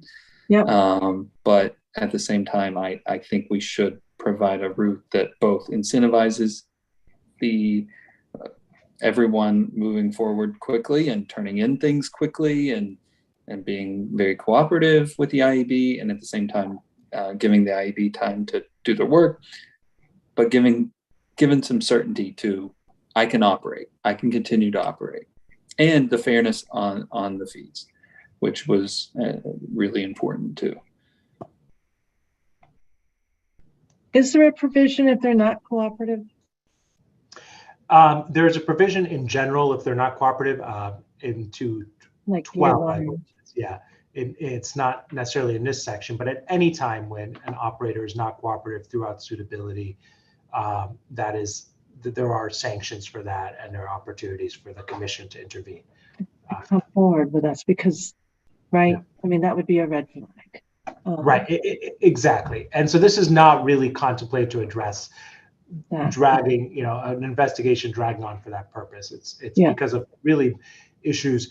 We've talked about it as issues outside the operation control, and I think that's true. I think it would also be outside in a lot of ways outside the IAB's control. You're not outside the IAB's control because whether it's a resource issue or not getting information from external agencies, etc. External, right? Yeah, external agencies as opposed to the operator itself. Yeah, got it. Okay, I'm good. Thank you for getting me through it again.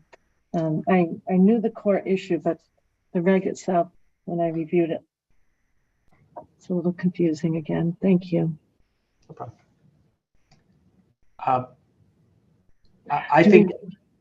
Oh, go ahead. Madam Chair, I would recommend voting these separately if that's okay. I can then discuss 231. They're related, but not. They should be taken separately.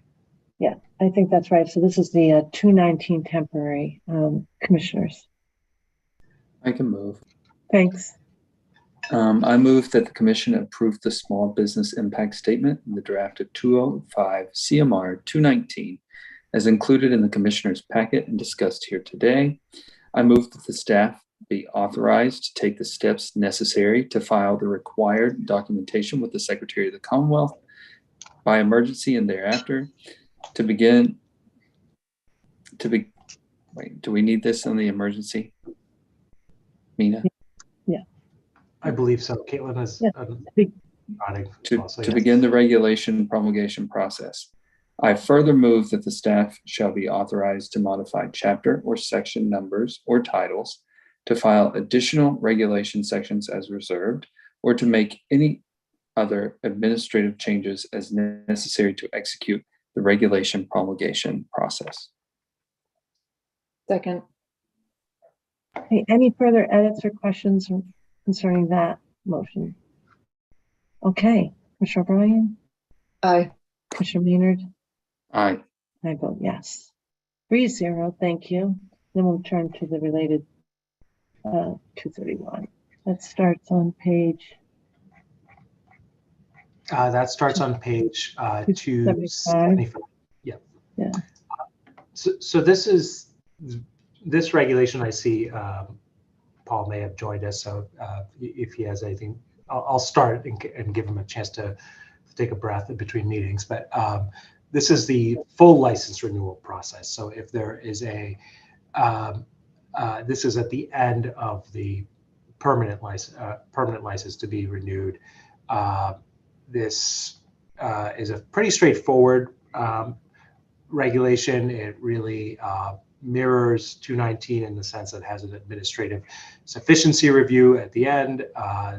Licenses do not expire while timely renewal requests are pending. That's under subsection 4 on page 276. I think is another key feature.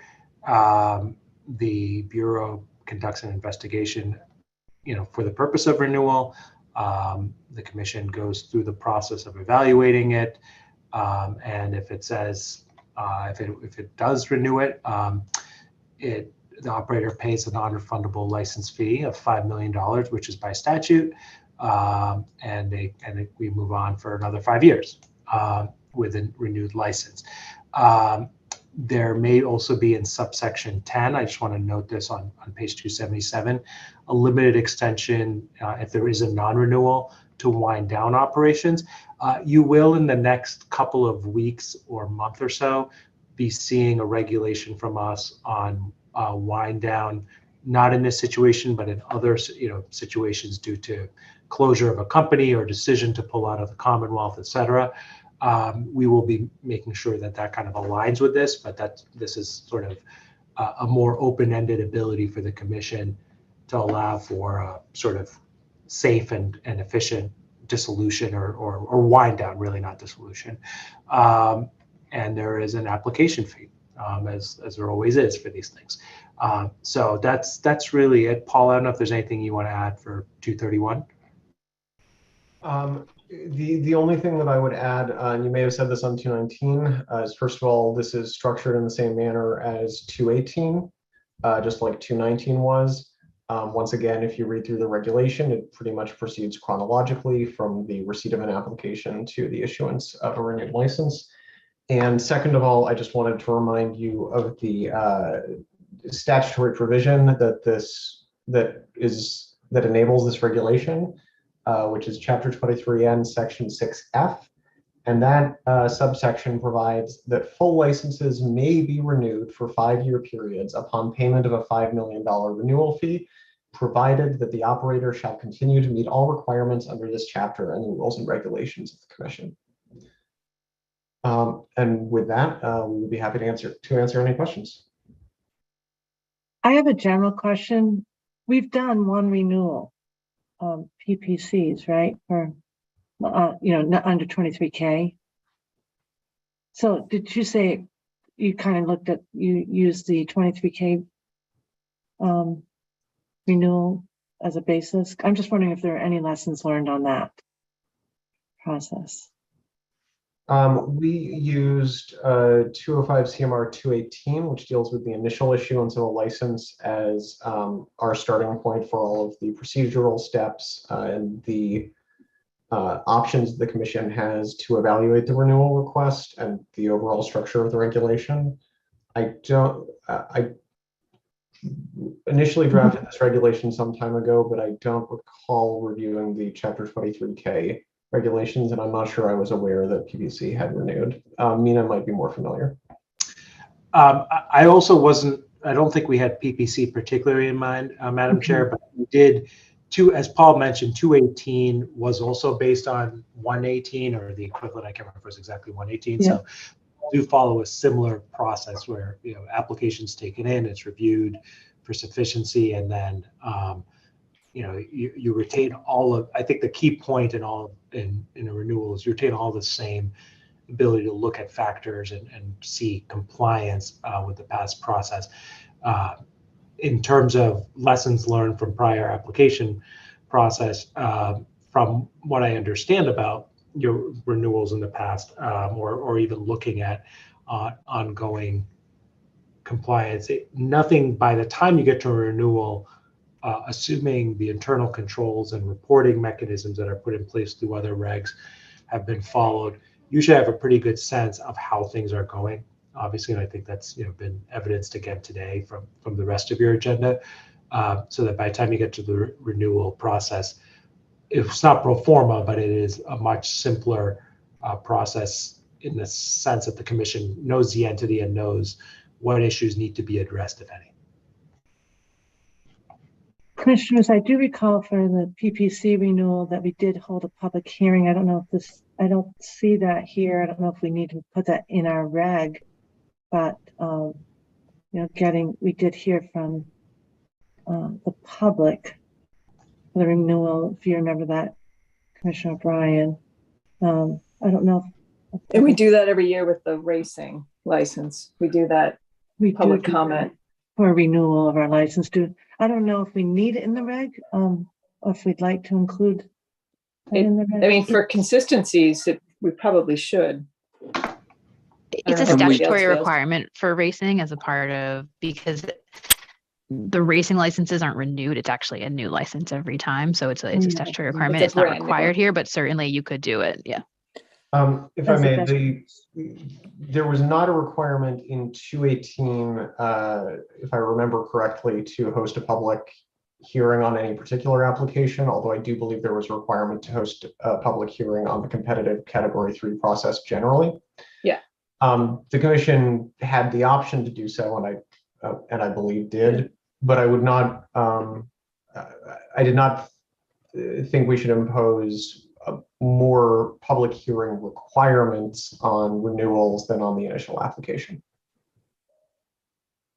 Understood. So is it clear that we could? Did this reg support us if going down the road, the commission sitting at the time wants to do that? Does this support that move?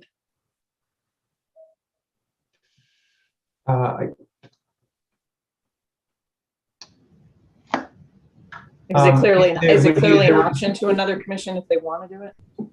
It would be very easy to make that tweak to make it explicit. So in subsection 7, in reviewing the renewal request, the commission may take any of the actions listed in 205 CMR 218.041. We would also add 205 CMR 218.05, which is the regulation that says the commission may conduct one or more meetings to receive public feedback, allow applicants to present, and so forth. There you go, because it doesn't make it mandatory, but it makes it clear that it's an option. Yes. I like that.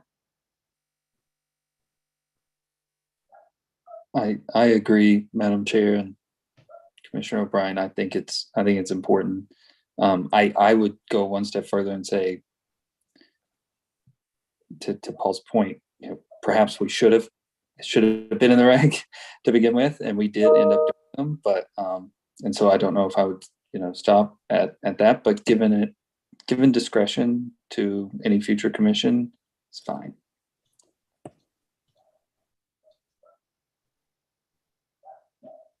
More a reminder of a best practice.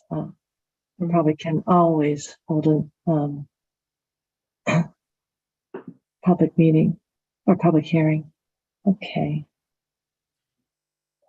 Anything else? This one, unlike the other one for me, was very straightforward to read, Paul. Thank you. And Mina. But commissioners, do you have other questions? I just want to confirm with Paul, I don't think we need this one by emergency, but want to confirm before motions are made. That is correct. It will be several years before this regulation is implicated. We can certainly take 3 months to receive public feedback. Okay, so no emergency necessary. Okay, anything else? That's why I stumbled on the last one, Caitlin. So I'm glad you did this. No, that was a good question that you raised, Jordan. So, all right. If there are no other questions with this pretty straightforward reg for the future, I have a motion. I move that the commission approve the small business impact statement and draft of 205 CMR 231 as included in the commissioner's packet and discussed here today, and specifically also as further amended today. And I move that staff be authorized to take steps necessary to file the required documentation with the Secretary of the Commonwealth to begin the regulation promulgation process. I further move that staff be authorized to modify chapter or section, numbers or titles, to file additional regulation sections as reserved, or to make any other administrative changes necessary to execute the regulation promulgation process. Second. Any edits, questions? Okay, Commissioner O'Brien, Aye. Commissioner Maynard, Aye. and I vote yes. 3-0. Great work, legal team. Just want to thank A&K. Thank you, Paul. Thank you, Nina. And of course, Caitlin, thank you for you're standing in for pretty much everybody right now. So they Little bit of a skeleton crew this week. it's not lost on me, and I'm sure it's not lost on my fellow commissioners. So thank you, Caitlin. All right. So now I'm going to turn to my fellow commissioners. We have next on the agenda the hiring process. I am looking, and I see Derek. I don't see Dave Waldrew. I see Beniswa, but most importantly, I don't see our fellow commissioners. And I wonder if we should proceed today. This was, I think, Commissioner Skinner, to be very fair to her, she had anticipated working this day of her vacation, but she ended up working on Monday of her vacation. And those are two of the sunnier, today and Monday were two of the sunnier days of her vacation. So I'm hoping that she's enjoying every second today. With that, and then of course, Commissioner Hill has a funeral obligation. So with that, how do you feel about rolling this over?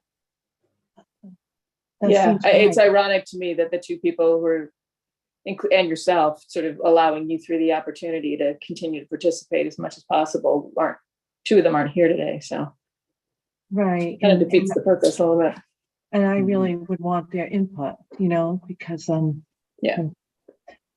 All right, and so that would also would be with respect to the selection committee, which means that Nina, it seems like you may be able to be excused if we roll over those two items. Does that make sense? And Derek, I see you're here. I know that you probably have been anticipating this throughout the day, but you probably have been able to observe that we've had some moving parts. I'm okay with that. Thank you for your patience. Okay. All right. Thank you, Madam Chair. Okay, thanks, Mina. Thanks for everything. All right, so then we'll move on to perhaps our most critical piece of the day. And that is a commissioner update. Before we move to the actual one listed on our agenda, commissioners, do you have anything else? No. So Loretta Lilios is in the house, but not with her video on. And there she is. She's actually in the office, which for everybody, anyone who's in the public knows that she may be violating a rule or two, but hey, what the hey? She's the director of IEB. I think actually in your neck of the woods in that office, everything's nice and tidy. It's right where Mary Ann, I think, is or has been observing and looking at things are happening. That's right, Chair. We're mercifully pretty unaffected back here in our corner of the office. So we do have a contingent here, and it all feels pretty safe. That's good. That's good. Well, we appreciate your being there, and we also know there's a reason why you're there is because you are winding things up. And so today's public meeting really marks a bittersweet occasion for all of us, where we're saying goodbye to you, our IEB director, Loretta Lilios. Loretta, as many know, has held multiple positions here at the Commission since her arrival nearly 10 years ago. And she has made consistent and meaningful impacts all along the way. We at the MGC and the Commonwealth have been the beneficiaries of Loretta's depth and expertise in investigations and law enforcement. She has been a very loyal and rigorous collaborator within the industry, setting standards for legal investigatory writing that folks try to emulate across the country. She's steadfast in her positions as she works to advance the mission of this commission. And Loretta, no short of fearless as she takes on new challenges. I have appreciated Loretta's thoroughness and attention to detail in every facet of her position. But in my role, I've really been able to enjoy watching Loretta's style and leadership evolve and witnessing really with her expanding pride in each and every member of her team. I have loved most when she's reported to me about a new idea or innovation proposed by one of her division leaders, and her expressions and how she conveys that information to me always shows the level of her support and always the level of your excitement, Loretta. And I have truly loved and appreciated when you've described an opportunity for growth and development of one of your team members. You note potential and you value excellence. Loretta, you should be very proud of the team that you have inspired. You're leaving them with a clear playbook that will serve the commission for years to come. You are truly the consummate professional and public servant, diligent and tireless, working to get things just right. You've inspired all your colleagues across the commission throughout the course of your tenure. I learned that upon my first day here. And I know that there are a few more chapters that you plan to attend to in your life professionally, and I'm wishing you the very best as you move into your next act. I want to wish you and your husband, Sam, and your daughters and your grandchildren the very best in life, and most importantly, the very best in health. I have to thank you for all that you've taught me on a personal level and shared with me on a personal level. I'm going to miss you, but I am forever grateful. So with that, I'm going to turn to my fellow commissioners, and I'm going to note also that there's a little bit of a celebration a little bit later this evening, and we do look forward to further kudos being given to you, Director Rios. Kathy, really appreciate it. Thank you very much for those wonderful words. It means the world to me. Commissioner O'Brien or Commissioner Maynard? I don't know where to begin. No, so Loretta and I have actually known each other since law school. So I'll put a little plug in for Northeastern Law School.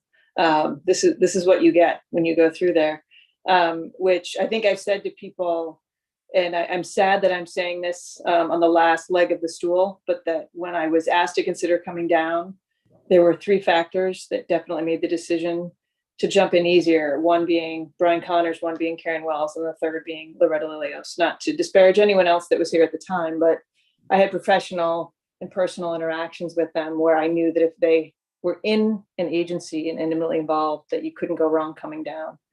And I think Loretta has shown that in every agency that I've been in with her, and certainly here as she stepped up first as the Chief Legal Counsel, Enforcement Counsel, and then as the Director of IEB, and there to support Karen and us in whatever way that she could.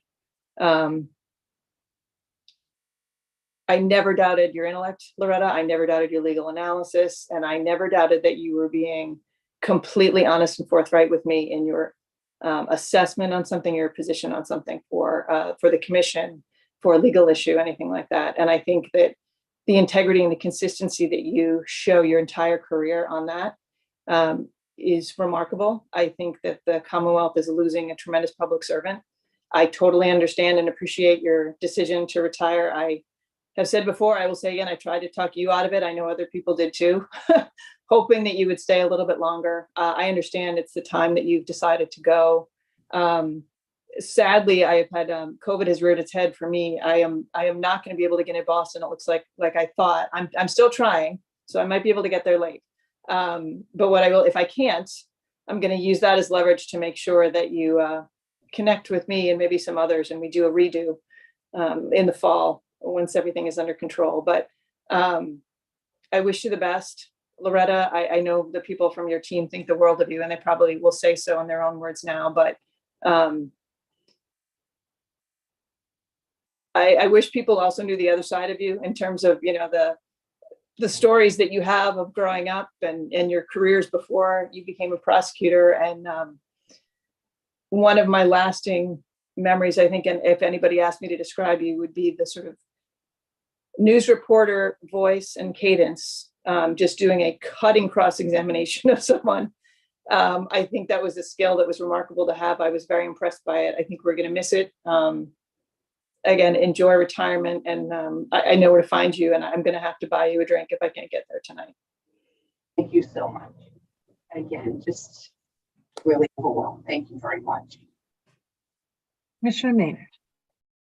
I don't want to repeat anything that's been said, and I had some time to think about it over the last few days. And it's funny you mentioned that, Commissioner O'Brien. The biographical piece of Loretta comes to my head before the work stuff does. And I don't know how much of the public knows, and I'm not going to put her on the spot or embarrass her, but Loretta really, really made her own way in life. And she, Boston born and bred, and swinging all the way to the top, right? To get things done. And I think that, when you come from that background and you make it to be a long, great public servant, you have a certain way about you that's both passionate but also empathetic. And something that has stuck with me that Loretta said, and because it was said to me a lot, is you have a really thick accent, and maybe it should go. And she didn't let it stop her, and she thinks she may have mitigated a little bit. I don't think she has, and I'm sure she doesn't think mine has either. But it's important that in public service, we're more than just statutes and regulations. People are policy. And Loretta was policy here at this organization. And I appreciate her.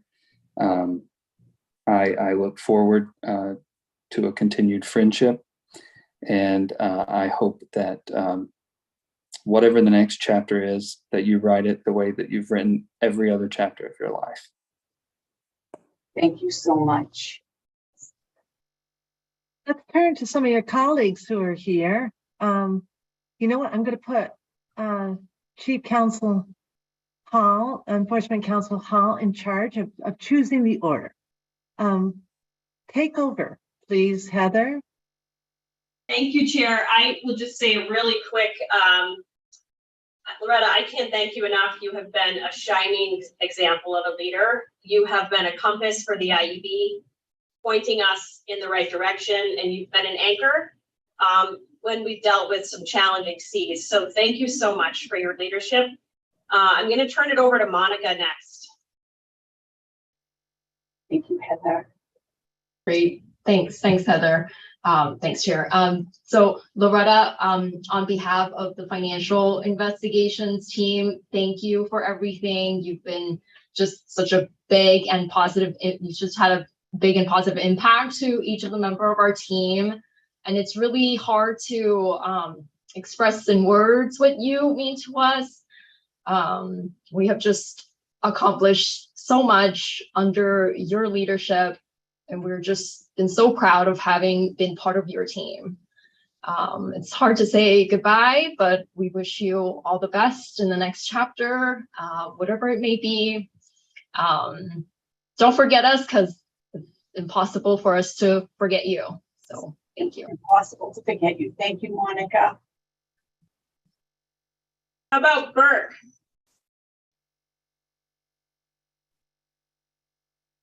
Hi, Heather. Hi, Chair Loretta.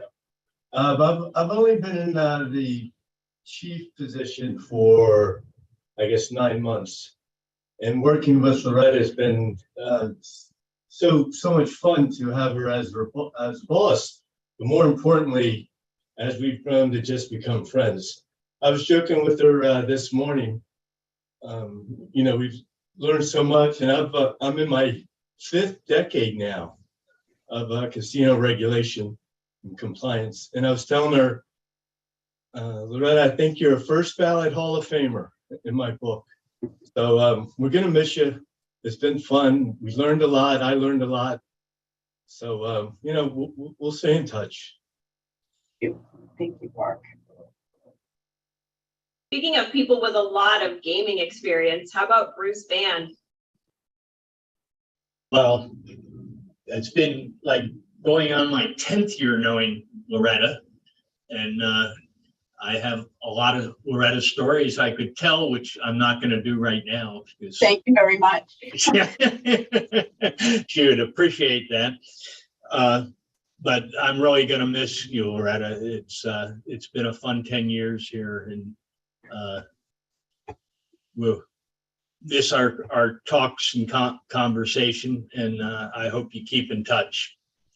I plan to. I need to get a tissue. Excuse me. I hope that's not because of me. How about Kara? All right. Well, I believe I am maybe I'm one of the newer people at this point who will be speaking, but and I feel a little bit cheated. I would have loved to have more time to learn from you. But what I wanted to say is, on behalf of the licensing division, we want to thank you for your instrumental leadership, guidance, and tireless dedication. You will be missed, but we do wish you the best.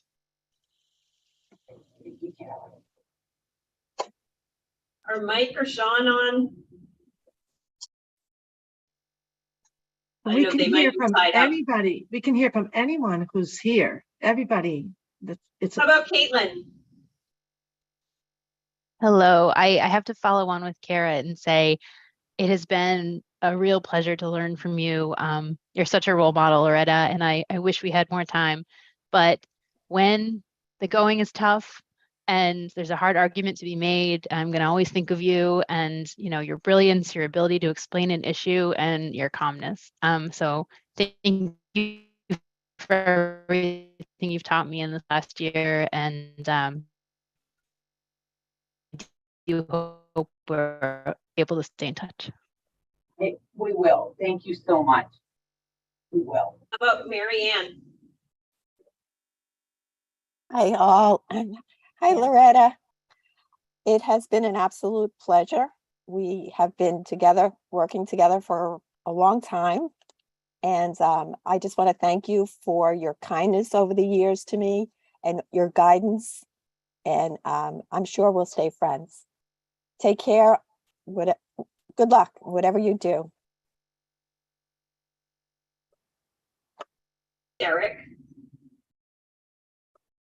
Loretta. So, don't be shy of your accent. Be strong in that. Almost as strong as I am in educating people that it's Rainham instead of Rainham. We are definitely going to miss you. I've been here a decade. You've been here before me, starting off with your role at the AGs and working in the legal office, which many people don't remember, before you went over to the IEB. You've touched on everything here, and we are going to miss you. We're going to miss your wit, your dry humor, as well as the just knowledge that you have of the agency. So I know you've put a lot of that back onto your team, and they're very lucky to have had you, and we're going to miss you. Kathleen. I echo everything everyone has said. Loretta, you're simply the best. I'm so happy and thankful to have been a part of your team. I hope you know and feel how respected you are and how appreciated you are. I'll miss your presence. You're always such a steady presence when we're dealing with any sort of crisis in the IEB. I'll miss your wealth of knowledge, your kindness, and your sense of humor and wit, as Derek just mentioned, and absolutely wishing you all the best and hope you have some much needed relaxation coming up. Crisis? Thank you. So I don't want to call anybody else out, but feel free to raise your hands. I know Stephanie would like to say something too. Stephanie and Zach, maybe? Yeah. Hi, Stephanie. Hi. So Loretta, as a newer employee, you've been welcoming and supportive. You're our strong leader, whom we all admire, and personally a role model, not only in intelligence, but also in grace. You've set the bar high for our team and will honor your legacy here for many years to come. We will most certainly miss you. Thank you so much, Stephanie. Thank you. Andrew? Hi, Loretta. You've been a huge support for the gaming agent division. A huge supporter of myself as well. We're really going to miss your guidance and just your knowledge in the division. You'll truly be missed with this gaming agents. Thank you. Thank you, Andrew. Zach? Loretta, since I think going back to when I interviewed to come on board, you've been a really welcoming presence, throughout the entire time I've been here. And to kind of echo everybody else, I feel like a calming presence as well in situations where, starting things up, starting anew here, I felt like kind of your influence made me feel comfortable, made me feel like I could thrive. So wish you all the best going forward. And it's been great working with you. Thank you so much. Beniswa? Heather? I think Beniswa's had her camera on Oh, too. yes, Beniswa, yeah. Yes, I'm probably the newest one here on this call, but I just want to wish you well in your retirement. I wish that I had more time to get to know you as a person. But the leadership that you've shown, that I've been able to witness is tremendous. And I think during our DEI session, I think you knew I was directing that question about how can we get good people like the people in this room to stay. That was kind of directed at you. I wish you could stay, but I do understand. And having retired from an agency recently after 31 years, I know this was a very difficult decision for you to make. And I know that you weighed very heavily on this decision before you made it, but I wish you well. Thank you, Bernice. Thank you so much. So Heather, I think that's everyone on our screen. I guess I would propose that I'd like, my fellow commissioners aren't here, Commissioner Skinner and Commissioner Hill, but the 5 of us have signed a certificate that will be presented, and it may be reread, but I'd like to read it into the record. I know that we wish we could all be together right now in person. It kind of stinks that we're not in our public room, I don't know, eating ice cream or pizza while we do this. But we're pretty good at virtual rooms, and so here we are. And again, the reason why we're not together is because of that 12-inch pipe that flooded our floors. So on this, and I have to thank Mary Ann Dooley for all of her work and to help with the certificate. Mary Ann knows just how to get things done and always with the right heart. So there will be a frame involved.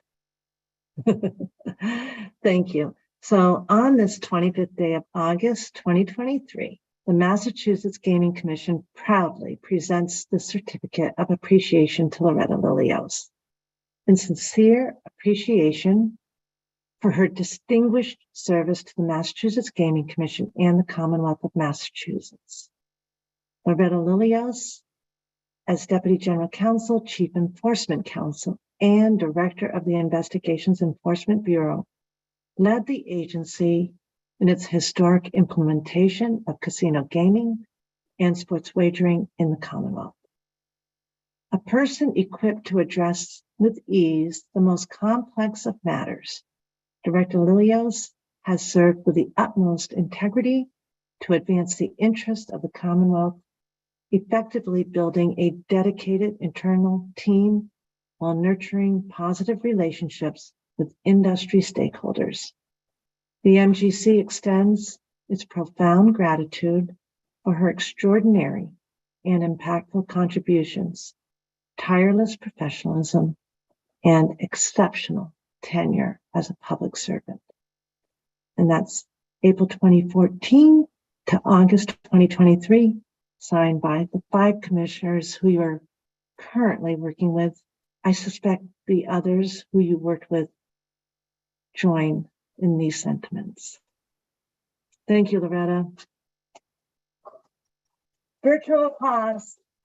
Thank you. I mean, I'm so appreciative. I'm a little embarrassed. The whole thing just means so much to me. You know, Chair, you used the word bittersweet, and that is how I feel now. You know, the countless accomplishments of this agency in its relatively short history. They mean so much to me, but through it all, I just do not take for granted that behind all of those are the people who worked individually and as a team here, the ones that have a very public face in these public meetings, and just as importantly, the ones who are working outside of the public view. But through it all, everybody's had a common goal of doing the right thing and keeping integrity front and center in everything we do. You know, I've worked with all of the divisions over my 10-year tenure here, and just across the board, the professionalism and expertise of my colleagues here. I'm just very, very fortunate. And I see all these newer faces, and I see that the future of the agency is in good hands with all of these younger people. Younger in tenure, I mean, not necessarily younger in years. You know, for the IB, my heart and soul is here. It's such a deep bench of the highest quality professionals. It's made, you know, Heather, you and your legal team, Monica, and your team of analysts and experts, Burke, your team, the heart and soul of the agency. Karen, your team, it all starts with licensing, and the State Police Gaming Enforcement Unit with Mike Leo, Sean O'Brien, Dave Collette, and the leads of each of the properties, just the top of their game. So thank you from the bottom of my heart. It's been an absolute privilege for me personally and professionally to be part of this team. Thank you very much. Well, if there are ice cream cones available, we'd be toasting you with them right now. So yeah, I know it's just COVID, first pipes. So we're going to find a way. So we will find a way to make it all happen. So we always do. We do. So cheers to you, Loretta. And for those who will gather tonight, we're looking forward to it. Commissioners, Commissioner O'Brien, Commissioner Maynard. Anything you want to add before we close this meeting? No, just that I hold you to it, Loretta. We're going to track you down in the fall and do it again for those of us that can't make it in there. Perfect. Thank you, Loretta. Thank you so much.